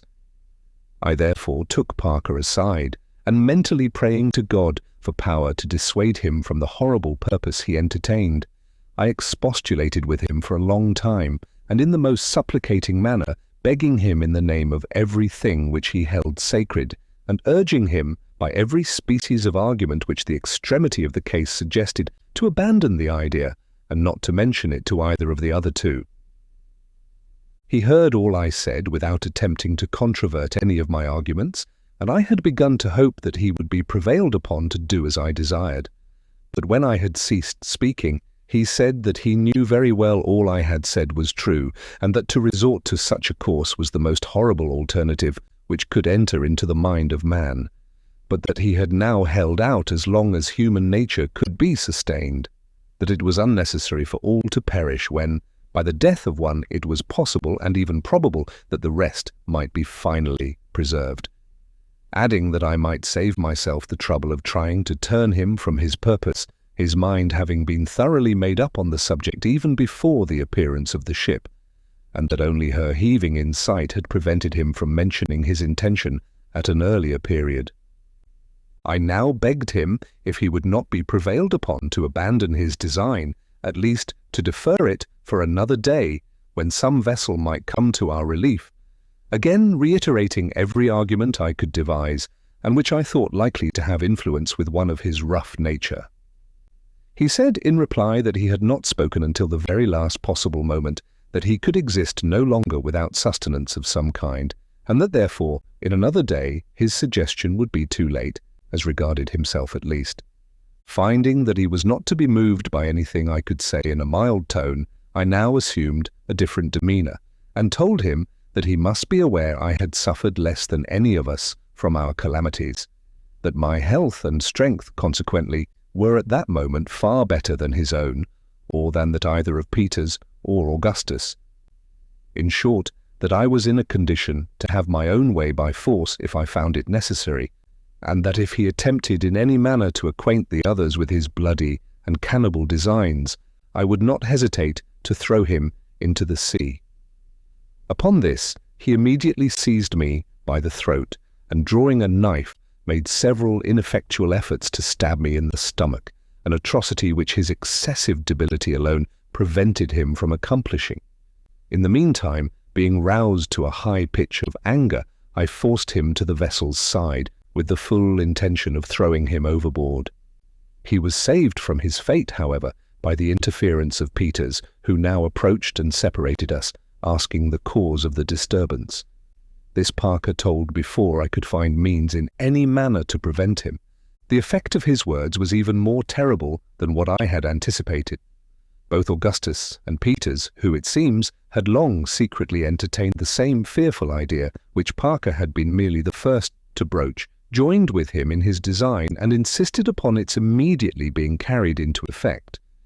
I had calculated that one at least of the two former would be found still possessed of sufficient strength of mind to side with myself in resisting any attempt to execute so dreadful a purpose, and, with the aid of either one of them, I had no fear of being able to prevent its accomplishment. Being disappointed in this expectation, it became absolutely necessary that I should attend to my own safety, as a further resistance on my part might possibly be considered by men in their frightful condition a sufficient excuse for refusing me fair play in the tragedy that I knew would speedily be enacted. I now told them I was willing to submit to the proposal, merely requesting a delay of about 1 hour, in order that the fog which had gathered around us might have an opportunity of lifting when it was possible that the ship we had seen might be again in sight. After great difficulty I obtained from them a promise to wait thus long, and as I had anticipated, a breeze rapidly coming in, the fog lifted before the hour had expired, when, no vessel appearing in sight, we prepared to draw lots. It is with extreme reluctance that I dwell upon the appalling scene which ensued, a scene which, with its minutest details, no after-events have been able to efface in the slightest degree from my memory, and whose stern recollection will embitter every future moment of my existence. Let me run over this portion of my narrative with as much haste as the nature of the events to be spoken of will permit. The only method we could devise for the terrific lottery, in which we were to take each a chance, was that of drawing straws. Small splinters of wood were made to answer our purpose, and it was agreed that I should be the holder. I retired to one end of the hulk, while my poor companions silently took up their station in the other, with their backs turned toward me. The bitterest anxiety which I endured at any period of this fearful drama was while I occupied myself in the arrangement of the lots. There are few conditions into which man can possibly fall where he will not feel a deep interest in the preservation of his existence, an interest momentarily increasing with the frailness of the tenure by which that existence may be held. But now that the silent, definite, and stern nature of the business in which I was engaged, so different from the tumultuous dangers of the storm or the gradually approaching horrors of famine, allowed me to reflect on the few chances I had of escaping the most appalling of deaths, a death for the most appalling of purposes, every particle of that energy which had so long buoyed me up departed like feathers before the wind, leaving me a helpless prey to the most abject and pitiable terror. I could not at first even summon up sufficient strength to tear and fit together the small splinters of wood, my fingers absolutely refusing their office and my knees knocking violently against each other. My mind ran over rapidly 1,000 absurd projects by which to avoid becoming a partner in the awful speculation. I thought of falling on my knees to my companions and entreating them to let me escape this necessity, of suddenly rushing upon them, and by putting one of them to death, of rendering the decision by lot useless, in short, of everything but of going through with the matter I had in hand. At last, after wasting a long time in this imbecile conduct, I was recalled to my senses by the voice of Parker, who urged me to relieve them at once from the terrible anxiety they were enduring. Even then, I could not bring myself to arrange the splinters upon the spot, but thought over every species of finesse by which I could trick someone of my fellow sufferers to draw the short straw, as it had been agreed that whoever drew the shortest of 4 splinters from my hand was to die for the preservation of the rest. Before anyone condemn me for this apparent heartlessness, let him be placed in a situation precisely similar to my own. At length delay was no longer possible, and with a heart almost bursting from my bosom, I advanced to the region of the forecastle where my companions were awaiting me. I held out my hand with the splinters, and Peters immediately drew. He was free. His, at least, was not the shortest, and there was now another chance against my escape. I summoned up all my strength and passed the lots to Augustus. He also drew immediately, and he also was free. And now, whether I should live or die, the chances were no more than precisely even.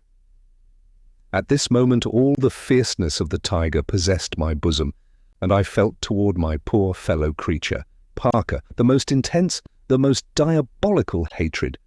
But the feeling did not last, and at length, with a convulsive shudder and closed eyes, I held out the 2 remaining splinters toward him. It was fully 5 minutes before he could summon resolution to draw, during which period of heart-rending suspense I never once opened my eyes. Presently one of the 2 lots was quickly drawn from my hand. The decision was then over, yet I knew not whether it was for me or against me. No one spoke, and still I dared not satisfy myself by looking at the splinter I held. Peters at length took me by the hand, and I forced myself to look up, when I immediately saw by the countenance of Parker that I was safe, and that he it was who had been doomed to suffer. Gasping for breath, I fell senseless to the deck. I recovered from my swoon in time to behold the consummation of the tragedy in the death of him who had been chiefly instrumental in bringing it about. He made no resistance whatever, and was stabbed in the back by Peters, when he fell instantly dead.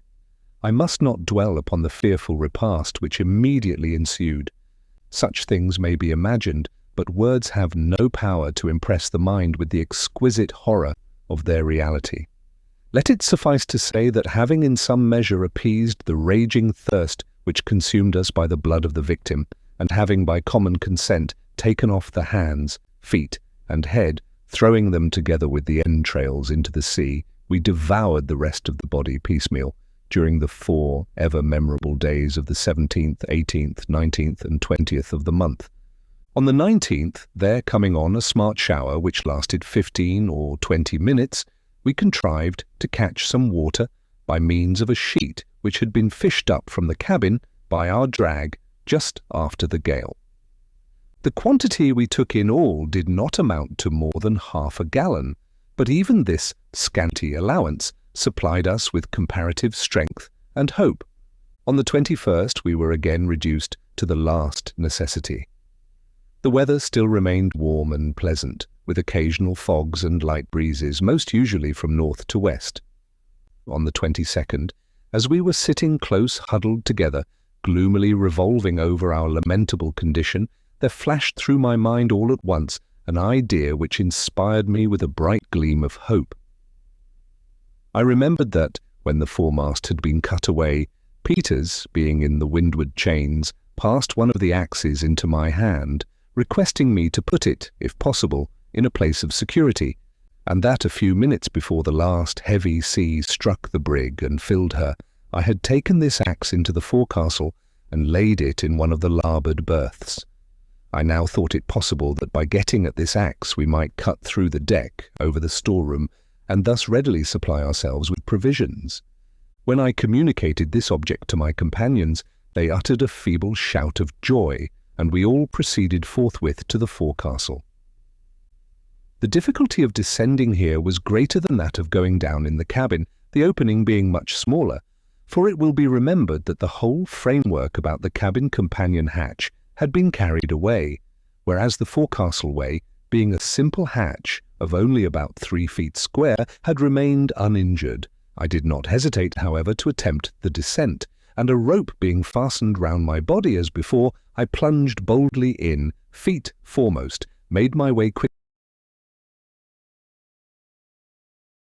to the berth, and at the first attempt brought up the axe, it was hailed with the most ecstatic joy and triumph, and the ease with which it had been obtained was regarded as an omen of our ultimate preservation. We now commenced cutting at the deck, with all the energy of rekindled hope, Peters and myself taking the axe by turns, Augustus's wounded arm not permitting him to aid us in any degree. As we were still so feeble as to be scarcely able to stand unsupported, and could consequently work but a minute or two without resting, it soon became evident that many long hours would be necessary to accomplish our task, that is, to cut an opening sufficiently large to admit of a free access to the storeroom. This consideration, however, did not discourage us, and working all night by the light of the moon, we succeeded in effecting our purpose by daybreak on the morning of the 23rd. Peters now volunteered to go down, and, having made all arrangements as before, he descended, and soon returned, bringing up with him a small jar, which, to our great joy, proved to be full of olives. Having shared these among us and devoured them with the greatest avidity, we proceeded to let him down again. This time he succeeded beyond our utmost expectations, returning instantly with a large ham and a bottle of Madeira wine. Of the latter we each took a moderate sup, having learned by experience the pernicious consequences of indulging too freely. The ham, except about 2 pounds near the bone, was not in a condition to be eaten, having been entirely spoiled by the salt water. The sound part was divided among us. Peters and Augustus, not being able to restrain their appetite, swallowed theirs upon the instant, but I was more cautious, and ate but a small portion of mine, dreading the thirst which I knew would ensue. We now rested a while from our labours, which had been intolerably severe. By noon, feeling somewhat strengthened and refreshed, we again renewed our attempt at getting up provisions, Peters and myself going down alternately, and always with more or less success, until sundown. During this interval we had the good fortune to bring up, altogether, 4 more small jars of olives, another ham, a carboy containing nearly 3 gallons of excellent Cape Madeira wine, and, what gave us still more delight, a small tortoise of the Gallipago breed, several of which had been taken on board by Captain Barnard as the Grampus was leaving port from the schooner Mary Pitts, just returned from a sealing voyage in the Pacific. In a subsequent portion of this narrative I shall have frequent occasion to mention this species of tortoise. It is found principally, as most of my readers may know, in the group of islands called the Galapagos, which indeed derive their name from the animal, the Spanish word Gallipago, meaning a freshwater terrapin. From the peculiarity of their shape and action, they have been sometimes called the elephant tortoise. They are frequently found of an enormous size. I have myself seen several which would weigh from 12 to 1,500 pounds, although I do not remember that any navigator speaks of having seen them weighing more than 800. Their appearance is singular and even disgusting.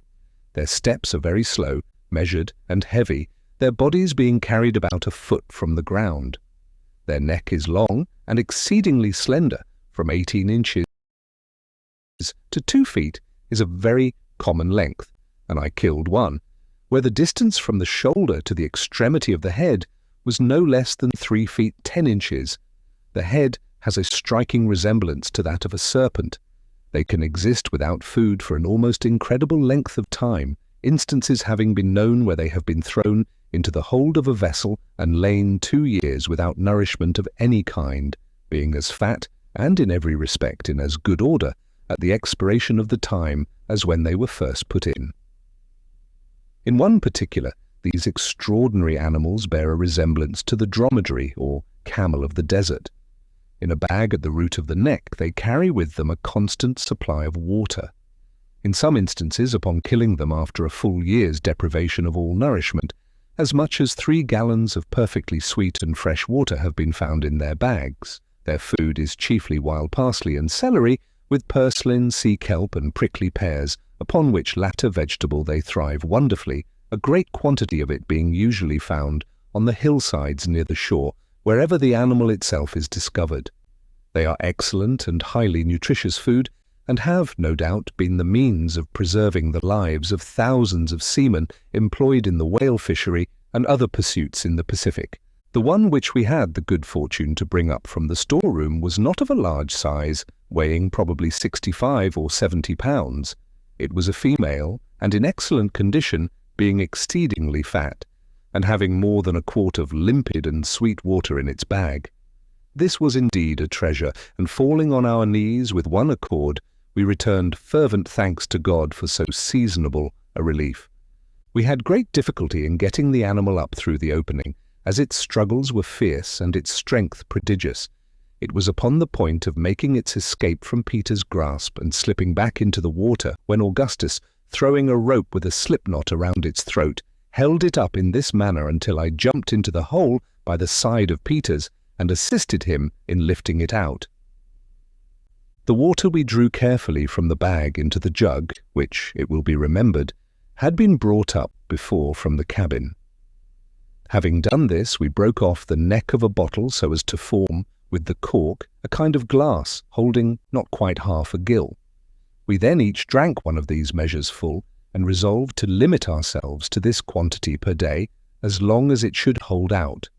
During the last 2 or 3 days, the weather having been dry and pleasant, the bedding we had obtained from the cabin, as well as our clothing, had become thoroughly dry, so that we passed this night, that of the 23rd, in comparative comfort, enjoying a tranquil repose after having supped plentifully on olives and ham, with a small allowance of the wine. Being afraid of losing some of our stores overboard during the night, in the event of a breeze springing up, we secured them as well as possible with cordage to the fragments of the windlass. Our tortoise, which we were anxious to preserve alive as long as we could, we threw on its back, and otherwise carefully fastened. Chapter 13. July 24th. This morning saw us wonderfully recruited in spirits and strength. Notwithstanding the perilous situation in which we were still placed, ignorant of our position, although certainly at a great distance from land, without more food than would last us for a fortnight, even with great care, almost entirely without water, and floating about at the mercy of every wind and wave on the merest wreck in the world, still the infinitely more terrible distresses and dangers from which we had so lately and so providentially been delivered caused us to regard what we now endured as but little more than an ordinary evil, so strictly comparative is either good or ill. At sunrise we were preparing to renew our attempts at getting up something from the storeroom, when, a smart shower coming on with some lightning, we turn our attention to the catching of water by means of the sheet we had used before for this purpose. We had no other means of collecting the rain than by holding the sheet spread out with one of the forechain plates in the middle of it. The water, thus conducted to the centre, was drained through into our jug. We had nearly filled it in this manner when, a heavy squall coming on from the northward, obliged us to desist, as the hulk began once more to roll so violently that we could no longer keep our feet. We now went forward, and, lashing ourselves securely to the remnant of the windlass as before, awaited the event with far more calmness than could have been anticipated or would have been imagined possible under the circumstances. At noon the wind had freshened into a 2-reef breeze, and by night into a stiff gale, accompanied with a tremendously heavy swell. Experience having taught us, however, the best method of arranging our lashings, we weathered this dreary night in tolerable security, although thoroughly drenched at almost every instant by the sea and in momentary dread of being washed off. Fortunately, the weather was so warm as to render the water rather grateful than otherwise. July 25th. This morning the gale had diminished to a mere 10-knot breeze, and the sea had gone down with it so considerably that we were able to keep ourselves dry upon the deck. To our great grief, however, we found that 2 jars of our olives, as well as the whole of our ham, had been washed overboard, in spite of the careful manner in which they had been fastened. We determined not to kill the tortoise as yet, and contented ourselves for the present with a breakfast on a few of the olives, and a measure of water each, which latter we mixed half and half, with wine, finding great relief and strength from the mixture, without the distressing intoxication which had ensued upon drinking the port. The sea was still far too rough for the renewal of our efforts at getting up provision from the storeroom. Several articles of no importance to us in our present situation floated up through the opening during the day and were immediately washed overboard. We also now observed that the hulk lay more along than ever, so that we could not stand an instant without lashing ourselves. On this account we passed a gloomy and uncomfortable day. At noon the sun appeared to be nearly vertical, and we had no doubt that we had been driven down by the long succession of northward and northwesterly winds into the near vicinity of the equator. Toward evening we saw several sharks and were somewhat alarmed by the audacious manner in which an enormously large one approached us. At one time, a lurch throwing the deck very far beneath the water, the monster actually swam in upon us, floundering for some moments just over the companion hatch and striking Peters violently with his tail. A heavy sea at length hurled him overboard, much to our relief. In moderate weather, we might have easily captured him. July 26th. This morning, the wind having greatly abated, and the sea not being very rough, we determined to renew our exertions in the storeroom. After a great deal of hard labour during the whole day, we found that nothing further was to be expected from this quarter, the partitions of the room having been stoved during the night, and its contents swept into the hold. This discovery, as may be supposed, filled us with despair. July 27th. The sea nearly smooth with a light wind, and still from the northward and westward. The sun coming out hotly in the afternoon, we occupied ourselves in drying our clothes. Found great relief from thirst, and much comfort otherwise, by bathing in the sea. In this, however, we were forced to use great caution, being afraid of sharks, several of which were seen swimming around the brig during the day. July 28th. Good weather still. The brig now began to lie along so alarmingly that we feared she would eventually roll bottom up. Prepared ourselves as well as we could for this emergency, lashing our tortoise, water jug, and 2 remaining jars of olives as far as possible over to the windward, placing them outside the hull below the main chains. The sea very smooth all day with little or no wind. July 29th, a continuance of the same weather. Augustus's wounded arm began to evince symptoms of mortification. He complained of drowsiness and excessive thirst, but no acute pain. Nothing could be done for his relief beyond rubbing his wounds with a little of the vinegar from the olives, and from this no benefit seemed to be experienced. We did everything in our power for his comfort, and trebled his allowance of water. July 30th. An excessively hot day with no wind. An enormous shark kept close by the hulk during the whole of the forenoon. We made several unsuccessful attempts to capture him by means of a noose. Augustus much worse, and evidently sinking as much from want of proper nourishment as from the effect of his wounds. He constantly prayed to be relieved from his sufferings, wishing for nothing but death. This evening we ate the last of our olives, and found the water in our jug so putrid that we could not swallow it at all without the addition of wine. Determined to kill our tortoise in the morning. July 31st. After a night of excessive anxiety and fatigue, owing to the position of the hulk, we set about killing and cutting up our tortoise. He proved to be much smaller than we had supposed, although in good condition, the whole meat about him not amounting to more than 10 pounds. With a view of preserving a portion of this as long as possible, we cut it into fine pieces and filled with them our 3 remaining olive jars and the wine bottle, all of which had been kept, pouring in afterward the vinegar from the olives. In this manner we put away about 3 pounds of the tortoise, intending not to touch it until we had consumed the rest.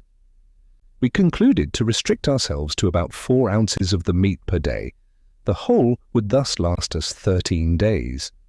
A brisk shower, with severe thunder and lightning, came on about dusk, but lasted so short a time that we only succeeded in catching about half a pint of water. The whole of this, by common consent, was given to Augustus, who now appeared to be in the last extremity. He drank the water from the sheet as we caught it, we holding it above him as he lay so as to let it run into his mouth, for we had now nothing left capable of holding water unless we had chosen to empty out our wine from the carboy or the stale water from the jug. Either of these expedients would have been resorted to had the shower lasted. The sufferer seemed to derive but little benefit from the draught. His arm was completely black from the wrist to the shoulder, and his feet were like ice. We expected every moment to see him breathe his last. He was frightfully emaciated, so much so that although he weighed 127 pounds upon his leaving Nantucket, he now did not weigh more than 40 or 50 at the farthest. His eyes were sunk far in his head, being scarcely perceptible, and the skin of his cheeks hung so loosely as to prevent his masticating any food or even swallowing any liquid without great difficulty. August 1st.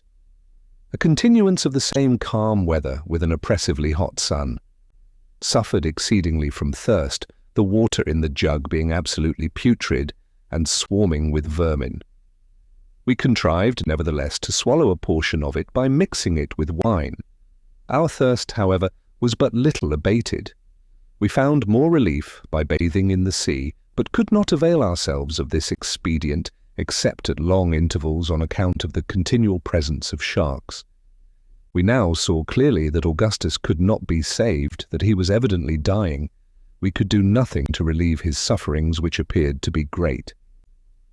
About 12 o'clock he expired in strong convulsions, and without having spoken for several hours, his death filled us with the most gloomy forebodings, and had so great an effect upon our spirits that we sat motionless by the corpse during the whole day, and never addressed each other except in a whisper. It was not until some time after dark that we took courage to get up and throw the body overboard. It was then loathsome beyond expression, and so far decayed that as Peters attempted to lift it, an entire leg came off in his grasp. As the mass of putrefaction slipped over the vessel's side into the water, the glare of phosphoric light with which it was surrounded plainly discovered to us 7 or 8 large sharks, the clashing of whose horrible teeth, as their prey was torn to pieces among them, might have been heard at the distance of a mile. We shrunk within ourselves in the extremity of horror at the sound. August 2nd. The same fearfully calm and hot weather. The dawn found us in a state of pitiable dejection as well as bodily exhaustion. The water in the jug was now absolutely useless, being a thick, gelatinous mass, nothing but frightful-looking worms mingled with slime. We threw it out and washed the jug well in the sea, afterward pouring a little vinegar in it from our bottles of pickled tortoise. Our thirst could now scarcely be endured, and we tried in vain to relieve it by wine, which seemed only to add fuel to the flame and excited us to a high degree of intoxication. We afterward endeavoured to relieve our sufferings by mixing the wine with sea-water, but this instantly brought about the most violent retchings, so that we never again attempted it. During the whole day we anxiously sought an opportunity of bathing, but to no purpose, for the hulk was now entirely besieged on all sides with sharks, no doubt the identical monsters who had devoured our poor companion on the evening before, and who were in momentary expectation of another similar feast. This circumstance occasioned us the most bitter regret, and filled us with the most depressing and melancholy forebodings. We had experienced indescribable relief in bathing, and to have this resource cut off in so frightful a manner was more than we could bear. Nor indeed were we altogether free from the apprehension of immediate danger, for the least slip or false movement would have thrown us at once within reach of those voracious fish, who frequently thrust themselves directly upon us, swimming up to leeward. No shouts or exertions on our part seemed to alarm them. Even when one of the largest was struck with an axe by Peters and much wounded, he persisted in his attempts to push in where we were. A cloud came up at dusk, but to our extreme anguish passed over without discharging itself. It is quite impossible to conceive our sufferings from thirst at this period.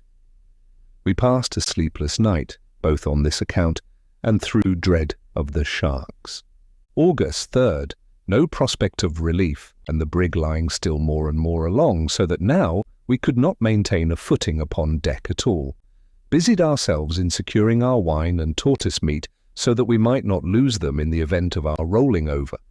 Got out 2 stout spikes from the forechains, and by means of the axe drove them into the hull to windward within a couple of feet of the water, this not being very far from the keel, as we were nearly upon our beam ends. To these spikes we now lashed our provisions, as being more secure than their former position beneath the chains. Suffered great agony from thirst during the whole day, no chance of bathing on account of the sharks, which never left us for a moment. Found it impossible to sleep. August 4th. A little before daybreak we perceived that the hulk was heeling over and aroused ourselves to prevent being thrown off by the movement.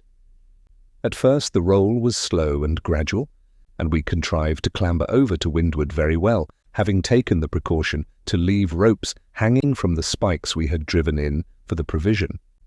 But we had not calculated sufficiently upon the acceleration of the impetus, for, presently, the heel became too violent to allow of our keeping pace with it, and before either of us knew what was to happen, we found ourselves hurled furiously into the sea and struggling several fathoms beneath the surface with the huge hull immediately above us. In going under the water, I had been obliged to let go my hold upon the rope, and finding that I was completely beneath the vessel and my strength nearly exhausted, I scarcely made a struggle for life and resigned myself, in a few seconds, to die. But here again I was deceived, not having taken into consideration the natural rebound of the hull to windward. The whirl of the water upward, which the vessel occasioned in rolling partially back, brought me to the surface still more violently than I had been plunged beneath. Upon coming up, I found myself about 20 yards from the hulk, as near as I could judge. She was lying keel up, rocking furiously from side to side, and the sea in all directions around was much agitated and full of strong whirlpools. I could see nothing of Peters. An oil cask was floating within a few feet of me, and various other articles from the brig were scattered about. My principal terror was now on account of the sharks, which I knew to be in my vicinity. In order to deter these, if possible, from approaching me, I splashed the water vigorously with both hands and feet as I swam towards the hulk, creating a body of foam. I have no doubt that to this expedient, simple as it was, I was indebted for my preservation. For the sea all round the brig, just before her rolling over, was so crowded with these monsters that I must have been, and really was, in actual contact with some of them during my progress. By great good fortune, however, I reached the side of the vessel in safety, although so utterly weakened by the violent exertion I had used that I should never have been able to get upon it but for the timely assistance of Peters, who, now, to my great joy, made his appearance, having scrambled up to the keel from the opposite side of the hull, and threw me the end of a rope, one of those which had been attached to the spikes. Having barely escaped this danger, our attention was now directed to the dreadful imminency of another, that of absolute starvation. Our whole stock of provision had been swept overboard in spite of all our care in securing it, and seeing no longer the remotest possibility of obtaining more, we gave way both of us to despair, weeping aloud like children, and neither of us attempting to offer consolation to the other. Such weakness can scarcely be conceived, and to those who have never been similarly situated will, no doubt, appear unnatural. But it must be remembered that our intellects were so entirely disordered by the long course of privation and terror to which we had been subjected that we could not justly be considered at that period in the light of rational beings. In subsequent perils nearly as great, if not greater, I bore up with fortitude against all the evils of my situation, and Peters, it will be seen, evinced a stoical philosophy nearly as incredible as his present childlike supineness and imbecility. The mental condition made the difference.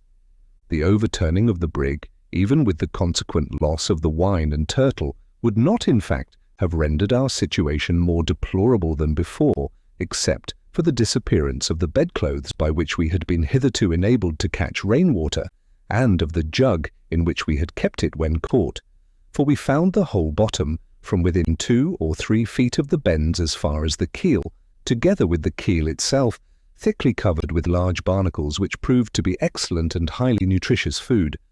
Thus, in 2 important respects, the accident we had so greatly dreaded proved to be a benefit rather than an injury. It had opened to us a supply of provisions which we could not have exhausted, using it moderately, in a month, and it had greatly contributed to our comfort as regards position, we being much more at ease and in infinitely less danger than before. The difficulty, however, of now obtaining water blinded us to all the benefits of the change in our condition. That we might be ready to avail ourselves, as far as possible, of any shower which might fall, we took off our shirts to make use of them as we had of the sheets, not hoping, of course, to get more in this way, even under the most favourable circumstances, than half a gill at a time. No signs of a cloud appeared during the day, and the agonies of our thirst were nearly intolerable. At night, Peters obtained about an hour's disturbed sleep, but my intense sufferings would not permit me to close my eyes for a single moment. August 5th. Today a gentle breeze springing up carried us through a vast quantity of seaweed, among which we were so fortunate as to find 11 small crabs, which afforded us several delicious meals. Their shells being quite soft, we ate them entire, and found that they irritated our thirst far less than the barnacles. Seeing no trace of sharks among the seaweed, we also ventured to bathe, and remained in the water for 4 or 5 hours, during which we experienced a very sensible diminution of our thirst, were greatly refreshed, and spent the night somewhat more comfortably than before, both of us snatching a little sleep. August 6th. This day we were blessed by a brisk and continual rain, lasting from about noon until after dark. Bitterly did we now regret the loss of our jug and carboy, for, in spite of the little means we had of catching the water, we might have filled one, if not both of them. As it was, we contrived to satisfy the cravings of thirst by suffering the shirts to become saturated, and then wringing them so as to let the grateful fluid trickle into our mouths. In this occupation we passed the entire day. August 7th. Just at daybreak, we both at the same instant descried a sail to the eastward, and evidently coming towards us, we hailed the glorious sight with a long, although feeble shout of rapture, and began instantly to make every signal in our power by flaring the shirts in the air, leaping as high as our weak condition would permit, and even by hallooing with all the strength of our lungs, although the vessel could not have been less than 15 miles distant. However, she still continued to near our hulk, and we felt that if she but held her present course, she must eventually come so close as to perceive us. In about an hour after we first discovered her, we could clearly see the people on her decks. She was a long, low, and rakish-looking topsail schooner with a black ball in her foretopsail, and had, apparently, a full crew. We now became alarmed, for we could hardly imagine it possible that she did not observe us, and were apprehensive that she meant to leave us to perish as we were, an act of fiendish barbarity, which, however incredible it may appear, has been repeatedly perpetuated at sea under circumstances very nearly similar, and by beings who were regarded as belonging to the human species. In this instance, however, by the mercy of God, we were destined to be most happily deceived, for presently we were aware of a sudden commotion on the deck of the stranger, who immediately afterward ran up a British flag, and hauling her wind, bore up directly upon us. In half an hour more we found ourselves in her cabin. She proved to be the Jane Guy of Liverpool, Captain Guy, bound on a sealing and trading voyage to the South Seas and Pacific. The case of the brig Polly of Boston is one so much in point, and her fate, in many respects, so remarkably similar to our own, that I cannot forbear alluding to it here. This vessel, of 130 tons burden, sailed from Boston with a cargo of lumber and provisions for Santa Croix on the 12th of December 1811, under the command of Captain Casno. There were 8 souls on board besides the captain, the mate, 4 seamen, and the cook, together with a Mr. Hunt, and a Negro girl belonging to him. On the 15th, having cleared the shoal of Georges, she sprung a leak in a gale of wind from the southeast, and was finally capsized. But, the masts going by the board, she afterward righted. They remained in this situation without fire, and with very little provision, for the period of 191 days, from December the 15th to June the 20th, when Captain Casno and Samuel Badger, the only survivors, were taken off the wreck by the fame of Hull Captain Featherstone, bound home from Rio Janeiro. When picked up, they were in latitude 28 degrees north, longitude 13 degrees west, having drifted above 2,000 miles. On the 9th of July, the Fame fell in with the brig Dromero, Captain Perkins, who landed the two sufferers in Kennebec. The narrative from which we gather these details ends in the following words. It is natural to inquire how they could float such a vast distance upon the most frequented part of the Atlantic and not be discovered all this time.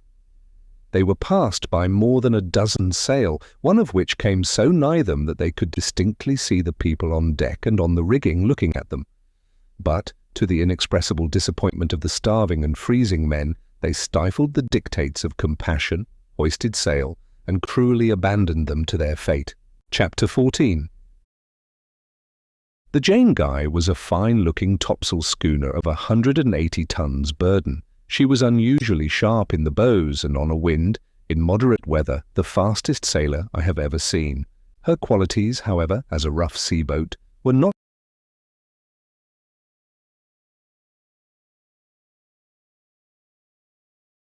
so good, and her draught of water was by far too great for the trade to which she was destined. For this peculiar service, a larger vessel and one of a light proportionate draught is desirable, say a vessel of from 300 to 350 tons.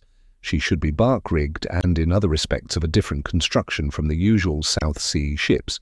It is absolutely necessary that she should be well armed. She should have, say, 10 or 12-pound carronades, and 2 or 3 long 12s with brass blunderbusses and watertight arm chests for each top. Her anchors and cables should be of far greater strength than is required for any other species of trade, and, above all, her crew should be numerous and efficient, not less, for such a vessel as I have described, than 50 or 60 able-bodied men. The Jane Guy had a crew of 35, all able seamen besides the captain and mate, but she was not altogether as well armed or otherwise equipped as a navigator acquainted with the difficulties and dangers of the trade could have desired. Captain Guy was a gentleman of great urbanity of manner and of considerable experience in the southern traffic, to which he had devoted a great portion of his life. He was deficient, however, in energy, and consequently in that spirit of enterprise which is here so absolutely requisite. He was part owner of the vessel in which he sailed, and was invested with discretionary powers to cruise in the South Seas for any cargo which might come most readily to hand.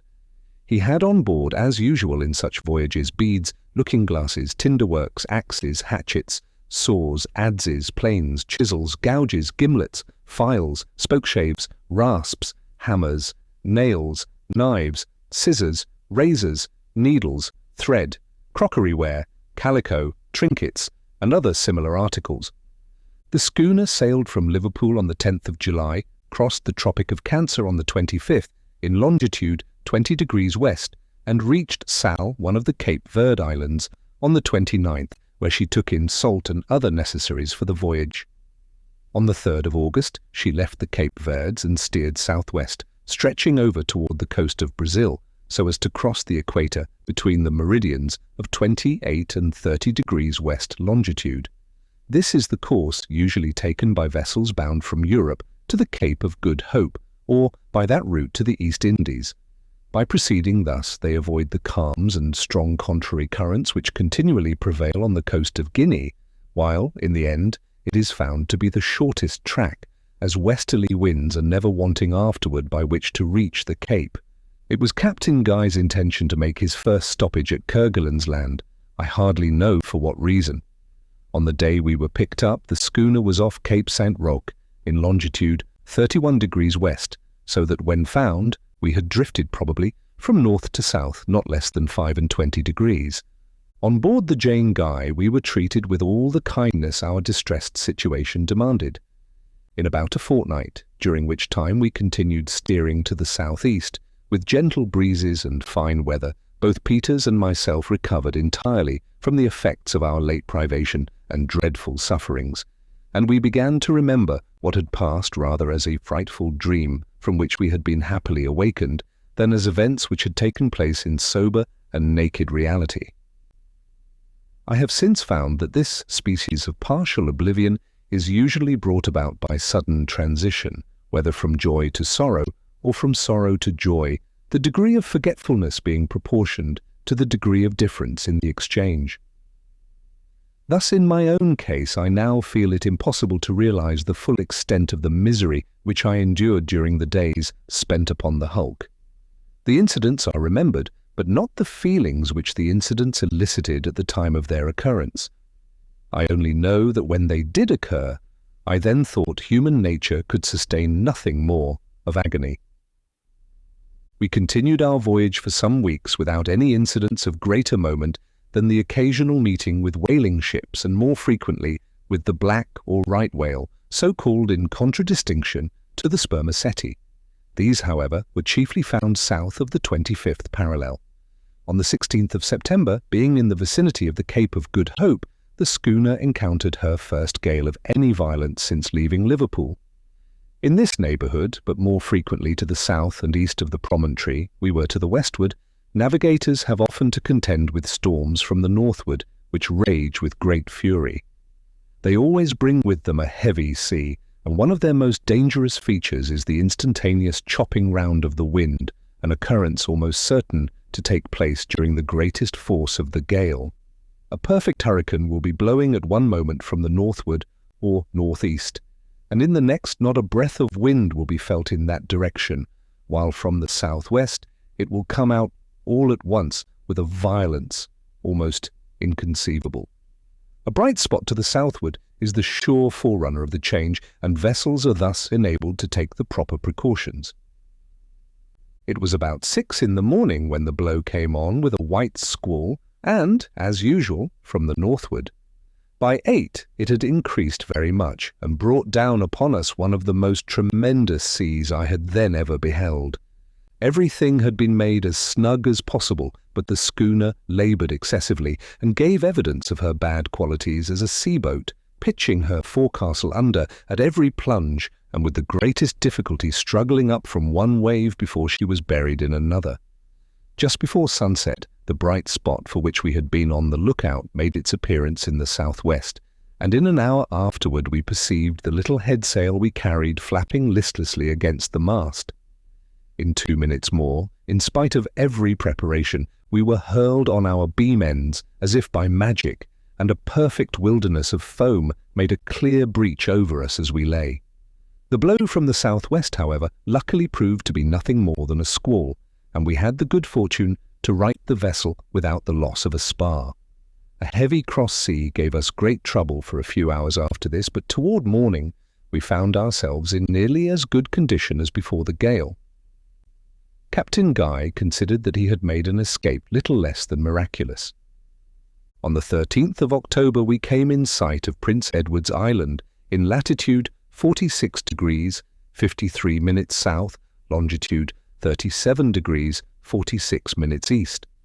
2 days afterward we found ourselves near Possession Island, and presently passed the islands of Crozet in latitude 42 degrees 59 degrees south, longitude 48 degrees east. On the 18th we made Kerguelen's or Desolation Island in the southern Indian Ocean, and came to anchor in Christmas Harbour, having 4 fathoms of water. This island, or rather group of islands, bears southeast from the Cape of Good Hope, and is distant therefrom nearly 800 leagues. It was first discovered in 1772 by the Baron de Kerguelen, or Kerguelen, a Frenchman, who, thinking the land to form a portion of an extensive southern continent, carried home information to that effect, which produced much excitement at the time. The government, taking the matter up, sent the Baron back in the following year for the purpose of giving his new discovery a critical examination, when the mistake was discovered. In 1777, Captain Cook fell in with the same group, and gave to the principal one the name of Desolation Island, a title which it certainly well deserves. Upon approaching the land, however, the navigator might be induced to suppose otherwise, as the sides of most of the hills, from September to March, are clothed with very brilliant verdure. This deceitful appearance is caused by a small plant resembling saxifrage, which is abundant, growing in large patches on a species of crumbling moss. Besides this plant, there is scarcely a sign of vegetation on the island, if we except some coarse rank grass near the harbour, some lichen, and a shrub which bears resemblance to a cabbage shooting into seed, and which has a bitter and acrid taste. The face of the country is hilly, although none of the hills can be called lofty. Their tops are perpetually covered with snow. There are several harbours, of which Christmas Harbour is the most convenient. It is the first to be met with on the northeast side of the island after passing Cape Francois, which forms the northern shore and, by its peculiar shape, serves to distinguish the harbour. Its projecting point terminates in a high rock through which is a large hole forming a natural arch.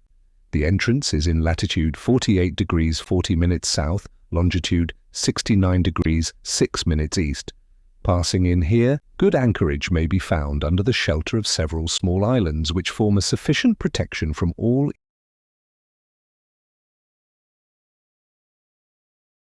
easterly winds. Proceeding on eastwardly from this anchorage, you come to Wasp Bay, at the head of the harbour. This is a small basin, completely landlocked, into which you can go with 4 fathoms and find anchorage in from 10 to 3 hard clay bottom. A ship might lie here with her best bower ahead all the year round without risk. To the westward, at the head of Wasp Bay, is a small stream of excellent water, easily procured. Some seal of the fur and hare species are still to be found on Kerguelen's Island, and sea elephants abound. The feathered tribes are discovered in great numbers. Penguins are very plenty, and of these there are 4 different kinds. The royal penguin, so called from its size and beautiful plumage, is the largest. The upper part of the body is usually grey, sometimes of a lilac tint. The under portion of the purest white imaginable. The head is of a glossy and most brilliant black, the feet also. The chief beauty of plumage, however, consists in 2 broad stripes of a gold colour, which pass along from the head to the breast. The bill is long, and either pink or bright scarlet. These birds walk erect with a stately carriage. They carry their heads high with their wings drooping like 2 arms, and, as their tails project from their body in a line with the legs, the resemblance to a human figure is very striking, and would be apt to deceive the spectator at a casual glance or in the gloom of the evening. The royal penguins which we met with on Kerguelen's Land were rather larger than a goose. The other kinds are the macaroni, the jackass, and the rookery penguin. These are much smaller, less beautiful in plumage, and different in other respects. Besides the penguin, many other birds are here to be found, among which may be mentioned sea hens, blue petrels, teal, ducks, Port Egmont hens, shags, Cape pigeons, the Nelly, sea swallows, terns, seagulls, Mother Carey's chickens, Mother Carey's geese, or the great peterel, and, lastly, the albatross. The great peterel is as large as the common albatross and is carnivorous. It is frequently called the breakbones or osprey peterel. They are not at all shy and, when properly cooked, are palatable food. In flying, they sometimes sail very close to the surface of the water, with the wings expanded without appearing to move them in the least degree, or make any exertion with them whatever. The albatross is one of the largest and fiercest of the South Sea birds. It is of the gull species and takes its prey on the wing, never coming on land except for the purpose of breeding. Between this bird and the penguin, the most singular friendship exists. Their nests are constructed with great uniformity upon a plan concerted between the 2 species, that of the albatross being placed in the centre of a little square formed by the nests of 4 penguins. Navigators have agreed in calling an assemblage of such encampments a rookery.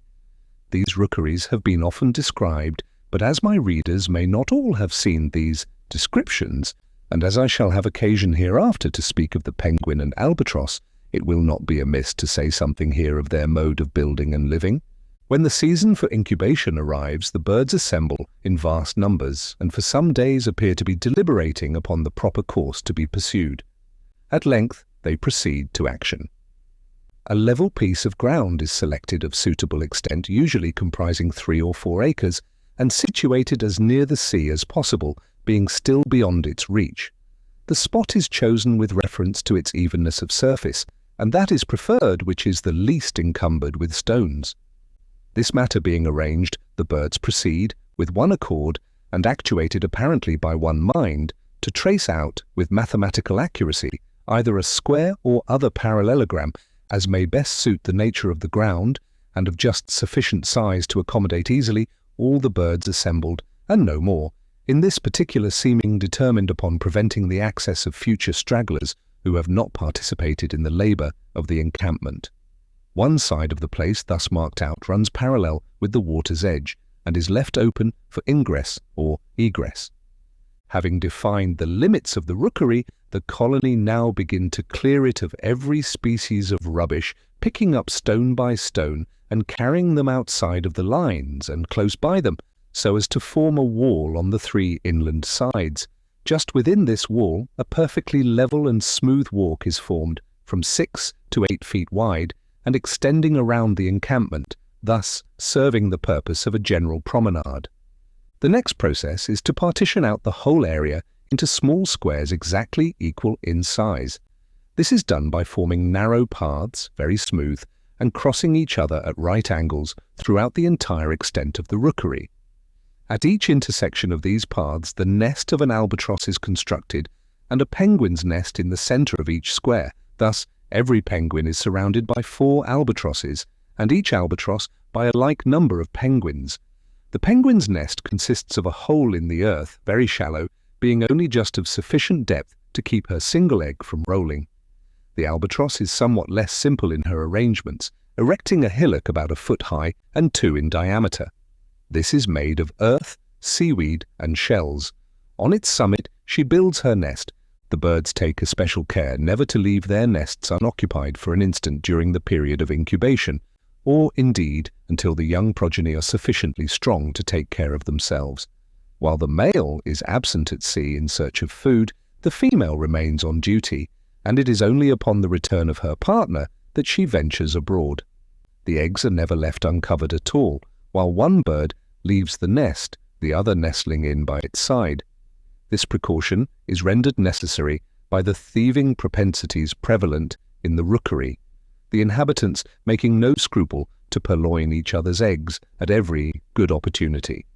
Although there are some rookeries in which the penguin and albatross are the sole population, yet in most of them a variety of oceanic birds are to be met with, enjoying all the privileges of citizenship and scattering their nests here and there wherever they can find room, never interfering, however, with the stations of the larger species. The appearance of such encampments when seen from a distance is exceedingly singular.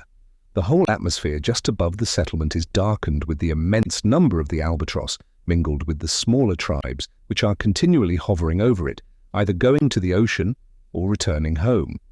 At the same time, a crowd of penguins are to be observed, some passing to and fro in the narrow alleys, and some marching with the military strut so peculiar to them around the general promenade ground which encircles the rookery. In short, survey it as we will, nothing can be more astonishing than the spirit of reflection evinced by these feathered beings, and nothing surely can be better calculated to elicit reflection in every well-regulated human intellect. On the morning after our arrival in Christmas Harbour, the chief mate, Mr. Patterson, took the boats, and although it was somewhat early in the season, went in search of seal, leaving the captain and a young relation of his on a point of barren land to the westward, they having some business, whose nature I could not ascertain, to transact in the interior of the island. Captain Guy took with him a bottle in which was a sealed letter, and made his way from the point on which he was set on shore toward one of the highest peaks in the place. It is probable that his design was to leave the letter on that height for some vessel which he expected to come after him. As soon as we lost sight of him, we proceeded, Peters and myself being in the mate's boat, on our cruise around the coast, looking for seal. In this business we were occupied about 3 weeks, examining with great care every nook and corner, not only of Kerguelen's land, but of the several small islands in the vicinity. Our labours, however, were not crowned with any important success. We saw a great many fur seal, but they were exceedingly shy, and with the greatest exertions we could only procure 350 skins in all. Sea elephants were abundant, especially on the western coast of the mainland, but of these we killed only 20, and this with great difficulty. On the smaller islands we discovered a good many of the hair seal, but did not molest them. We returned to the schooner on the 11th, where we found Captain Guy and his nephew, who gave a very bad account of the interior, representing it as one of the most dreary and utterly barren countries in the world. They had remained 2 nights on the island, owing to some misunderstanding on the part of the second mate in regard to the sending a jolly boat from the schooner to take them off. Chapter 15. On the 12th, we made sail from Christmas Harbour, retracing our way to the westward, and leaving Marion's Island, one of Crozet's group, on the larboard. We afterward passed Prince Edward's Island, leaving it also on our left, then, steering more to the northward, made in 15 days the islands of Tristan da Cunha, in latitude 37 degrees 8 minutes south, longitude 12 degrees 8 minutes west. This group, now so well known and which consists of 3 circular islands, was first discovered by the Portuguese and was visited afterward by the Dutch in 1643, and by the French in 1767. The 3 islands together form a triangle and are distant from each other about 10 miles, there being fine open passages between. The land in all of them is very high, especially in Tristan da Cunha, properly so called. This is the largest of the group, being 15 miles in circumference, and so elevated that it can be seen in clear weather at the distance of 80 or 90 miles. A part of the land toward the north rises more than 1,000 feet perpendicularly from the sea. A tableland at this height extends back nearly to the center of the island, and from this tableland arises a lofty cone like that of Tenerife. The lower half of this cone is clothed with trees of good size, but the upper region is barren rock, usually hidden among the clouds, and covered with snow during the greater part of the year. There are no shoals or other dangers about the island, the shores being remarkably bold and the water deep. On the northwestern coast is a bay with a beach of black sand where a landing with boats can be easily effected, provided there be a southerly wind. Plenty of excellent water may here be readily procured. Also cod and other fish may be taken with hook and line. The next island in point of size and the most westwardly of the group is that called the Inaccessible. Its precise situation is 37 degrees 17 minutes south latitude, longitude 12 degrees 24 minutes west. It is 7 or 8 miles in circumference, and on all sides presents a forbidding and precipitous aspect. Its top is perfectly flat,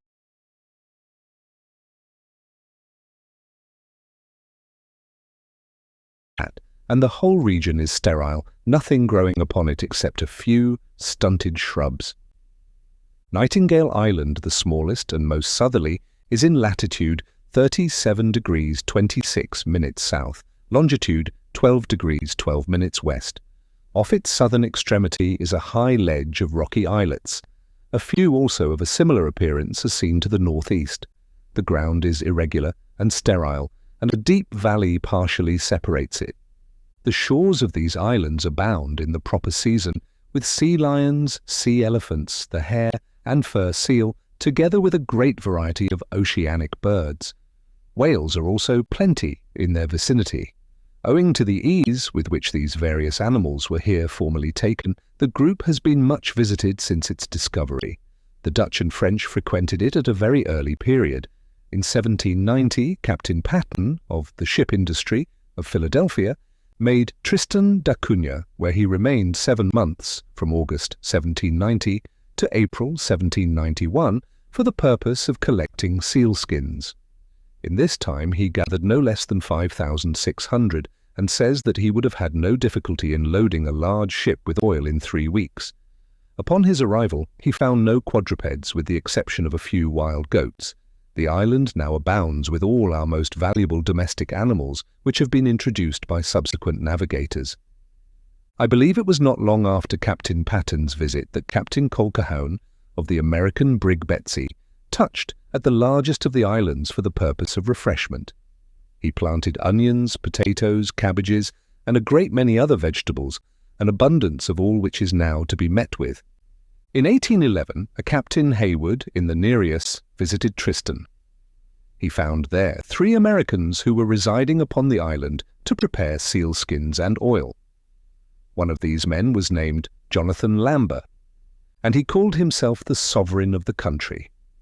He had cleared and cultivated about 60 acres of land and turned his attention to raising the coffee plant and sugar cane with which he had been furnished by the American minister at Rio Janeiro. This settlement, however, was finally abandoned, and in 1817 the islands were taken possession of by the British government, who sent a detachment for that purpose from the Cape of Good Hope. They did not, however, retain them long, but upon the evacuation of the country as a British possession, 2 or 3 English families took up their residence there, independently of the government. On the 25th of March, 1824, the Berwick Captain Geoffrey from London to Van Diemen's Land arrived at the place where they found an Englishman of the name of Glass, formerly a corporal in the British artillery. He claimed to be supreme governor of the islands and had under his control 21 men and 3 women. He gave a very favourable account of the salubrity of the climate and of the productiveness of the soil. The population occupied themselves chiefly in collecting seal skins and sea elephant oil, with which they traded to the Cape of Good Hope, Glass owning a small schooner. At the period of our arrival, the governor was still a resident, but his little community had multiplied, there being 56 persons upon Tristan, besides a smaller settlement of 7 on Nightingale Island. We had no difficulty in procuring almost every kind of refreshment which we required. Sheep, hogs, bullocks, rabbits, poultry, goats, fish in great variety, and vegetables were abundant. Having come to anchor close in with the large island, in 18 fathoms, we took all we wanted on board very conveniently. Captain Guy also purchased of Glass 500 sealskins and some ivory. We remained here a week, during which the prevailing winds were from the northward and westward, and the weather somewhat hazy. On the 5th of November, we made sail to the southward and westward, with the intention of having a thorough search for a group of islands called the Auroras, respecting whose existence a great diversity of opinion has existed. These islands are said to have been discovered as early as 1762 by the commander of the ship Aurora. In 1790, Captain Manuel de Oyavido, in the ship Princess, belonging to the Royal Philippine Company, sailed, as he asserts, directly among them. In 1794, the Spanish corvette Atrevida went with the determination of ascertaining their precise situation, and in a paper published by the Royal Hydrographical Society of Madrid in the year 1809, the following language is used respecting this expedition. The corvette Atrevida practiced in their immediate vicinity from the 21st to the 27th of January all the necessary observations and measured by chronometers the difference of longitude between these islands and the port of Soledad in the Manillas.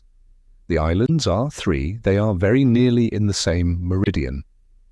The centre one is rather low, and the other 2 may be seen at 9 leagues distance. The observations made on board the Atrevida give the following results as the precise situation of each island. The most northern is in latitude 52 degrees, 37 minutes, 24 seconds south, longitude 47 degrees, 43 minutes, 15 degrees west. The middle one in latitude 53 degrees, 2 minutes, 40 seconds, south, longitude 47 degrees, 55 degrees, 15 minutes, west. And the most southern in latitude 53 degrees, 15 minutes, 22 seconds, south, longitude 47 degrees, 57 minutes, 15 seconds, west. On the 27th of January, 1820, Captain James Weddell of the British Navy sailed from Staten Land also in search of the Auroras. He reports that having made the most diligent search and passed not only immediately over the spots indicated by the commander of the Atrevida, but in every direction throughout the vicinity of these spots, he could discover no indication of land. These conflicting statements have induced other navigators to look out for the islands, and, Strange to say, while some have sailed through every inch of sea where they are supposed to lie without finding them, there have been not a few who declare positively that they have seen them, and even been close in with their shores. It was Captain Guy's intention to make every exertion within his power to settle the question so oddly in dispute. We kept on our course between the south and west with variable weather until the 20th of the month, when we found ourselves on the debated ground, being in latitude 53 degrees 15 minutes south, longitude 47 degrees 58 minutes west, that is to say, very nearly upon the spot indicated as the situation of the most southern of the group.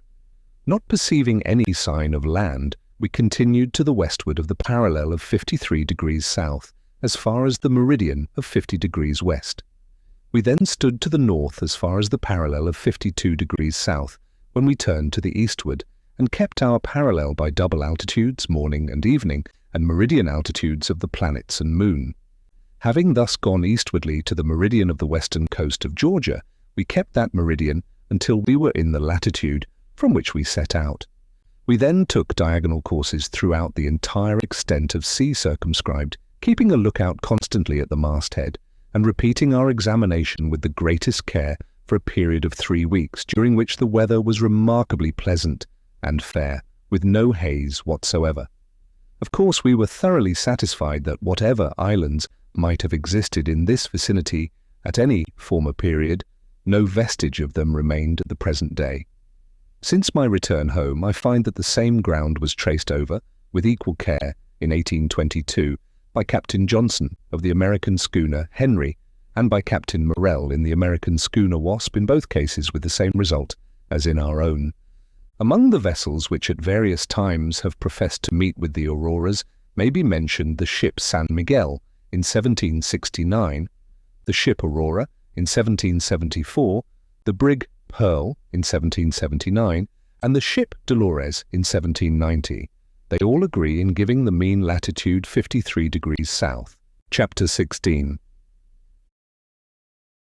It had been Captain Guy's original intention, after satisfying himself about the auroras, to proceed through the Strait of Magellan and up along the western coast of Patagonia.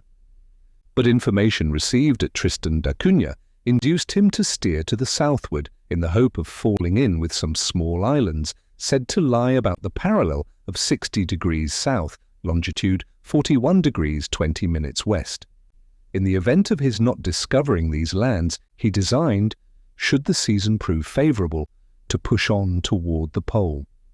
Accordingly, on the 12th of December, we made sail in that direction. On the 18th, we found ourselves about the station indicated by glass, and cruised for 3 days in that neighbourhood without finding any traces of the islands he had mentioned.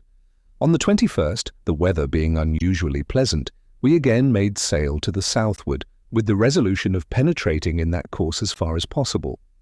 Before entering upon this portion of my narrative, it may be as well, for the information of those readers who have paid little attention to the progress of discovery in these regions, to give some brief account of the very few attempts at reaching the southern pole which have hitherto been made. That of Captain Cook was the first of which we have any distinct account. In 1772 he sailed to the south in the Resolution, accompanied by Lieutenant Furneaux in the Adventure. In December he found himself as far as the 58th parallel of south latitude, and in longitude 26 degrees 57 minutes east. Here he met with narrow fields of ice, about 8 or 10 inches thick, and running northwest and southeast. This ice was in large cakes, and usually it was packed so closely that the vessel had great difficulty in forcing a passage. At this period Captain Cook supposed, from the vast number of birds to be seen, and from other indications, that he was in the near vicinity of land. He kept on to the southward, the weather being exceedingly cold, until he reached the 64th parallel, in longitude 38 degrees 14 minutes east. Here he had mild weather with gentle breezes for 5 days, the thermometer being at 36. In January 1773, the vessels crossed the Antarctic Circle, but did not succeed in penetrating much farther, for upon reaching latitude 67 degrees 15 minutes, they found all farther progress impeded by an immense body of ice, extending all along the southern horizon as far as the eye could reach. This ice was of every variety, and some large floes of it, miles in extent, formed a compact mass rising 18 or 20 feet above the water. It being late in the season, and no hope entertained of rounding these obstructions, Captain Cook now reluctantly turned to the northward. In the November following, he renewed his search in the Antarctic. In latitude 59 degrees 40 minutes, he met with a strong current setting to the southward.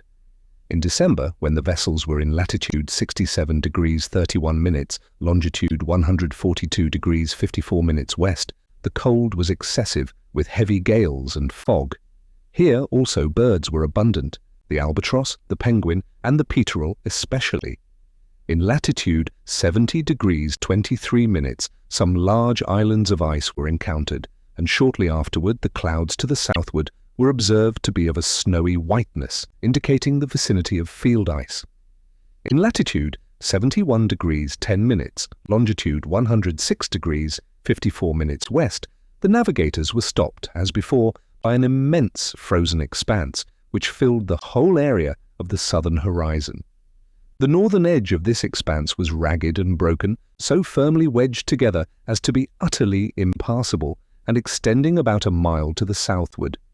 Behind it, the frozen surface was comparatively smooth for some distance, until terminated in the extreme background by gigantic ranges of ice mountains, the one towering above the other. Captain Cook concluded that this vast field reached the southern pole or was joined to a continent. Mr. J.N. Reynolds, whose great exertions and perseverance have at length succeeded in getting set on foot a national expedition, partly for the purpose of exploring these regions, thus speaks of the attempt of the Resolution. We are not surprised that Captain Cook was unable to go beyond 71 degrees 10 minutes, but we are astonished that he did attain that point on the meridian of 106 degrees 54 minutes west longitude. Palmer's Land lies south of the Shetland, latitude 64 degrees, and tends to the southward and westward farther than any navigator has yet penetrated. Cook was standing for this land when his progress was arrested by the ice, which, we apprehend, must always be the case in that point, and so early in the season as the 6th of January, and we should not be surprised if a portion of the icy mountains described was attached to the main body of Palmer's Land, or to some other portions of land lying farther to the southward and westward. In 1703, Captains Kreutzenstern and Lisiowski were dispatched by Alexander of Russia for the purpose of circumnavigating the globe. In endeavouring to get south, they made no farther than 59 degrees 58 minutes, in longitude 70 degrees 15 minutes west. They here met with strong currents setting eastwardly. Whales were abundant, but they saw no ice.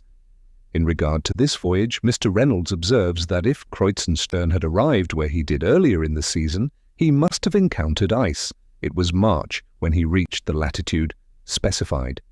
The winds, prevailing as they do from the southward and westward, had carried the floes, aided by currents, into that icy region bounded on the north by Georgia, east by Sandwich Land and the South Orkneys, and west by the South Shetland Islands. In 1822, Captain James Weddell of the British Navy, with two very small vessels, penetrated farther to the south than any previous navigator, and this too without encountering extraordinary difficulties. He states that although he was frequently hemmed in by ice before reaching the 72nd parallel, yet upon attaining it, not a particle was to be discovered, and that upon arriving at the latitude of 74 degrees 15 minutes, no fields and only 3 islands of ice were visible. It is somewhat remarkable that although vast flocks of birds were seen and other usual indications of land, and although south of the Shetlands unknown coasts were observed from the masthead tending southwardly, Weddell discourages the idea of land existing in the polar regions of the south. On the 11th of January 1823, Captain Benjamin Morrell of the American schooner Wasp sailed from Kerguelen's Land with a view of penetrating as far south as possible. On the 1st of February he found himself in latitude 64 degrees 52 minutes south, longitude 118 degrees 27 minutes east. The following passage is extracted from his journal of that date. The wind soon freshened to an 11-knot breeze, and we embraced this opportunity of making to the west, being, however, convinced that the farther we went south beyond latitude 64 degrees, the less ice was to be apprehended. We steered a little to the southward until we crossed the Antarctic Circle and were in latitude 69 degrees 15 minutes east. In this latitude, there was no field ice and very few ice islands in sight. Under the date of March 14, I find also this entry. The sea was now entirely free of field ice, and there were not more than a dozen ice islands in sight. At the same time, the temperature of the air and water was at least 13 degrees higher, more mild, than we had ever found it between the parallels of 60 and 62 south. We were now in latitude 70 degrees 14 minutes south, and the temperature of the air was 47, and that of the water 44. In this situation, I found the variation to be 14 degrees 27 minutes easterly per azimuth. I have several times passed within the Antarctic Circle on different meridians and have uniformly found the temperature, both of the air and the water, to become more and more mild the farther I advanced beyond the 65th degree of south latitude, and that the variation decreases in the same proportion. While north of this latitude, say between 60 and 65 south, we frequently had great difficulty in finding a passage for the vessel between the immense and almost innumerable ice islands, some of which were from 1 to 2 miles in circumference and more than 500 feet above the surface of the water. Being nearly destitute of fuel and water and without proper instruments, it being also late in the season, Captain Morrell was now obliged to put back without attempting any further progress to the westward, although an entirely open sea lay before him. He expresses the opinion that had not these overruling considerations obliged him to retreat, he could have penetrated, if not to the pole itself, at least to the 85th parallel. I have given his ideas respecting these matters somewhat at length, that the reader may have an opportunity of seeing how far they were borne out by my own subsequent experience. In 1831, Captain Briscoe, in the employ of the Messieurs Enderby, whale ship owners of London, sailed in the brig Lively for the South Seas, accompanied by the cutter Tula. On the 28th of February, being in latitude 66 degrees 30 minutes south, longitude 47 degrees 31 minutes east, he descried land and clearly discovered through the snow the black peaks of a range of mountains running east-southeast. He remained in this neighborhood during the whole of the following month, but was unable to approach the coast nearer than within 10 leagues, owing to the boisterous state of the weather. Finding it impossible to make further discovery during this season, he returned northward to winter in Van Diemen's Land. In the beginning of 1832, he again proceeded southwardly, and on the 4th of February was seen to the southeast in latitude 67 degrees 15 minutes, longitude 69 degrees 29 minutes west. This was soon found to be an island near the headland of the country he had first discovered. On the 21st of the month he succeeded in landing on the latter, and took possession of it in the name of William IV, calling it Adelaide's Island, in honour of the English Queen. These particulars being made known to the Royal Geographical Society of London, the conclusion was drawn by that body that there is a continuous tract of land extending from 47 degrees 30 minutes east to 69 degrees 29 minutes west longitude, running the parallel of from 66 to 67 degrees south latitude. In respect to this conclusion, Mr. Reynolds observes, "In the correctness of it we by no means concur, nor do the discoveries of Briscoe warrant any such indifference. It was within these limits that Weddell proceeded south on a meridian to the east of Georgia, Sandwich Land, and the South Orkney and Shetland Islands." My own experience will be found to testify most directly to the falsity of the conclusion arrived at by the Society. These are the principal attempts which have been made at penetrating to a high southern latitude, and it will now be seen that there remained, previous to the voyage of the Jane, nearly 300 degrees of longitude in which the Antarctic Circle had not been crossed at all. Of course, a wide field lay before us for discovery, and it was with feelings of most intense interest that I heard Captain Guy express his resolution of pushing boldly to the southward. Chapter 17. We kept our course southwardly for 4 days after giving up the search for Glass's Islands, without meeting with any ice at all. On the 26th, at noon, we were in latitude 63 degrees 23 minutes south, longitude 41 degrees 25 minutes west. We now saw several large ice islands and a floe of field ice, not, however, of any great extent. The winds generally blew from the southeast or the northeast, but were very light. Whenever we had a westerly wind, which was seldom, it was invariably attended with a rain squall. Every day we had more or less snow. The thermometer on the 27th stood at 35. January 1st, 1828. This day we found ourselves completely hemmed in by the ice, and our prospects looked cheerless indeed. A strong gale blew during the whole forenoon from the northeast, and drove large cakes of the drift against the rudder and counter with such violence that we all trembled for the consequences. Toward evening, the gale still blowing with fury, a large field in front separated, and we were enabled by carrying a press of sail to force a passage through the smaller flakes into some open water beyond. As we approached this space, we took in sail by degrees, and, having at length got clear, lay to under a single reefed foresail. January 2nd. We had now tolerably pleasant weather. At noon we found ourselves in latitude 69 degrees 10 minutes south, longitude 42 degrees 20 minutes west, having crossed the Antarctic Circle. Very little ice was to be seen to the southward, although large fields of it lay behind us. This day we rigged some sounding gear using a large iron pot capable of holding 20 gallons, and a line of 200 fathoms. We found the current setting to the north about 1/4 mile per hour. The temperature of the air was now about 33. Here we found the variation to be 14 degrees 28 minutes easterly per azimuth. January 5th. We had still held on to the southward without any very great impediments. On this morning, however, being in latitude 73 degrees 15 minutes east, longitude 42 degrees 10 minutes west, we were again brought to a stand by an immense expanse of firm ice. We saw, nevertheless, much open water to the southward, and felt no doubt of being able to reach it eventually. Standing to the eastward along the edge of the floe, we at length came to a passage of about 1 mile in width, through which we warped our way by sundown. The sea in which we now were was thickly covered with ice islands, but had no field ice, and we pushed on boldly as before. The cold did not seem to increase, although we had snow very frequently, and now and then hail squalls of great violence. Immense flocks of the albatross flew over the schooner this day, going from southeast to northwest. January 7th. The sea still remained pretty well open, so that we had no difficulty in holding on our course.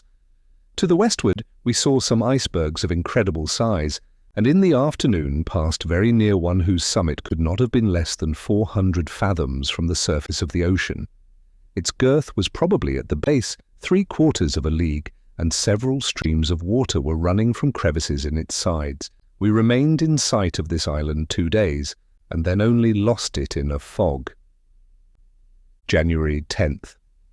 Early this morning we had the misfortune to lose a man overboard. He was an American named Peter Vredenberg, a native of New York, and was one of the most valuable hands on board the schooner. In going over the bows, his foot slipped, and he fell between 2 cakes of ice, never rising again. At noon of this day we were in latitude 78 degrees 30 minutes, longitude 40 degrees 15 minutes west. The cold was now excessive, and we had hail squalls continually from the northward and eastward. In this direction also we saw several more immense icebergs, and the whole horizon to the eastward appeared to be blocked up with field ice rising in tiers, one mass above the other. Some driftwood floated by during the evening, and a great quantity of birds flew over, among which were nellies, peterels, albatrosses, and a large bird of a brilliant blue plumage. The variation here, per azimuth, was less than it had been previously to our passing the Antarctic Circle. January 12th. Our passage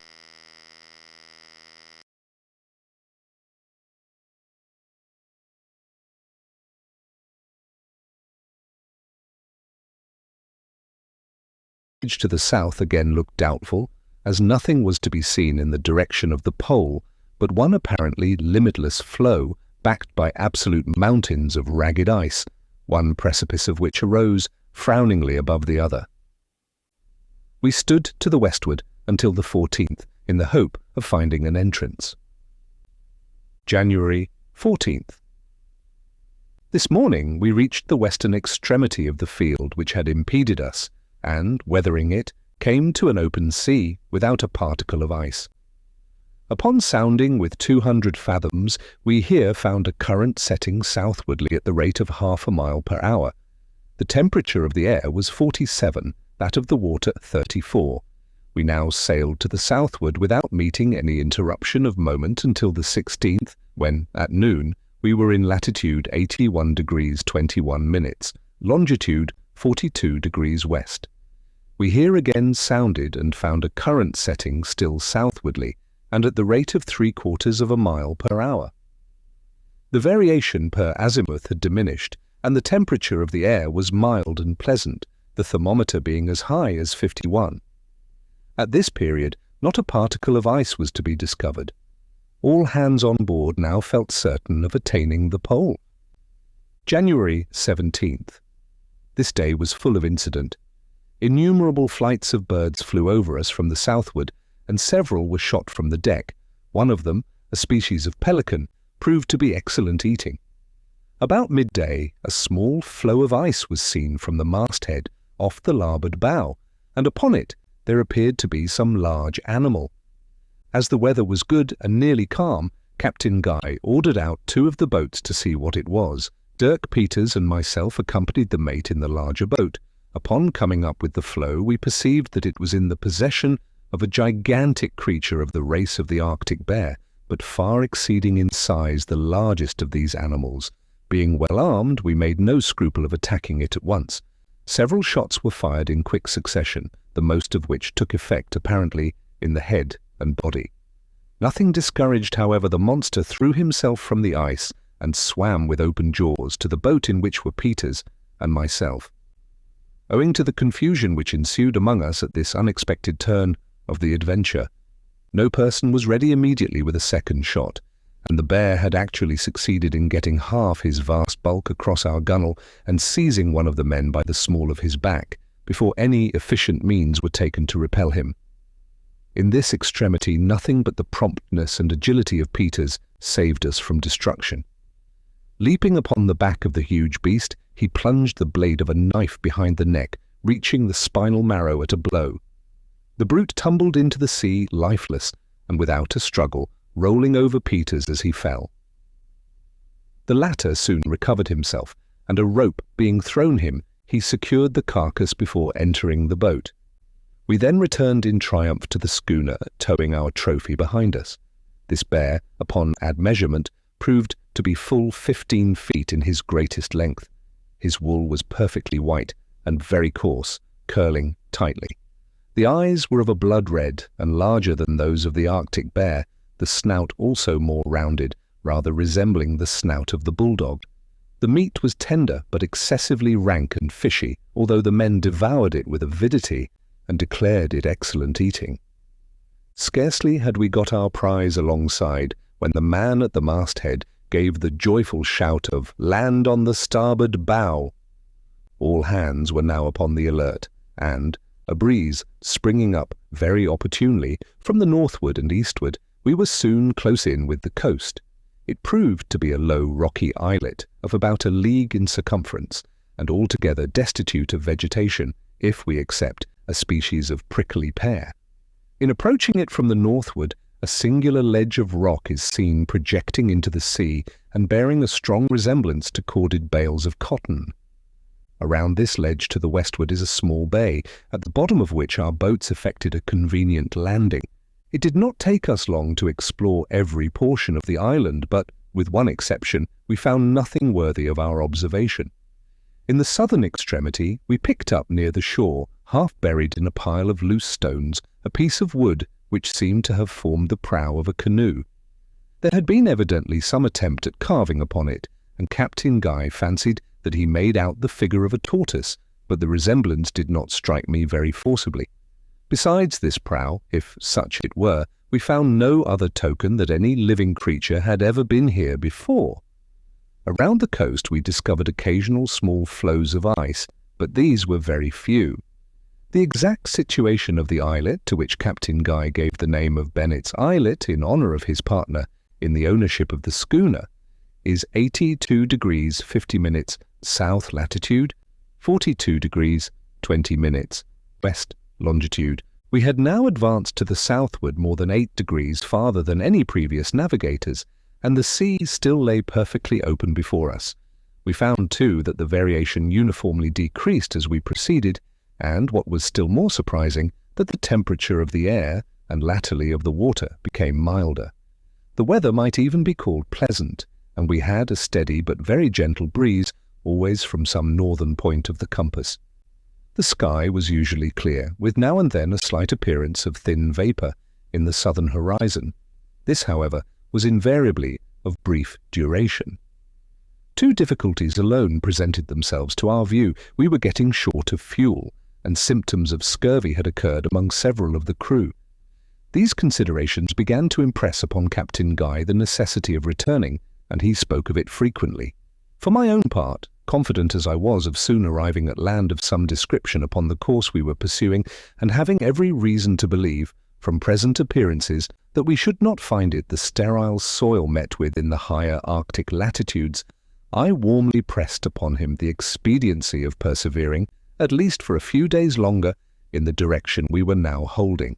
So tempting an opportunity of solving the great problem in regard to an Antarctic continent had never yet been afforded to man, and I confess that I felt myself bursting with indignation at the timid and ill-timed suggestions of our commander.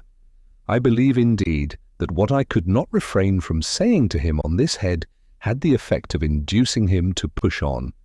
While therefore I cannot but lament the most unfortunate and bloody events which immediately arose from my advice, I must still be allowed to feel some degree of gratification at having been instrumental, however remotely, in opening to the eye of science one of the most intensely exciting secrets which has ever engrossed its attention.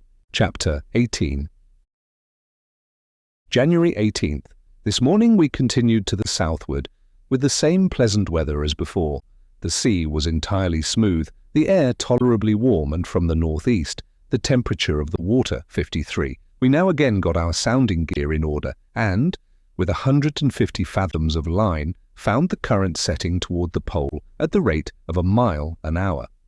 This constant tendency to the southward, both in the wind and current, caused some degree of speculation, and even of alarm in different quarters of the schooner, and I saw distinctly that no little impression had been made upon the mind of Captain Guy. He was exceedingly sensitive to ridicule, however, and I finally succeeded in laughing him out of his apprehensions. The variation was now very trivial. In the course of the day we saw several large whales of the right species, and innumerable flights of the albatross passed over the vessel. We also picked up a bush, full of red berries, like those of the hawthorn, and the carcass of a singular-looking land animal. It was 3 feet in length, and but 6 inches in height, with 4 very short legs, the feet armed with long claws of a brilliant scarlet, and resembling coral in substance. The body was covered with a straight, silky hair, perfectly white. The tail was peaked like that of a rat, and about 1.5 feet long. The head resembled a cat's, with the exception of the ears. These were flopped like the ears of a dog. The teeth were of the same brilliant scarlet as the claws. January 19th. Today, being in latitude 83 degrees 20 minutes, longitude 43 degrees 5 minutes west, the sea being of an extraordinarily dark colour, we again saw land from the masthead, and, upon a closer scrutiny, found it to be one of a group of very large islands. The shore was precipitous, and the interior seemed to be well wooded, a circumstance which occasioned us great joy. In about 4 hours from our first discovering the land we came to anchor in 10 fathoms sandy bottom, a league from the coast, as a high surf with strong ripples here and there rendered a nearer approach of doubtful expediency.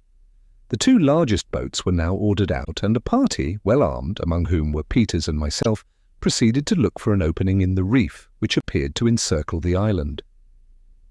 After searching about for some time, we discovered an inlet which we were entering when we saw 4 large canoes put off from the shore, filled with men who seemed to be well armed. We waited for them to come up, and, as they moved with great rapidity, they were soon within hail. Captain Guy now held up a white handkerchief on the blade of an oar when the strangers made a full stop and commenced a loud jabbering all at once, intermingled with occasional shouts in which we could distinguish the words anamumu and lama lama. They continued this for at least half an hour, during which we had a good opportunity of observing their appearance. In the 4 canoes, which might have been 50 feet long and 5 broad, there were 110 savages in all. They were about the ordinary stature of Europeans, but of a more muscular and brawny frame. Their complexion a jet black, with thick and long woolly hair. They were clothed in skins of an unknown black animal, shaggy and silky, and made to fit the body with some degree of skill, the hair being inside, except where turned out about the neck, wrists, and ankles. Their arms consisted principally of clubs, of a dark and apparently very heavy wood. Some spears, however, were observed among them, headed with flint, and a few slings. The bottoms of the canoes were full of black stones about the size of a large egg. When they had concluded their harangue, for it was clear they intended their jabbering for such, one of them, who seemed to be the chief, stood up in the prow of his canoe and made signs for us to bring our boats alongside of him. This hint we pretended not to understand, thinking it the wiser plan to maintain, if possible, the interval between us, as their number more than quadrupled our own. Finding this to be the case, the chief ordered the 3 other canoes to hold back, while he advanced toward us with his own. As soon as he came up with us, he leaped on board the largest of our boats and seated himself by the side of Captain Guy, pointing at the same time to the schooner and repeating the word anamumu and lama lama. We now put back to the vessel, the 4 canoes following at a little distance. Upon getting alongside, the chief evinced symptoms of extreme surprise and delight, clapping his hands, slapping his thighs and breast, and laughing obstreperously. His followers behind joined in his merriment, and for some minutes the din was so excessive as to be absolutely deafening. Quiet being at length restored, Captain Guy ordered the boats to be hoisted up, as a necessary precaution, and gave the chief, whose name we soon found to be Two Wit, to understand that we could admit no more than 20 of his men on deck at one time. With this arrangement he appeared perfectly satisfied, and gave some directions to the canoes when one of them approached, the rest remaining about 50 yards off. 20 of the savages now got on board, and proceeded to ramble over every part of the deck, and scramble about among the rigging, making themselves much at home, and examining every article with great inquisitiveness. It was quite evident that they had never before seen any of the white race, from whose complexion indeed they appeared to recoil. They believed the Jane to be a living creature, and seemed to be afraid of hurting it with the points of their spears, carefully turning them up. Our crew were much amused with the conduct of Two Wit in one instance. The cook was splitting some wood near the galley, and, by accident, struck his axe into the deck, making a gash of considerable depth. The chief immediately ran up, and pushing the cook on one side rather roughly, commenced a half-whine, half-howl, strongly indicative of sympathy in what he considered the sufferings of the schooner, patting and smoothing the gash with his hand, and washing it from a bucket of sea-water which stood by. This was a degree of ignorance for which we were not prepared, and for my part, I could not help thinking some of it affected. When the visitors had satisfied, as well as they could, their curiosity in regard to our upper works, they were admitted below, when their amazement exceeded all bounds. Their astonishment now appeared to be far too deep for words, for they roamed about in silence, broken only by low ejaculations. The arms afforded them much food for speculation, and they were suffered to handle and examine them at leisure. I do not believe that they had the least suspicion of their actual use, but rather took them for idols, seeing the care we had of them and the attention with which we watched their movements while handling them. At the great guns their wonder was redoubled. They approached them with every mark of the profoundest reverence and awe, but forbore to examine them minutely. There were 2 large mirrors in the cabin, and here was the acme of their amazement. Too-wit was the first to approach them, and he had got in the middle of the cabin, with his face to one and his back to the other, before he fairly perceived them. Upon raising his eyes and seeing his reflected self in the glass, I thought the savage would go mad, but upon turning short round to make a retreat, and beholding himself a second time in the opposite direction, I was afraid he would expire upon the spot. No persuasion could prevail upon him to take another look. Throwing himself upon the floor, with his face buried in his hands, he remained thus until we were obliged to drag him upon deck. The whole of the savages were admitted on board in this manner, 20 at a time, Too-wit being suffered to remain during the entire period. We saw no disposition to thievery among them, nor did we miss a single article after their departure. Throughout the whole of their visit they evinced the most friendly manner. There were, however, some points in their demeanour which we found it impossible to understand. For example, we could not get them to approach several very harmless objects, such as the schooner's sails, an egg, an open book, or a pan of flour. We endeavoured to ascertain if they had among them any articles which might be turned to account in the way of traffic, but found great difficulty in being comprehended.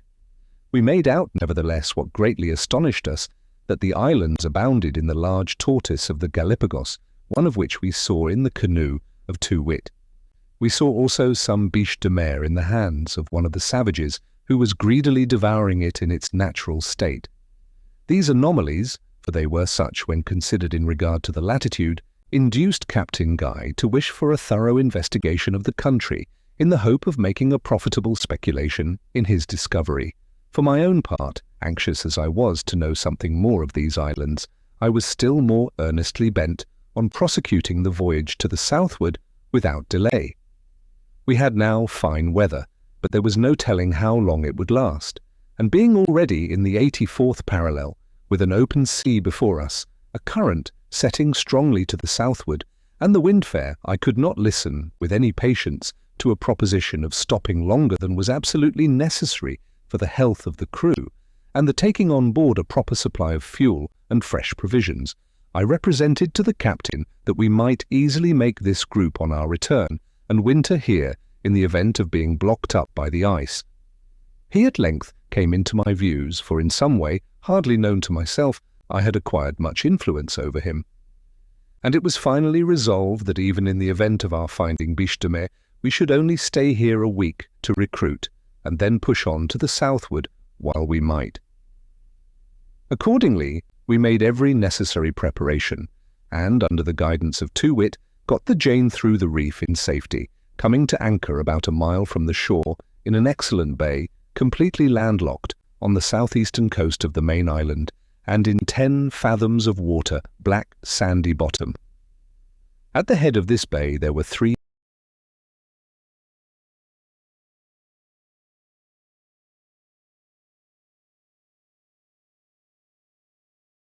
fine springs, we were told, of good water, and we saw abundance of wood in the vicinity. The 4 canoes followed us in, keeping, however, at a respectful distance. Too-wit himself remained on board, and, upon our dropping anchor, invited us to accompany him on shore and visit his village in the interior. To this Captain Guy consented, and 10 savages being left on board as hostages, a party of us, 12 in all, got in readiness to attend the chief. We took care to be well armed, yet without evincing any distrust. The schooner had her guns run out, her boarding nettings up, and every other proper precaution was taken to guard against surprise. Directions were left with the chief mate to admit no person on board during our absence, and, in the event of our not appearing in 12 hours, to send the cutter with a swivel around the island in search of us. At every step we took inland, the conviction forced itself upon us that we were in a country differing essentially from any hitherto visited by civilized men. We saw nothing with which we had been formerly conversant. The trees resembled no growth of either the torrid, the temperate, of the northern frigid zones, and were altogether unlike those of the lower southern latitudes we had already traversed. The very rocks were novel in their mass, their colour, and their stratification, and the streams themselves, utterly incredible as it may appear, had so little in common with those of other climates that we were scrupulous of tasting them, and indeed had difficulty in bringing ourselves to believe that their qualities were purely those of nature. At a small brook which crossed our path, the first we had reached, Too-wit and his attendants halted to drink. On account of the singular character of the water, we refused to taste it, supposing it to be polluted, and it was not until some time afterward we came to understand that such was the appearance of the streams throughout the whole group. I am at a loss to give a distinct idea of the nature of this liquid, and cannot do so without many words. Although it flowed with rapidity in all declivities where common water would do so, yet never, except when falling in a cascade, had it the customary appearance of limpidity. It was, nevertheless, in point of fact, as perfectly limpid as any limestone water in existence, the difference being only in appearance. At first sight, and especially in cases where little declivity was found, it bore resemblance, as regards consistency, to a thick infusion of gum arabic in common water. But this was only the least remarkable of its extraordinary qualities. It was not colourless, nor was it of any one uniform colour, presenting to the eye, as it flowed, every possible shade of purple, like the hues of a changeable silk. This variation in shade was produced in a manner which excited as profound astonishment in the minds of our party as the mirror had done in the case of Too-wit. Upon collecting a basinful and allowing it to settle thoroughly, we perceived that the whole mass of liquid was made up of a number of distinct veins, each of a distinct hue, that these veins did not commingle, and that their cohesion was perfect in regard to their own particles among themselves, and imperfect in regard to neighbouring veins. Upon passing the blade of a knife athwart the veins, the water closed over it immediately, as with us, and also in withdrawing it, all traces of the passage of the knife were instantly obliterated. If, however, the blade was passed down accurately between the two veins, a perfect separation was effected, which the power of cohesion did not immediately rectify. The phenomena of this water formed the first definite link in that vast chain of apparent miracles with which I was destined to be at length encircled. The terms morning and evening, which I have made use of to avoid confusion in my narrative, as far as possible, must not, of course, be taken in their ordinary sense. For a long time past we had had no night at all, the daylight being continual. The dates throughout are according to nautical time, and the bearing must be understood as per compass. I would also remark in this place that I cannot, in the first portion of what is here written, pretend to strict accuracy in respect to dates or latitudes and longitudes, having kept no regular journal until after the period of which this first portion treats. In many instances I have relied altogether upon memory. Chapter 19. We were nearly 3 hours in reaching the village, it being more than 9 miles in the interior, and the path lying through a rugged country. As we passed along, the party of Too-wit, the whole 110 savages of the canoes, was momentarily strengthened by smaller detachments of from 2 to 6 or 7, which joined us, as if by accident, at different turns of the road. There appeared so much of system in this that I could not help feeling distrust, and I spoke to Captain Guy of my apprehensions. It was now too late, however, to recede, and we concluded that our best security lay in evincing a perfect confidence in the good faith of Too-wit. We accordingly went on, keeping a wary eye upon the manoeuvres of the savages, and not permitting them to divide our numbers by pushing in between.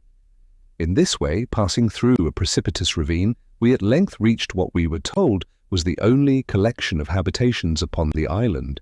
As we came in sight of them, the chief set up a shout, and frequently repeated the word clock clock, which we supposed to be the name of the village, or perhaps the generic name for villages, The dwellings were of the most miserable description imaginable, and, unlike those of even the lowest of the savage races with which mankind are acquainted, were of no uniform plan.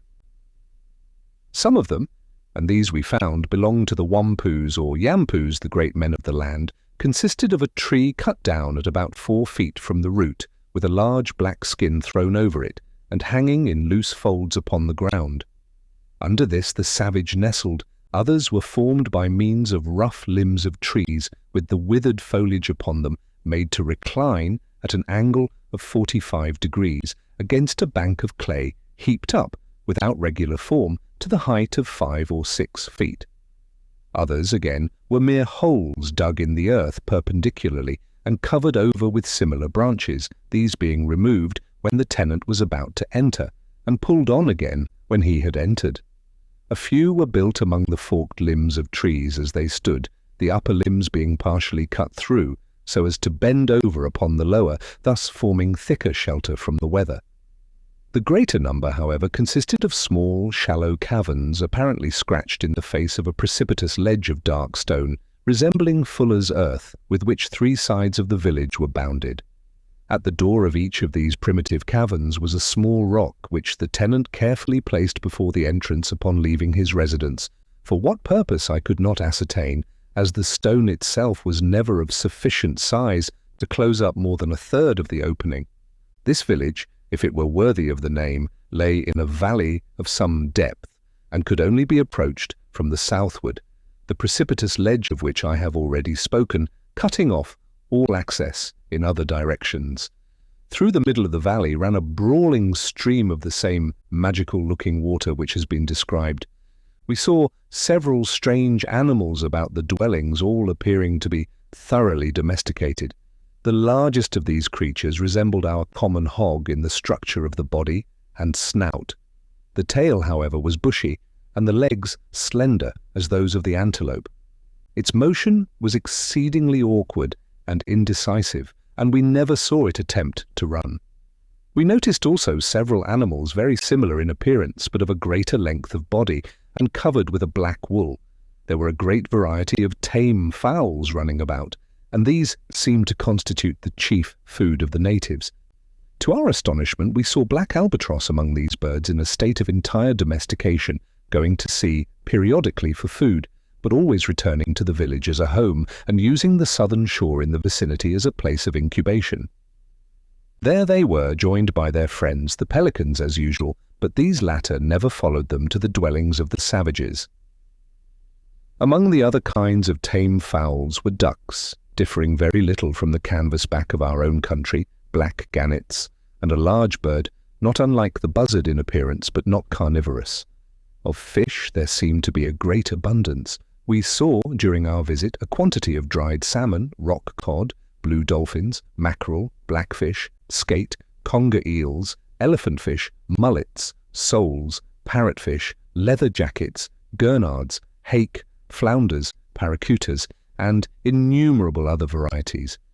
We noticed, too, that most of them were similar to the fish about the group of Lord Auckland Islands, in a latitude as low as 51 degrees south. The Galapagos tortoise was also very plentiful. We saw but few wild animals, and none of a large size or of a species with which we were familiar. 1 or 2 serpents of a formidable aspect crossed our path, but the natives paid them little attention, and we concluded that they were not venomous. As we approached the village with Too-Wit and his party, a vast crowd of the people rushed out to meet us, with loud shouts, among which we could only distinguish the everlasting Anamumu and Lama Lama. We were much surprised at perceiving that, with 1 or 2 exceptions, these newcomers were entirely naked, and skins being used only by the men of the canoes. All the weapons of the country seemed also to be in the possession of the latter, for there was no appearance of any among the villagers. There were a great many women and children, the former not altogether wanting in what might be termed personal beauty. They were straight, tall, and well-formed, with a grace and freedom of carriage not to be found in civilized society. Their lips, however, like those of the men, were thick and clumsy, so that even when laughing, the teeth were never disclosed. Their hair was of a finer texture than that of the males. Among these naked villagers there might have been 10 or 12 who were clothed like the party of Too-wit, in dresses of black skin and armed with lances and heavy clubs. These appeared to have great influence among the rest, and were always addressed by the title Wampu. These too were the tenants of the black-skin palaces. That of Too-wit was situated in the centre of the village, and was much larger and somewhat better constructed than others of its kind. The tree which formed its support was cut off at a distance of 12 feet or thereabouts from the root, and there were several branches left just below the cut, these serving to extend the covering, and in this way prevent its flapping about the trunk. The covering too, which consisted of 4 very large skins fastened together with wooden skewers, was secured at the bottom with pegs driven through it and into the ground. The floor was strewed with a quantity of dry leaves by way of carpet. To this hut we were conducted with great solemnity, and as many of the natives crowded in after us as possible. Too-wit seated himself on the leaves and made signs that we should follow his example. This we did, and presently found ourselves in a situation peculiarly uncomfortable, if not indeed critical. We were on the ground, 12 in number, with the savages, as many as 40, sitting on their hams so closely around us that if any disturbance had arisen we should have found it impossible to make use of our arms, or indeed to have risen to our feet. The pressure was not only inside the tent but outside, where probably was every individual on the whole island, the crowd being prevented from trampling us to death only by the incessant exertions and vociferations of Too-wit. Our chief security lay, however, in the presence of Too-wit himself among us, and we resolved to stick by him closely, as the best chance of extricating ourselves from the dilemma, sacrificing him immediately upon the first appearance of hostile design. After some trouble, a certain degree of quiet was restored when the chief addressed us in a speech of great length and very nearly resembling the one delivered in the canoes, with the exception that the Anamoo-moos were now somewhat more strenuously insisted upon than the Lama-lamas.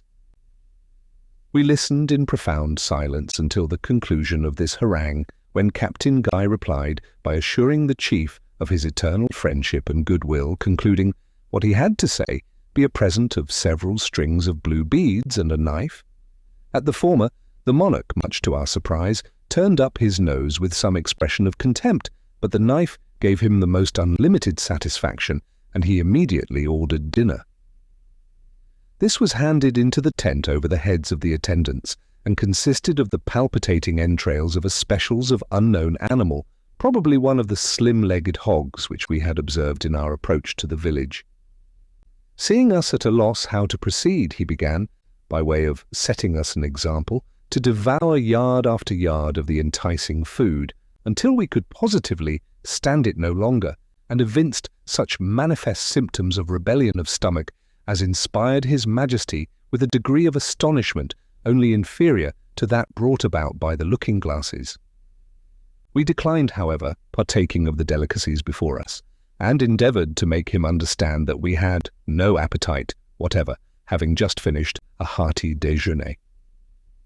When the monarch had made an end of his meal, we commenced a series of cross-questioning in every ingenious manner we could devise, with a view of discovering what were the chief productions of the country, and whether any of them might be turned to profit. At length he seemed to have some idea of our meaning, and offered to accompany us to a part of coast, where he assured us the biche de mer, pointing to a specimen of that animal, was to be found in great abundance. We were glad of this early opportunity of escaping from the oppression of the crowd, and signified our eagerness to proceed. We now left the tent, and, accompanied by the whole population of the village, followed the chief to the southeastern extremity of the island, nor far from the bay where our vessel lay at anchor. We waited here for about an hour until the 4 canoes were brought around by some of the savages to our station.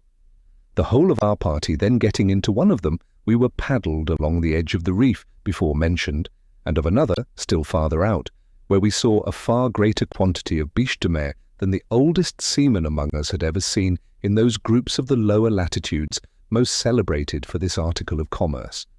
We We stayed near these reefs only long enough to satisfy ourselves that we could easily load a dozen vessels with the animal if necessary, when we were taken alongside the schooner and parted with Too-Wit after obtaining from him a promise that he would bring us, in the course of 24 hours, as many of the canvasback ducks and Gallipago tortoises as his canoes would hold.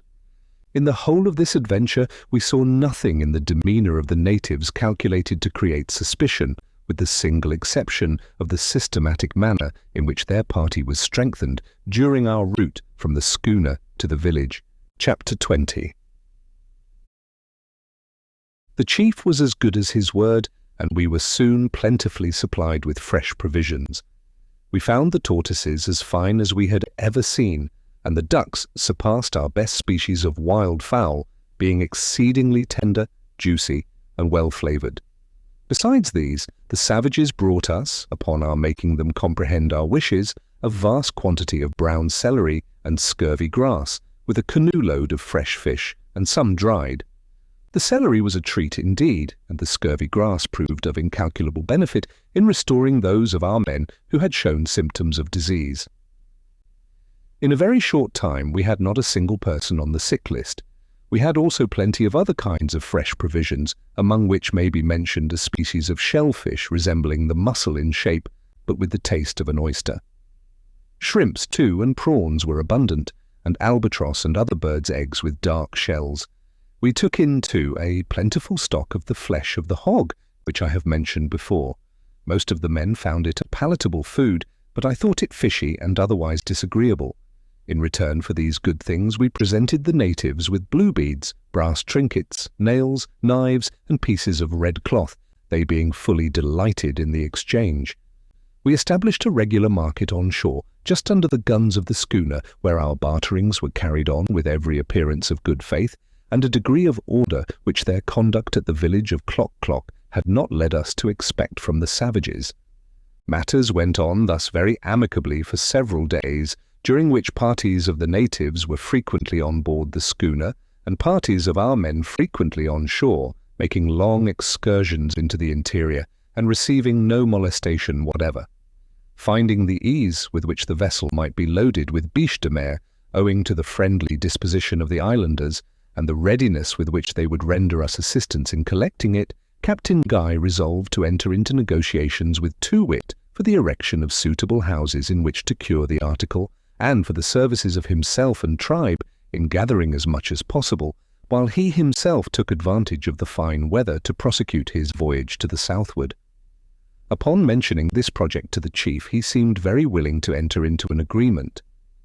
A bargain was accordingly struck, perfectly satisfactory to both parties, by which it was arranged that after making the necessary preparations, such as laying off the proper grounds, erecting a portion of the buildings, and doing some other work in which the whole of our crew would be required, the schooner should proceed on her route, leaving 3 of her men on the island to superintend the fulfillment of the project, and instruct the natives in drying the biche de mer. In regard to terms, these were made to depend upon the exertions of the savages in our absence. They were to receive a stipulated quantity of blue beads, knives, red cloth, and so forth, for every certain number of piculs of the biche de mer which should be ready on our return.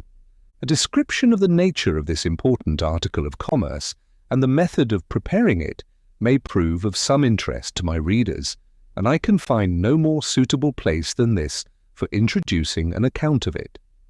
The following comprehensive notice of the substance is taken from a modern history of a voyage to the South Seas. It is that mollusca from the Indian seas which is known to commerce by the French name bouche de mer, a nice morsel from the sea.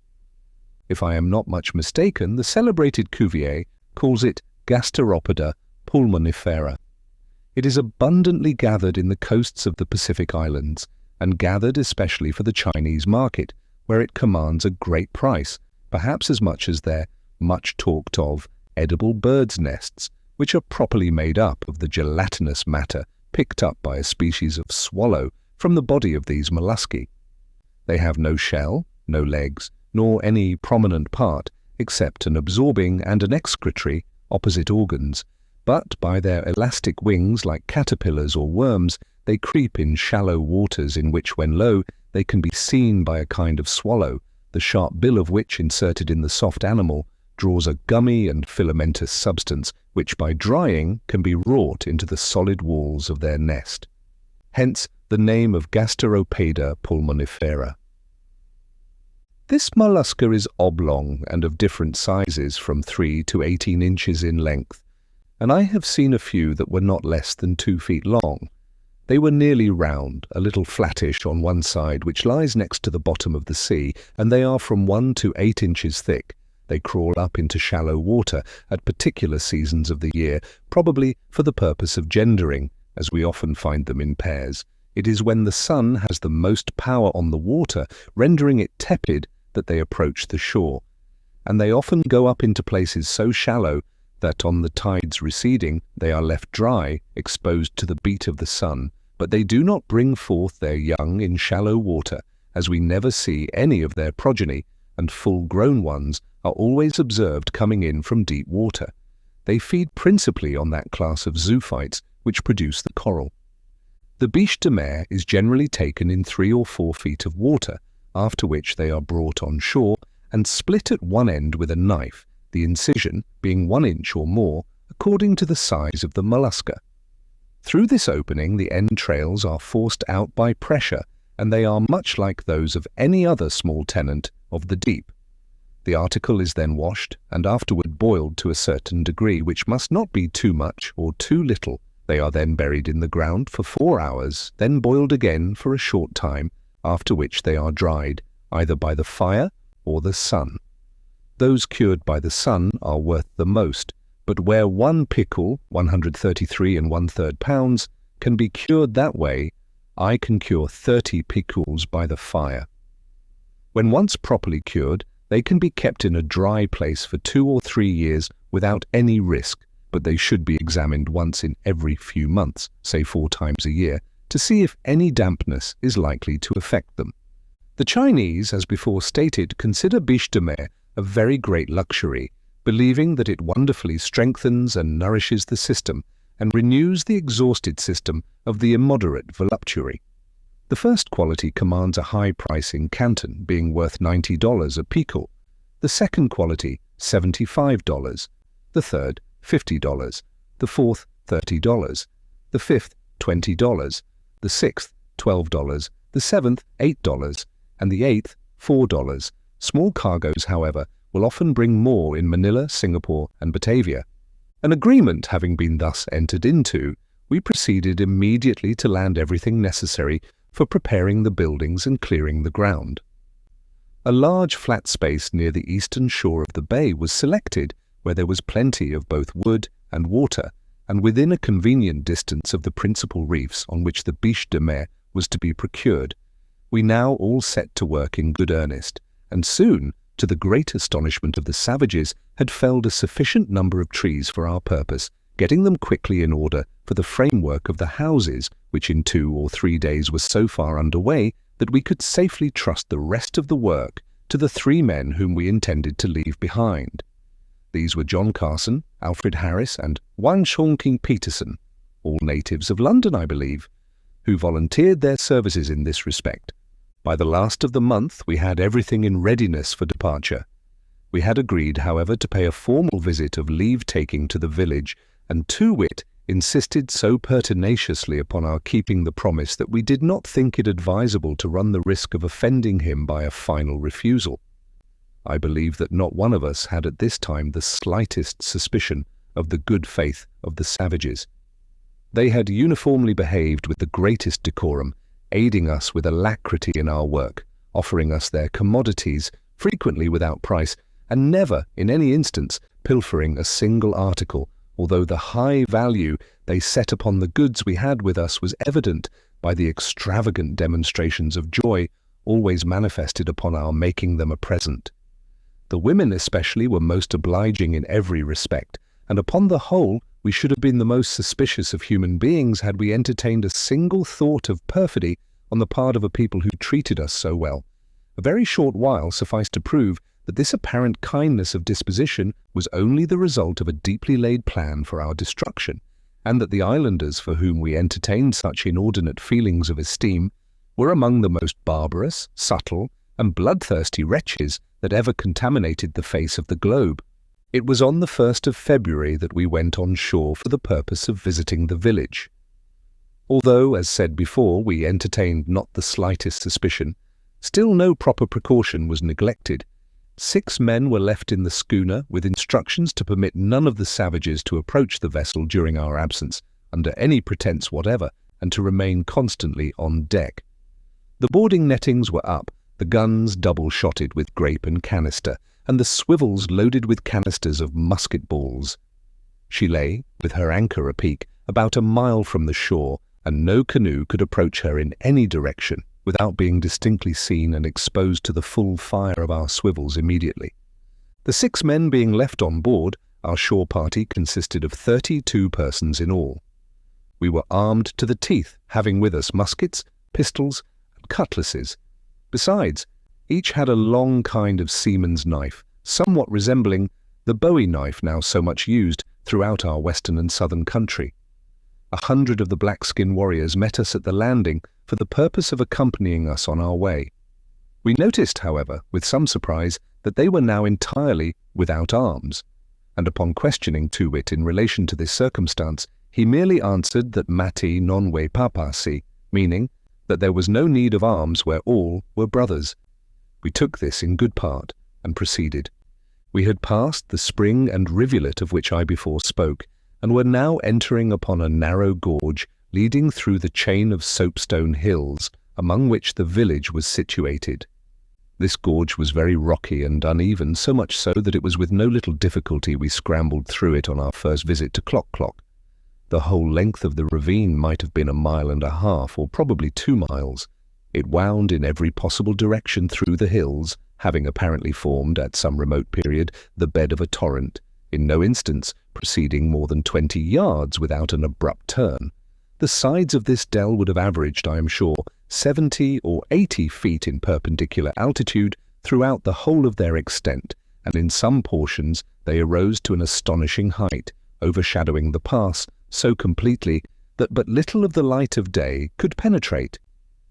The general width was about 40 feet, and occasionally it diminished so as not to allow the passage of more than 5 or 6 persons abreast. In short, there could be no place in the world better adapted for the consummation of an ambuscade, and it was no more than natural that we should look carefully to our arms as we entered upon it.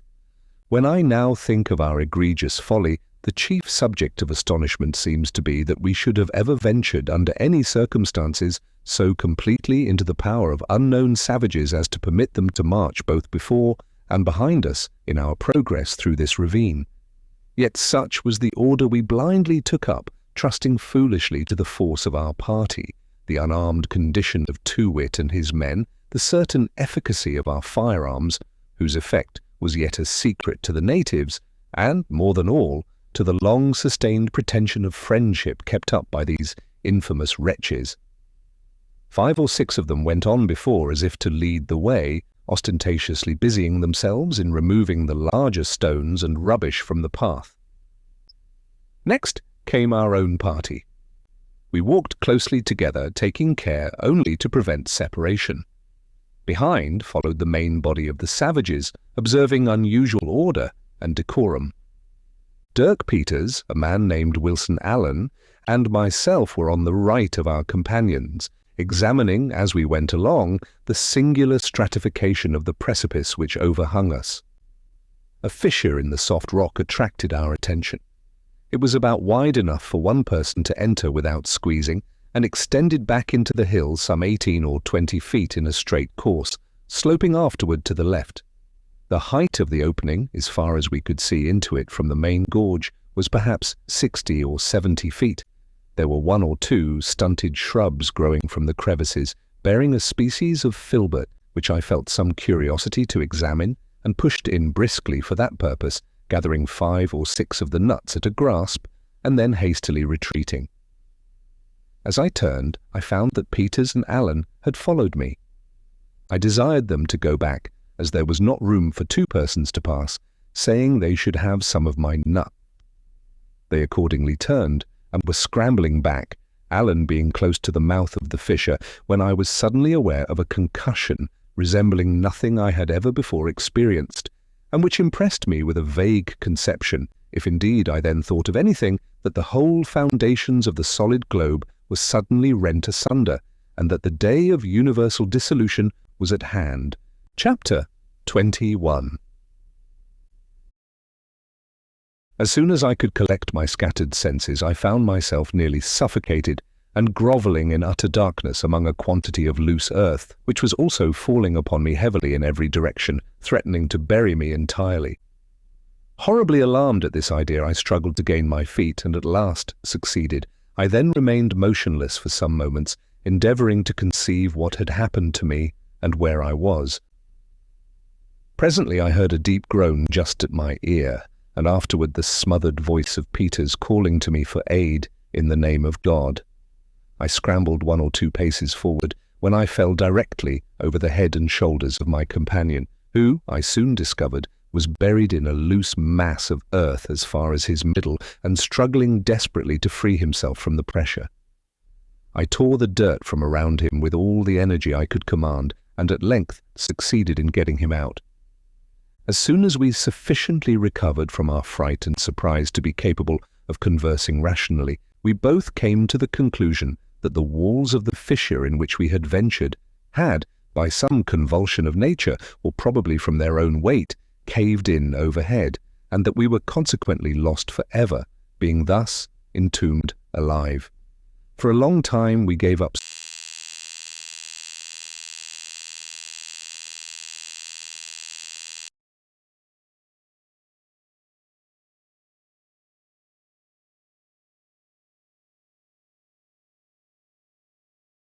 supinely to the most intense agony and despair, such as cannot be adequately imagined by those who have never been in a similar position.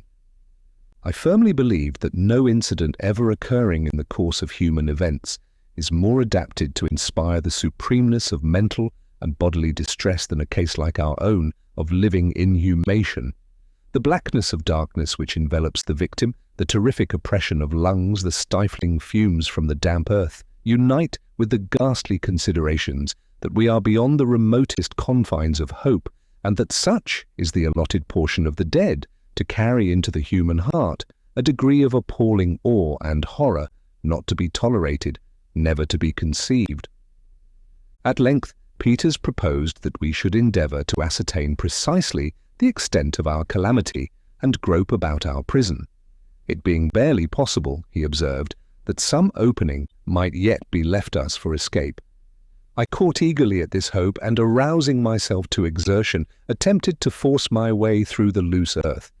Hardly had I advanced a single step before a glimmer of light became perceptible, enough to convince me that at all events we should not immediately perish for want of air. We now took some degree of heart, and encouraged each other to hope for the best. Having scrambled over a bank of rubbish which impeded our farther progress in the direction of the light, we found less difficulty in advancing, and also experienced some relief from the excessive oppression of lungs which had tormented us. Presently we were enabled to obtain a glimpse of the objects around, and discovered that we were near the extremity of the straight portion of the fissure, where it made a turn to the left. A few struggles more, and we reached the bend, when to our inexpressible joy there appeared a long seam or crack extending upward a vast distance, generally at an angle of about 45 degrees, although sometimes much more precipitous. We could not see through the whole extent of this opening, but as a good deal of light came down it, we had little doubt of finding at the top of it, if we could by any means reach the top, a clear passage into the open air. I now called to mind that 3 of us had entered the fissure from the main gorge, and that our companion, Alan, was still missing. We determined at once to retrace our steps and look for him. After a long search, and much danger from the farther caving in of the earth above us, Peters at length cried out to me that he had hold of our companion's foot, and that his whole body was deeply buried beneath the rubbish beyond the possibility of extricating him. I soon found that what he said was too true, and that of course life had been long extinct. With sorrowful hearts, therefore, we left the corpse to its fate, and again made our way to the bend. The breadth of the seam was barely sufficient to admit us, and, after one or two ineffectual efforts at getting up, we began once more to despair. I have before said that the chain of hills through which ran the main gorge was composed of a species of soft rock resembling soapstone. The sides of the cleft we were now attempting to ascend were of the same material and so excessively slippery, being wet, that we could get but little foothold upon them even in their least precipitous parts. In some places, where the ascent was nearly perpendicular, the difficulty was, of course, much aggravated, and indeed, for some time, we thought insurmountable. We took courage, however, from despair, and what by dint of cutting steps in the soft stone with our bowie knives and swinging at the risk of our lives to small projecting points of a harder species of slaty rock which now and then protruded from the general mass, we at length reached a natural platform from which was perceptible a patch of blue sky at the extremity of a thickly wooded ravine. Looking back now with somewhat more leisure at the passage through which we had thus far proceeded, we clearly saw from the appearance of its sides that it was of late formation, and we concluded that the concussion, whatever it was, which had so unexpectedly overwhelmed us, had also at the same moment laid open this path for escape. Being quite exhausted with exertion, and indeed so weak that we were scarcely able to stand or articulate, Peters now proposed that we should endeavour to bring our companions to the rescue by firing the pistols which still remained in our girdles. The muskets, as well as cutlasses, had been lost among the loose earth at the bottom of the chasm. Subsequent events proved that had we fired, we should have sorely repented it, but luckily a half-suspicion of foul play had by this time arisen in my mind, and we forbore to let the savages know of our whereabouts. After having reposed for about an hour, we pushed on slowly up the ravine, and had gone no great way before we heard a succession of tremendous yells. At length we reached what might be called the surface of the ground, for our path hitherto since leaving the platform had lain beneath an archway of high rock and foliage at a vast distance overhead. With great caution we stole to a narrow opening, through which we had a clear sight of the surrounding country, when the whole dreadful secret of the concussion broke upon us in one moment and at one view. The spot from which we looked was not far from the summit of the highest peak in the range of the Soapstone Hills. The gorge in which our party of 32 had entered ran within 50 feet to the left of us, but for at least 100 yards the channel or bed of this gorge was entirely filled up with the chaotic ruins of more than 1,000,000 tons of earth and stone that had been artificially tumbled within it. The means by which the vast mass had been precipitated were not more simple than evident, for sure traces of the murderous work were yet remaining. In several spots along the top of the eastern side of the gorge, we were now on the western, might be seen stakes of wood driven into the earth. In these spots the earth had not given way, but throughout the whole extent of the face of the precipice from which the mass had fallen, it was clear, from marks left in the soil, resembling those made by the drill of the rock blaster, that stakes similar to those we saw standing had been inserted at not more than a yard apart, for the length of perhaps 300 feet, and ranging at about 10 feet back from the edge of the gulf. Strong cords of grapevine were attached to the stakes still remaining on the hill, and it was evident that such cords had also been attached to each of the other stakes. I have already spoken of the singular stratification of these soapstone hills, and the description just given of the narrow and deep fissure through which we effected our escape from inhumation will afford a further conception of its nature. This was such that almost every natural convulsion would be sure to split the soil into perpendicular layers or ridges running parallel with one another, and a very moderate exertion of art would be sufficient for effecting the same purpose. Of this stratification the savages had availed themselves to accomplish their treacherous ends. There can be no doubt that by the continuous line of stakes a partial rupture of the soil had been brought about, probably to the depth of 1 or 2 feet, when by means of a savage pulling at the end of each of the cords, these cords being attached to the tops of the stakes and extending back from the edge of the cliff, a vast leverage power was obtained, capable of hurling the whole face of the hill upon a given signal into the bosom of the abyss below. The fate of our poor companions was no longer a matter of uncertainty. We alone had escaped from the tempest of that overwhelming destruction. We were the only living white men upon the island. Chapter 22. Our situation, as it now appeared, was scarcely less dreadful than when we had conceived ourselves entombed forever. We saw before us no prospect but that of being put to death by the savages, or of dragging out a miserable existence in captivity among them. We might, to be sure, conceal ourselves for a time from their observation among the fastnesses of the hills, and, as a final resort, in the chasm from which we had just issued. But we must either perish in the long polar winter through cold and famine, or be ultimately discovered in our efforts to obtain relief. The whole country around us seemed to be swarming with savages, crowds of whom, we now perceived, had come over from the islands to the southward on flat rafts, doubtless with a view of lending their aid in the capture and plunder of the Jane. The vessel still lay calmly at anchor in the bay, those on board being apparently quite unconscious of any danger awaiting them. How we longed at that moment to be with them, either to aid in effecting their escape or to perish with them in attempting a defence. We saw no chance even of warning them of their danger without bringing immediate destruction upon our own heads, with but a remote hope of benefit to them. A pistol fired might suffice to apprise them that something wrong had occurred, but the report could not possibly inform them that their only prospect of safety lay in getting out of the harbour forthwith. It could not tell them that no principles of honour now bound them to remain, that their companions were no longer among the living. Upon hearing the discharge, they could not be more thoroughly prepared to meet the foe who were now getting ready to attack than they already were, and always had been.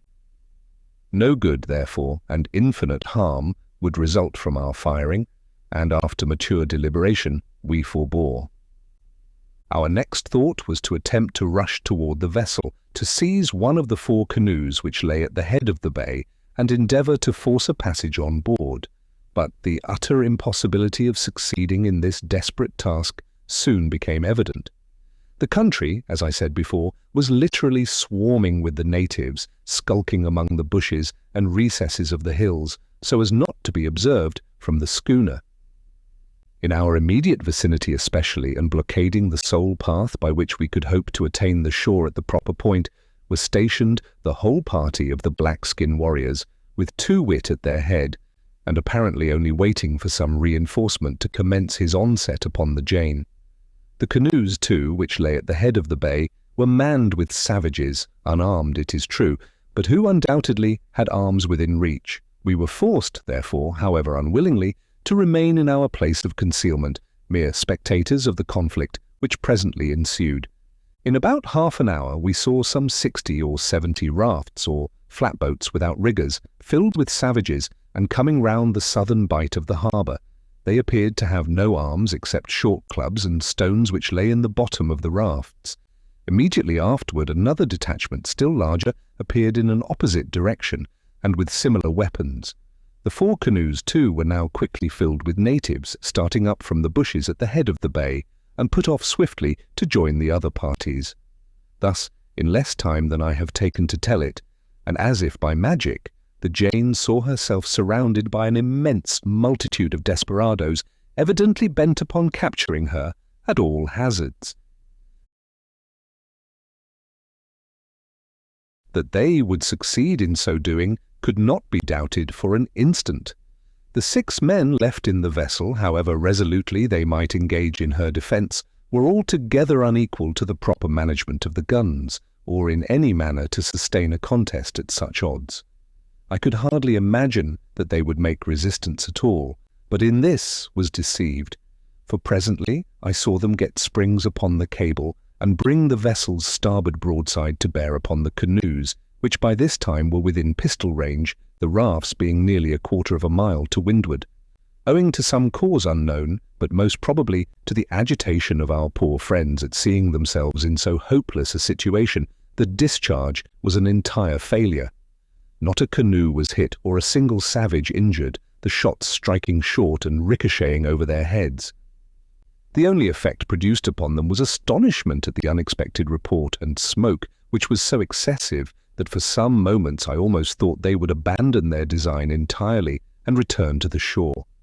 And this they would most likely have done had our men followed up their broadside by a discharge of small arms in which, as the canoes were now so near at hand, they could not have failed in doing some execution, sufficient, at least, to deter this party from a farther advance until they could have given the rafts also a broadside. But, in place of this, they left the canoe party to recover from their panic, and, by looking about them, to see that no injury had been sustained, while they flew to the larboard to get ready for the rafts. The discharge to larboard produced the most terrible effect. The star and double-headed shot of the large guns cut 7 or 8 of the rafts completely asunder, and killed perhaps 30 or 40 of the savages outright, while 100 of them at least were thrown into the water, the most of them dreadfully wounded. The remainder, frightened out of their senses, commenced at once a precipitate retreat, not even waiting to pick up their maimed companions, who were swimming about in every direction, screaming and yelling for aid. This great success, however, came too late for the salvation of our devoted people. The canoe party were already on board the schooner to the number of more than 150, the most of them having succeeded in scrambling up the chains and over the boarding netting, even before the matches had been applied to the larboard guns. Nothing now could withstand their brute rage. Our men were borne down at once, overwhelmed, trodden underfoot, and absolutely torn to pieces in an instant. Seeing this, the savages on the rafts got the better of their fears and came up in shoals to the plunder. In 5 minutes the Jane was a pitiable scene, indeed of havoc and tumultuous outrage. The decks were split open and ripped up, the cordage, sails, and everything movable on deck demolished as if by magic, while by dint of pushing at the stern, towing with the canoes, and hauling at the sides, as they swam in thousands around the vessel, the wretches finally forced her on shore, the cable having been slipped, and delivered her over to the good offices of Too-wit, who, during the whole of the engagement, had maintained, like a skilful general, his post of security and reconnaissance among the hills, but, now that the victory was completed to his satisfaction, condescended to scamper down with his warriors of the black skin and become a partaker in the spoils. Too-wit's descent left us at liberty to quit our hiding-place and reconnoitre the hill in the vicinity of the chasm. At about 50 yards from the mouth of it we saw a small spring of water, at which we slaked the burning thirst that now consumed us. Not far from the spring we discovered several of the filbert bushes which I mentioned before. Upon tasting the nuts we found them palatable and very nearly resembling in flavour the common English filbert. We collected our hats full immediately, deposited them within the ravine, and returned for more. While we were busily employed in gathering these, a rustling in the bushes alarmed us, and we were upon the point of stealing back to our covert when a large black bird of the bittern species strugglingly and slowly arose above the shrubs. I was so much startled that I could do nothing, but Peters had sufficient presence of mind to run up to it before it could make its escape and seize it by the neck. Its struggles and screams were tremendous, and we had thoughts of letting it go lest the noise should alarm some of the savages who might be still lurking in the neighbourhood. A stab with a bowie knife, however, at length brought it to the ground, and we dragged it into the ravine, congratulating ourselves that, at all events, we had thus obtained a supply of food enough to last us for a week. We now went out again to look about us and ventured a considerable distance down the southern declivity of the hill, but met with nothing else which could serve us for food. We therefore collected a quantity of dry wood and returned, seeing 1 or 2 large parties of the natives on their way to the village, laden with the plunder of the vessel, and who, we were apprehensive, might discover us in passing beneath the hill. Our next care was to render our place of concealment as secure as possible, and with this object we arranged some brushwood over the aperture which I have before spoken of as the one through which we saw the patch of blue sky on reaching the platform from the interior of the chasm. We left only a very small opening just wide enough to admit of our seeing the bay, without the risk of being discovered from below. Having done this, We congratulated ourselves upon the security of the position, for we were now completely excluded from observation as long as we chose to remain within the ravine itself and not venture out upon the hill.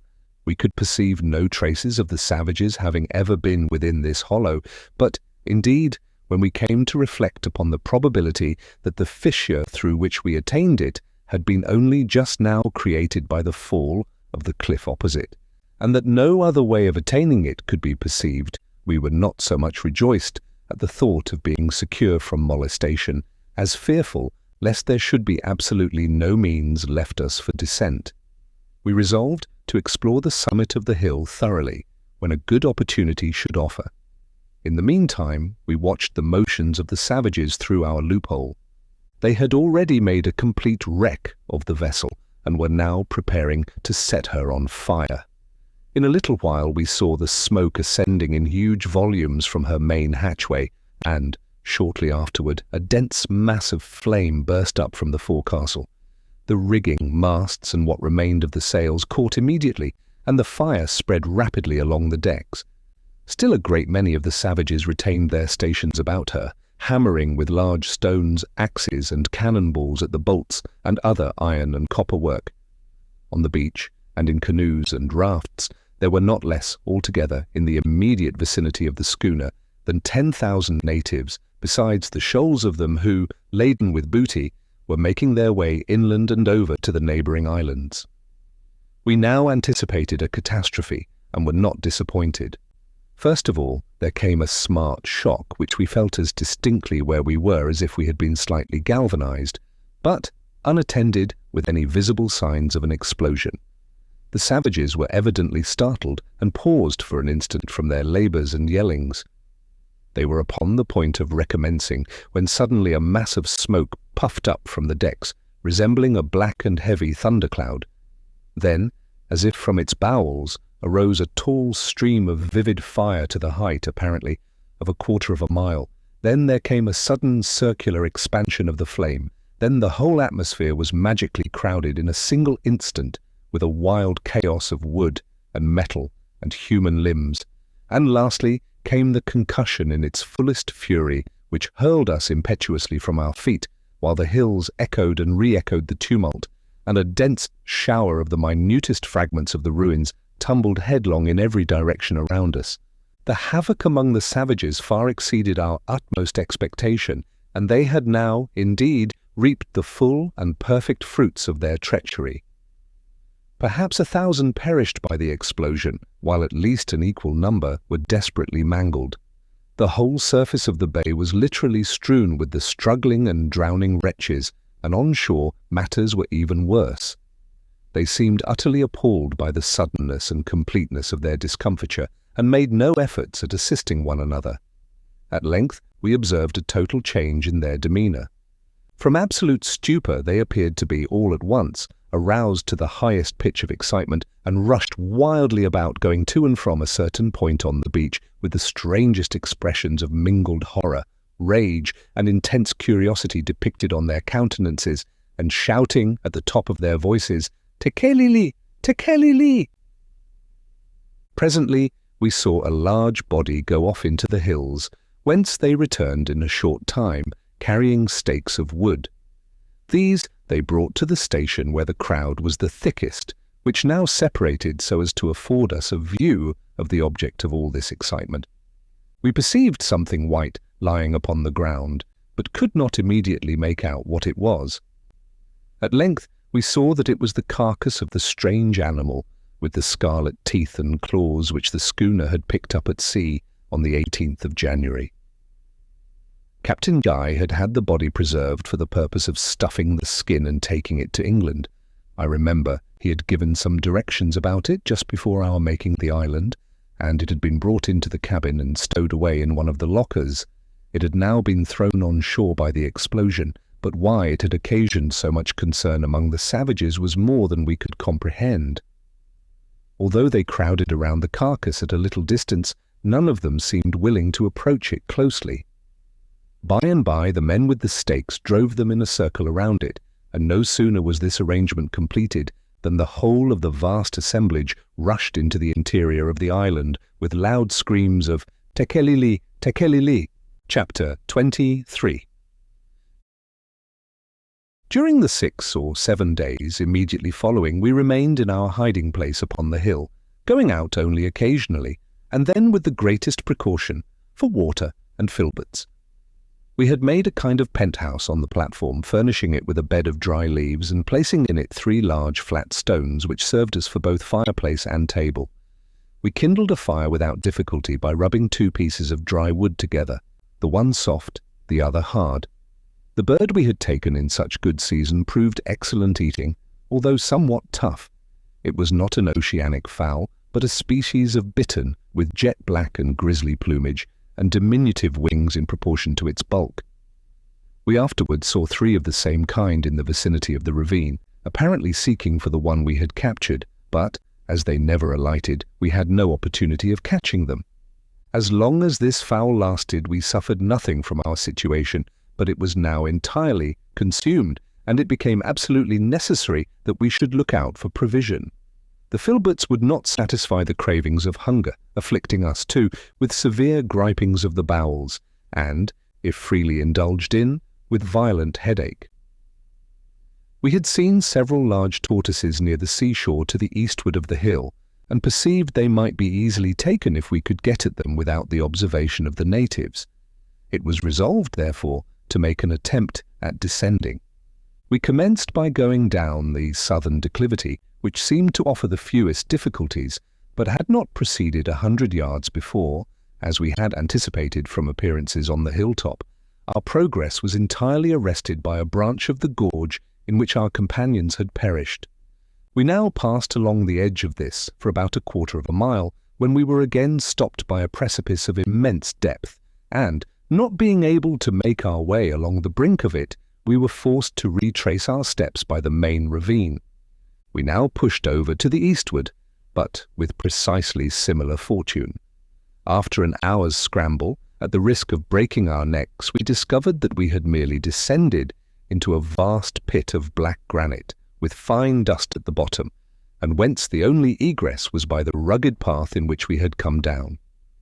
Toiling again up this path, we now tried the northern edge of the hill. Here we were obliged to use the greatest possible caution in our manoeuvres, as the least indiscretion would expose us to the full view of the savages in the village. We crawled along, therefore, on our hands and knees, and occasionally were even forced to throw ourselves at full length, dragging our bodies along by means of the shrubbery. In this careful manner we had proceeded but a little way, when we arrived at a chasm far deeper than any we had yet seen, and leading directly into the main gorge. Thus our fears were fully confirmed, and we found ourselves cut off entirely from access to the world below.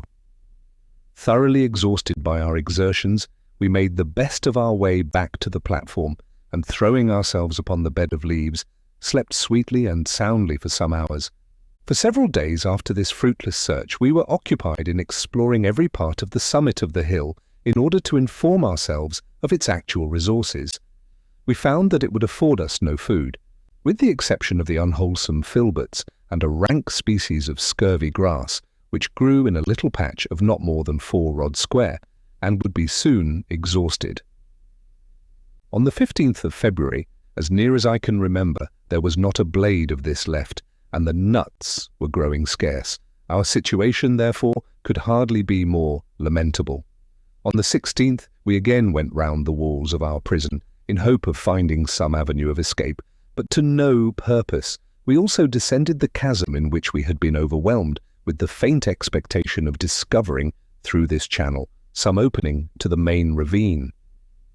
Here, too, we were disappointed, although we found and brought up with us a musket. On the 17th, we set out with the determination of examining more thoroughly the chasm of black granite into which we had made our way in the first search. We remembered that one of the fissures in the sides of this pit had been but partially looked into, and we were anxious to explore it, although with no expectation of discovering here any opening. We found no great difficulty in reaching the bottom of the hollow as before, and were now sufficiently calm to survey it with some attention. It was indeed one of the most singular-looking places imaginable, and we could scarcely bring ourselves to believe it altogether the work of nature. The pit, from its eastern to its western extremity, was about 500 yards in length when all its windings were threaded, the distance from east to west in a straight line not being more, I should suppose, having no means of accurate examination, than 40 or 50 yards. Upon first descending into the chasm, that is to say, for 100 feet downward from the summit of the hill, the sides of the abyss bore little resemblance to each other, and, apparently, had at no time been connected, the one surface being of the soapstone, and the other of marl, granulated with some metallic matter. The average breadth or interval between the two cliffs was probably here 60 feet, but there seemed to be no regularity of formation. Passing down, however, beyond the limit spoken of, the interval rapidly contracted, and the sides began to run parallel, although, for some distance farther, they were still dissimilar in their material and form of surface. Upon arriving within 50 feet of the bottom, a perfect regularity commenced. The sides were now entirely uniform in substance, in colour, and in lateral direction, the material being of very black and shining granite, and the distance between the two sides, at all points facing each other, exactly 20 yards. The precise formation of the chasm will be best understood by means of a delineation taken upon the spot, for I had luckily with me a pocket-book and pencil, which I preserved with great care through a long series of subsequent adventure, and to which I am indebted for memoranda of many subjects which would otherwise have been crowded from my remembrance. Figure 1. This figure gives the general outlines of the chasm without the minor cavities in the sides, of which there were several, each cavity having a corresponding protuberance opposite. The bottom of the gulf was covered to the depth of 3 or 4 inches with a powder almost impalpable, beneath which we found a continuation of the black granite. To the right, at the lower extremity, will be noticed the appearance of a small opening. This is the fissure alluded to above, and to examine which more minutely than before was the object of our second visit. We now pushed into it with vigour, cutting away a quantity of brambles which impeded us, and removing a vast heap of sharp flints somewhat resembling arrowheads in shape. We were encouraged to persevere, however, by perceiving some little light proceeding from the farther end. We at length squeezed our way for about 30 feet, and found that the aperture was a low and regularly formed arch, having a bottom of the same impalpable powder as that in the main chasm. A strong light now broke upon us, and, turning a short bend, we found ourselves in another lofty chamber, similar to the one we had left in every respect but longitudinal form. Its general figure is here given. Figure 2. The total length of this chasm, commencing at the opening A and proceeding round the curve B to the extremity D, is 550 yards.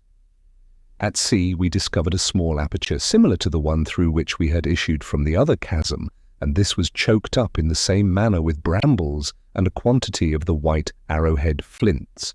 We forced our way through it, finding it about 40 feet long, and emerged into a third chasm. This too was precisely like the first, except in its longitudinal shape, which was thus.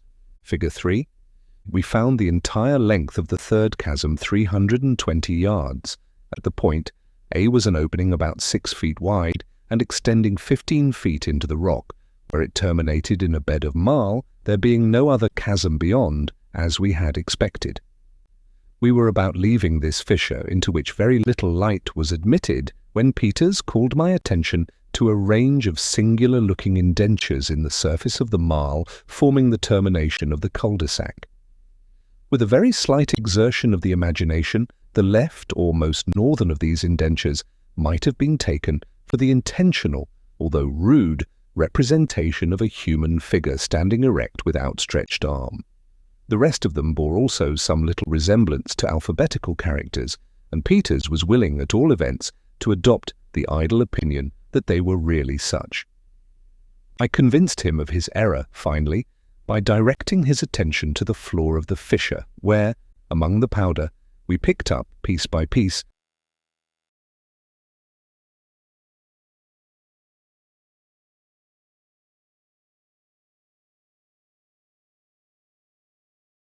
several large flakes of the marl, which had evidently been broken off by some convulsion from the surface where the indentures were found, and which had projecting points exactly fitting the indentures, thus proving them to have been the work of nature. Figure 4. After satisfying ourselves that these singular caverns afforded us no means of escape from our prison, we made our way back, dejected and dispirited, to the summit of the hill. Nothing worth mentioning occurred during the next 24 hours, except that in examining the ground to the eastward of the third chasm, we found 2 triangular holes of great depth, and also with black granite sides. Into these holes we did not think it worth while to attempt descending, as they had the appearance of mere natural wells, without outlet. They were each about 20 yards in circumference, and their shape, as well as relative position in regard to the third chasm, is shown in Figure 5. Image. Figure 5. This day was rendered remarkable by our observing in the south several huge wreaths of the greyish vapour I have spoken of. Chapter 24. On the 20th of the month, finding it altogether impossible to subsist any longer upon the filberts, the use of which occasioned us the most excruciating torment, we resolved to make a desperate attempt at descending the southern declivity of the hill. The face of the precipice was here of the softest species of soapstone, although nearly perpendicular throughout its whole extent, a depth of 150 feet at the least, and in many places even overarching. After a long search, we discovered a narrow ledge about 20 feet below the brink of the gulf. Upon this, Peters contrived to leap, with what assistance I could render him by means of our pocket handkerchiefs tied together. With somewhat more difficulty I also got down, and we then saw the possibility of descending the whole way by the process in which we had clambered up from the chasm when we had been buried by the fall of the hill. That is, by cutting steps in the face of the soapstone with our knives. The extreme hazard of the attempt can scarcely be conceived, but, as there was no other resource, we determined to undertake it. Upon the ledge where we stood, there grew some filbert bushes, and to one of these we made fast an end of our rope of handkerchiefs. The other end being tied round Peter's waist, I lowered him down over the edge of the precipice until the handkerchiefs were stretched tight. He now proceeded to dig a deep hole in the soapstone, as far in as 8 or 10 inches, sloping away the rock above to the height of a foot or thereabout, so as to allow of his driving, with the butt of a pistol, a tolerably strong peg into the levelled surface. I then drew him up for about 4 feet, when he made a hole similar to the one below, driving in a peg as before, and having thus a resting place for both feet and hands. I now unfastened the handkerchiefs from the bush, throwing him the end, which he tied to the peg in the uppermost hole, letting himself down gently to a station about 3 feet lower than he had yet been, that is, to the full extent of the handkerchiefs. Here he dug another hole and drove another peg. He then drew himself up so as to rest his feet in the hole just cut, taking hold with his hands upon the peg in the one above. It was now necessary to untie the handkerchiefs from the topmost peg with the view of fastening them to the second, and here he found that an error had been committed in cutting the holes at so great a distance apart. However, after 1 or 2 unsuccessful and dangerous attempts at reaching the knot, having to hold on with his left hand while he laboured to undo the fastening with his right, he at length cut the string, leaving 6 inches of it affixed to the peg. Tying the handkerchiefs now to the second peg, he descended to a station below the third, taking care not to go too far down. By these means which I should never have conceived of myself, and for which we were indebted altogether to Peter's ingenuity and resolution, my companion finally succeeded, with the occasional aid of projections in the cliff, in reaching the bottom without accident. It was some time before I could summon sufficient resolution to follow him, but I did at length attempt it. Peters had taken off his shirt before descending, and this, with my own, formed the rope necessary for the adventure. After throwing down the musket found in the chasm, I fastened this rope to the bushes and let myself down rapidly, striving by the vigour of my movements to banish the trepidation which I could overcome in no other manner. This answered sufficiently well for the first 4 or 5 steps, but presently I found my imagination growing terribly excited by thoughts of the vast depths yet to be descended, and the precarious nature of the pegs and soapstone holes which were my only support. It was in vain I endeavoured to banish these reflections and to keep my eyes steadily bent upon the flat surface of the cliff before me. The more earnestly I struggled not to think, the more intensely vivid became my conceptions, and the more horribly distinct. At length arrived that crisis of fancy, so fearful in all similar cases, the crisis in which we began to anticipate the feelings with which we shall fall, to picture to ourselves the sickness and dizziness and the last struggle and the half-swoon and the final bitterness of the rushing and headlong descent. And now I found these fancies creating their own realities, and all imagined horrors crowding upon me in fact.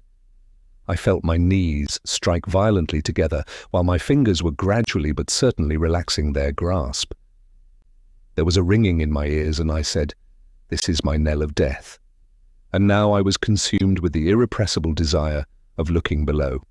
I would not confine my glances to the cliff, and with a wild, indefinable emotion, half of horror, half of a relieved oppression, I threw my vision far down into the abyss.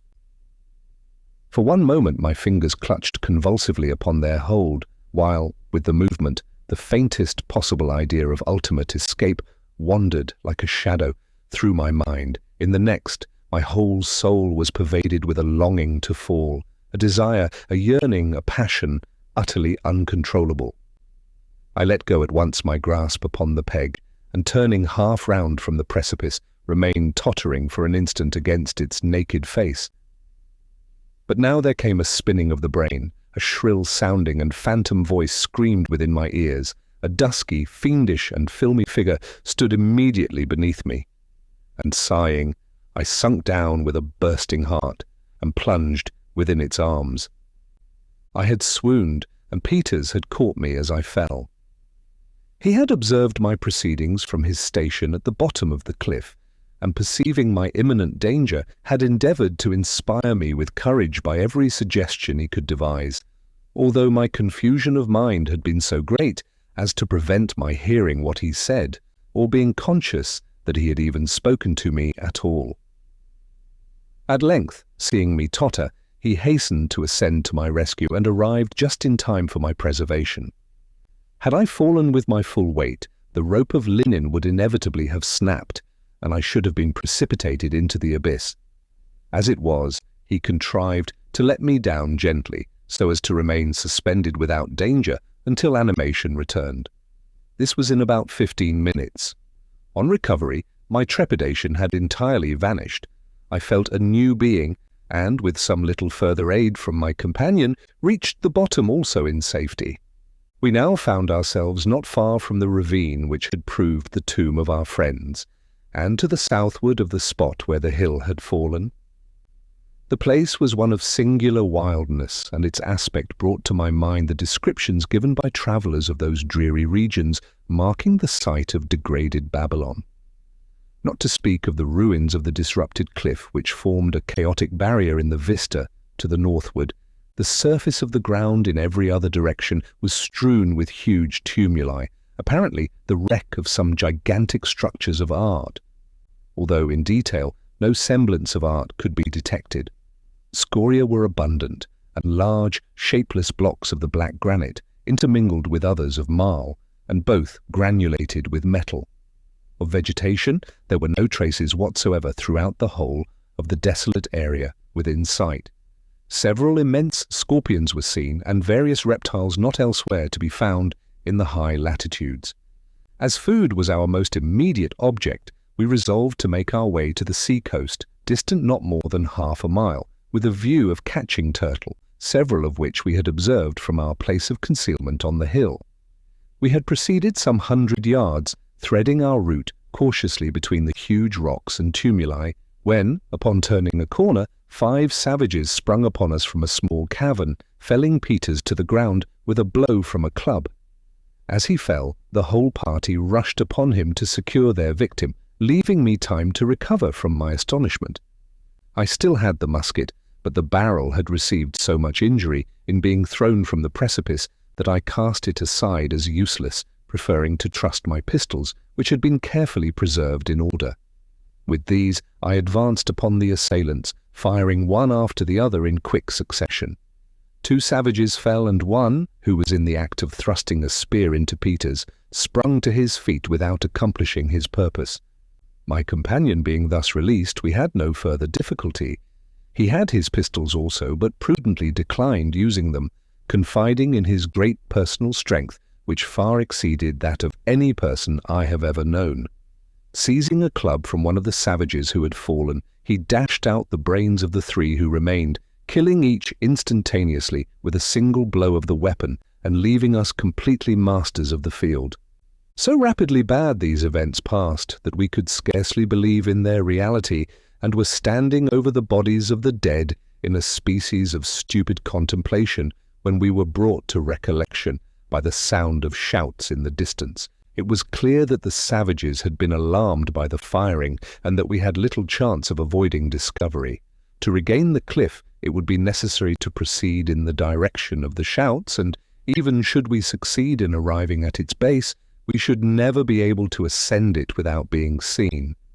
Our situation was one of the greatest peril, and we were hesitating in which path to commence a flight, when one of the savages whom I had shot and supposed dead sprang briskly to his feet and attempted to make his escape.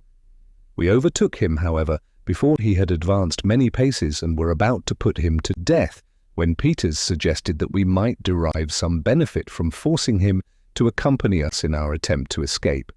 We therefore dragged him with us, making him understand that we would shoot him if he offered resistance. In a few minutes he was perfectly submissive, and ran by our sides as we pushed in among the rocks, making for the seashore.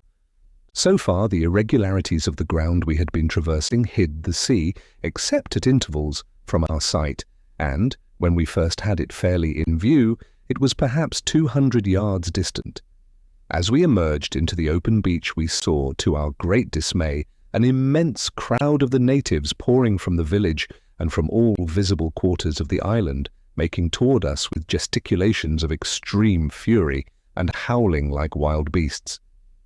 We were upon the point of turning upon our steps and trying to secure a retreat among the fastnesses of the rougher ground, when I discovered the bows of 2 canoes projecting from behind a large rock which ran out into the water. Toward these we now ran with all speed, and reaching them found them unguarded, and without any other freight than 3 of the large Gallipago turtles and the usual supply of paddles for 60 rowers. We instantly took possession of one of them, and forcing our captive on board, pushed out to sea with all the strength we could command.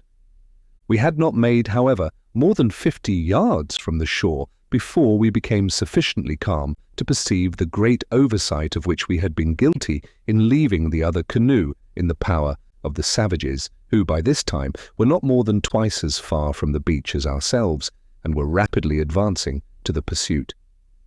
No time was now to be lost. Our hope was, at best, a forlorn one, but we had none other. It was very doubtful whether with the utmost exertion we could get back in time to anticipate them in taking possession of the canoe, but yet there was a chance that we could.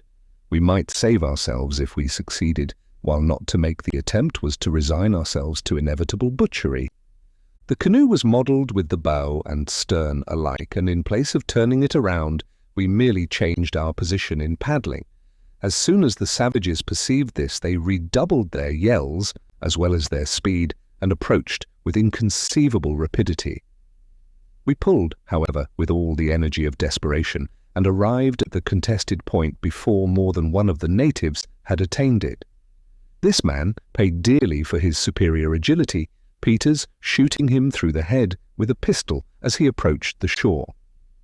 The foremost among the rest of his party were probably some 20 or 30 paces distant as we seized upon the canoe. We at first endeavoured to pull her into the deep water beyond the reach of the savages, but finding her too firmly aground, and there being no time to spare, Peters, with 1 or 2 heavy strokes from the butt of the musket, succeeded in dashing out a large portion of the bow and of one side. We then pushed off. Two of the natives by this time had got hold of our boat, obstinately refusing to let go, until we were forced to dispatch them with our knives. We were now clear off, and making great way out to sea. The main body of the savages, upon reaching the broken canoe, set up the most tremendous yell of rage and disappointment conceivable. In truth, from everything I could see of these wretches, they appeared to be the most wicked, hypocritical, vindictive, bloodthirsty, and altogether fiendish race of men upon the face of the globe. It is clear we should have had no mercy had we fallen into their hands. They made a mad attempt at following us in the fractured canoe, but, finding it useless, again vented their rage in a series of hideous vociferations and rushed up into the hills. We were thus relieved from immediate danger, but our situation was still sufficiently gloomy. We knew that 4 canoes of the kind we had were at one time in the possession of the savages, and were not aware of the fact, afterward ascertained from our captive, that 2 of these had been blown to pieces in the explosion of the Jane Guy. We calculated, therefore, upon being yet pursued as soon as our enemies could get round to the bay, distant about 3 miles, where the boats were usually laid up. Fearing this, we made every exertion to leave the island behind us, and went rapidly through the water, forcing the prisoner to take a paddle. In about half an hour, when we had gained probably 5 or 6 miles to the southward, a large fleet of the flat-bottomed canoes or rafts was seen to emerge from the bay, evidently with the design of pursuit. Presently they put back, despairing to overtake us. The marl was also black. Indeed, we noticed no light-coloured substances of any kind upon the island. Chapter 25. We now found ourselves in the wide and desolate Antarctic Ocean, in a latitude exceeding 84 degrees, in a frail canoe, and with no provision but the 3 turtles. The long polar winter, too, could not be considered as far distant, and it became necessary that we should deliberate well upon the course to be pursued. There were 6 or 7 islands in sight belonging to the same group, and distant from each other about 5 or 6 leagues, but upon neither of these had we any intention to venture. In coming from the northward in the Jane Guy, we had been gradually leaving behind us the severest regions of ice. This, however little it may be, in accordance with the generally received notions respecting the Antarctic, was a fact experience would not permit us to deny. To attempt, therefore, getting back would be folly, especially at so late a period of the season. Only one course seemed to be left open for hope. We resolved to steer boldly to the southward, where there was at least a probability of discovering other lands, and more than a probability of finding a still milder climate. So far we had found the Antarctic, like the Arctic Ocean, peculiarly free from violent storms or immoderately rough water. But our canoe was at best of frail structure, although large, and we set busily to work with a view of rendering her as safe as the limited means in our possession would admit. The body of the boat was of no better material than bark, the bark of a tree unknown.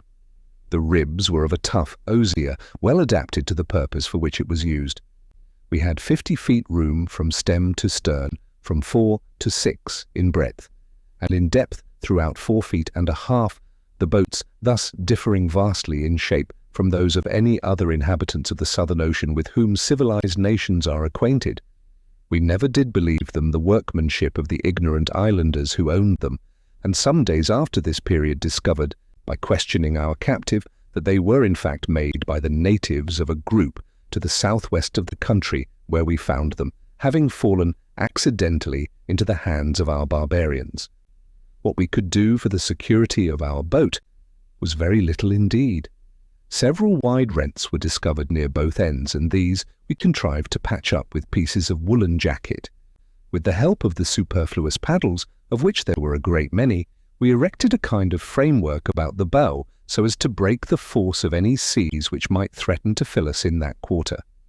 We also set up 2 paddle blades for masts, placing them opposite each other, one by each gunwale, thus saving the necessity of a yard.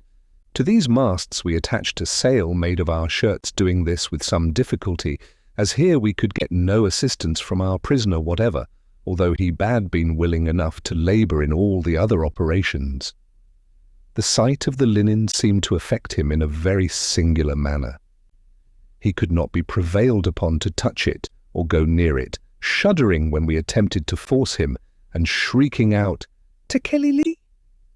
Having completed our arrangements in regard to the security of the canoe, we now set sail to the south-southeast for the present, with the view of weathering the most southerly of the group in sight. This being done, we turned the bow full to the southward. The weather could by no means be considered disagreeable. We had a prevailing and very gentle wind from the northward, a smooth sea, and continual daylight. No ice whatever was to be seen, nor did I ever see one particle of this after leaving the parallel of Bennet's Islet. Indeed, the temperature of the water was here far too warm for its existence in any quantity. Having killed the largest of our tortoises and obtained from him not only food but a copious supply of water, we continued on our course without any incident of moment for perhaps 7 or 8 days, during which period we must have proceeded a vast distance to the southward, as the wind blew constantly with us, and a very strong current set continually in the direction we were pursuing. March 1st. Many unusual phenomena now indicated that we were entering upon a region of novelty and wonder. A high range of light grey vapour appeared constantly in the southern horizon, flaring up occasionally in lofty streaks, now darting from east to west, now from west to east, and again presenting a level and uniform summit, in short, having all the wild variations of the aurora borealis. The average height of this vapour, as apparent from our station, was about 25 degrees. The temperature of the sea seemed to be increasing momentarily, and there was a very perceptible alteration in its colour. March 2nd. Today, by repeated questioning of our captive, we came to the knowledge of many particulars in regard to the island of the massacre, its inhabitants and customs. But with these, how can I now detain the reader? I may say, however, that we learned there were 8 islands in the group, that they were governed by a common king, named Tsalamon or Tsalamun, who resided in one of the smallest of the islands, that the black skins forming the dress of the warriors came from an animal of huge size, to be found only in a valley near the court of the king, that the inhabitants of the group fabricated no other boats than the flat-bottomed rafts, the 4 canoes being all of the kind in their possession, and, these having been obtained, by mere accident, from some large island in the southwest, that his own name was Nunu, that he had no knowledge of Bennet's Islet, and that the appellation of the island he had left was Tsalal. The commencement of the words Tsalamon and Tsalal was given with a prolonged hissing sound, which we found it impossible to imitate, even after repeated endeavours, and which was precisely the same with the note of the black bittern we had eaten up on the summit of the hill. March 3rd. The heat of the water was now truly remarkable, and in colour was undergoing a rapid change, being no longer transparent, but of a milky consistency and hue. In our immediate vicinity it was usually smooth, never so rough as to endanger the canoe, but we were frequently surprised at perceiving, to our right and left, at different distances, sudden and extensive agitations of the surface. These, we at length noticed, were always preceded by wild flickerings in the region of vapour to the southward. March 4th. Today, with the view of widening our sail, the breeze from the northward dying away perceptibly, I took from my coat pocket a white handkerchief.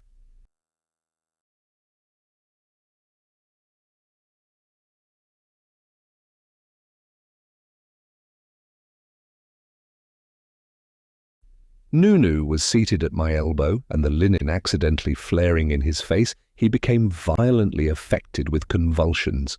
These were succeeded by drowsiness and stupor, and low murmurings of tekelili, tekelili. March 5th. The wind had entirely ceased, but it was evident that we were still hurrying on to the southward, under the influence of a powerful current. And now, indeed, it would seem reasonable that we should experience some alarm at the turn events were taking, but we felt none.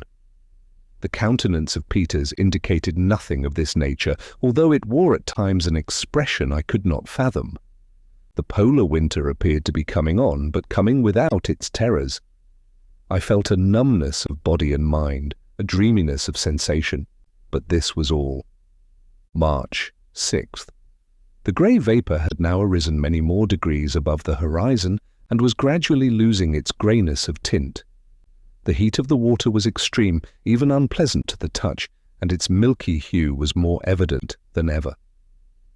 Today a violent agitation of the water occurred very close to the canoe.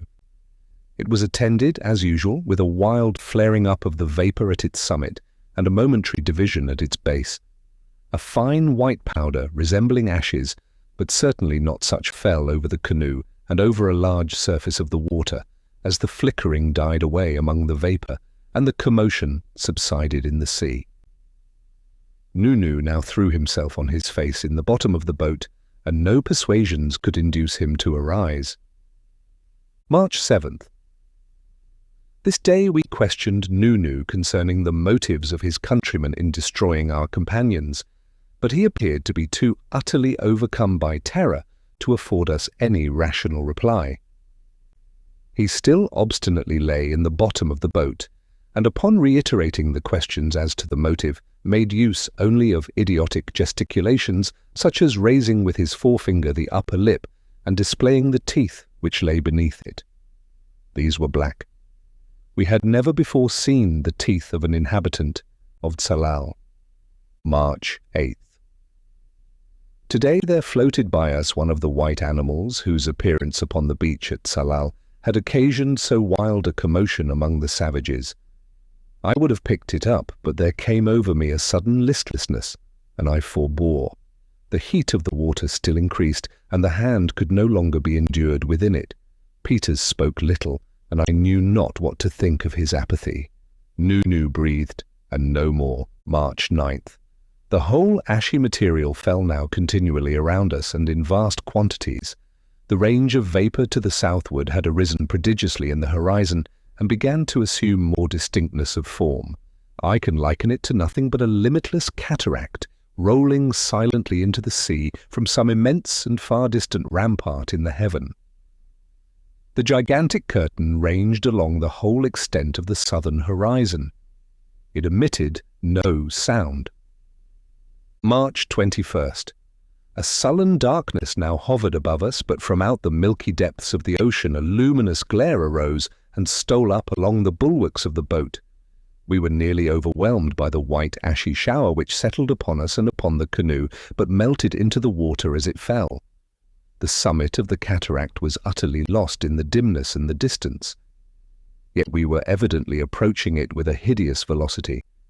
At intervals there were visible in it wide, yawning, but momentary rents, and from out these rents, within which was a chaos of flitting and indistinct images, there came rushing and mighty, but soundless winds, tearing up the enkindled ocean in their course. March 22nd. The darkness had materially increased, relieved only by the glare of the water thrown back from the white curtain before us.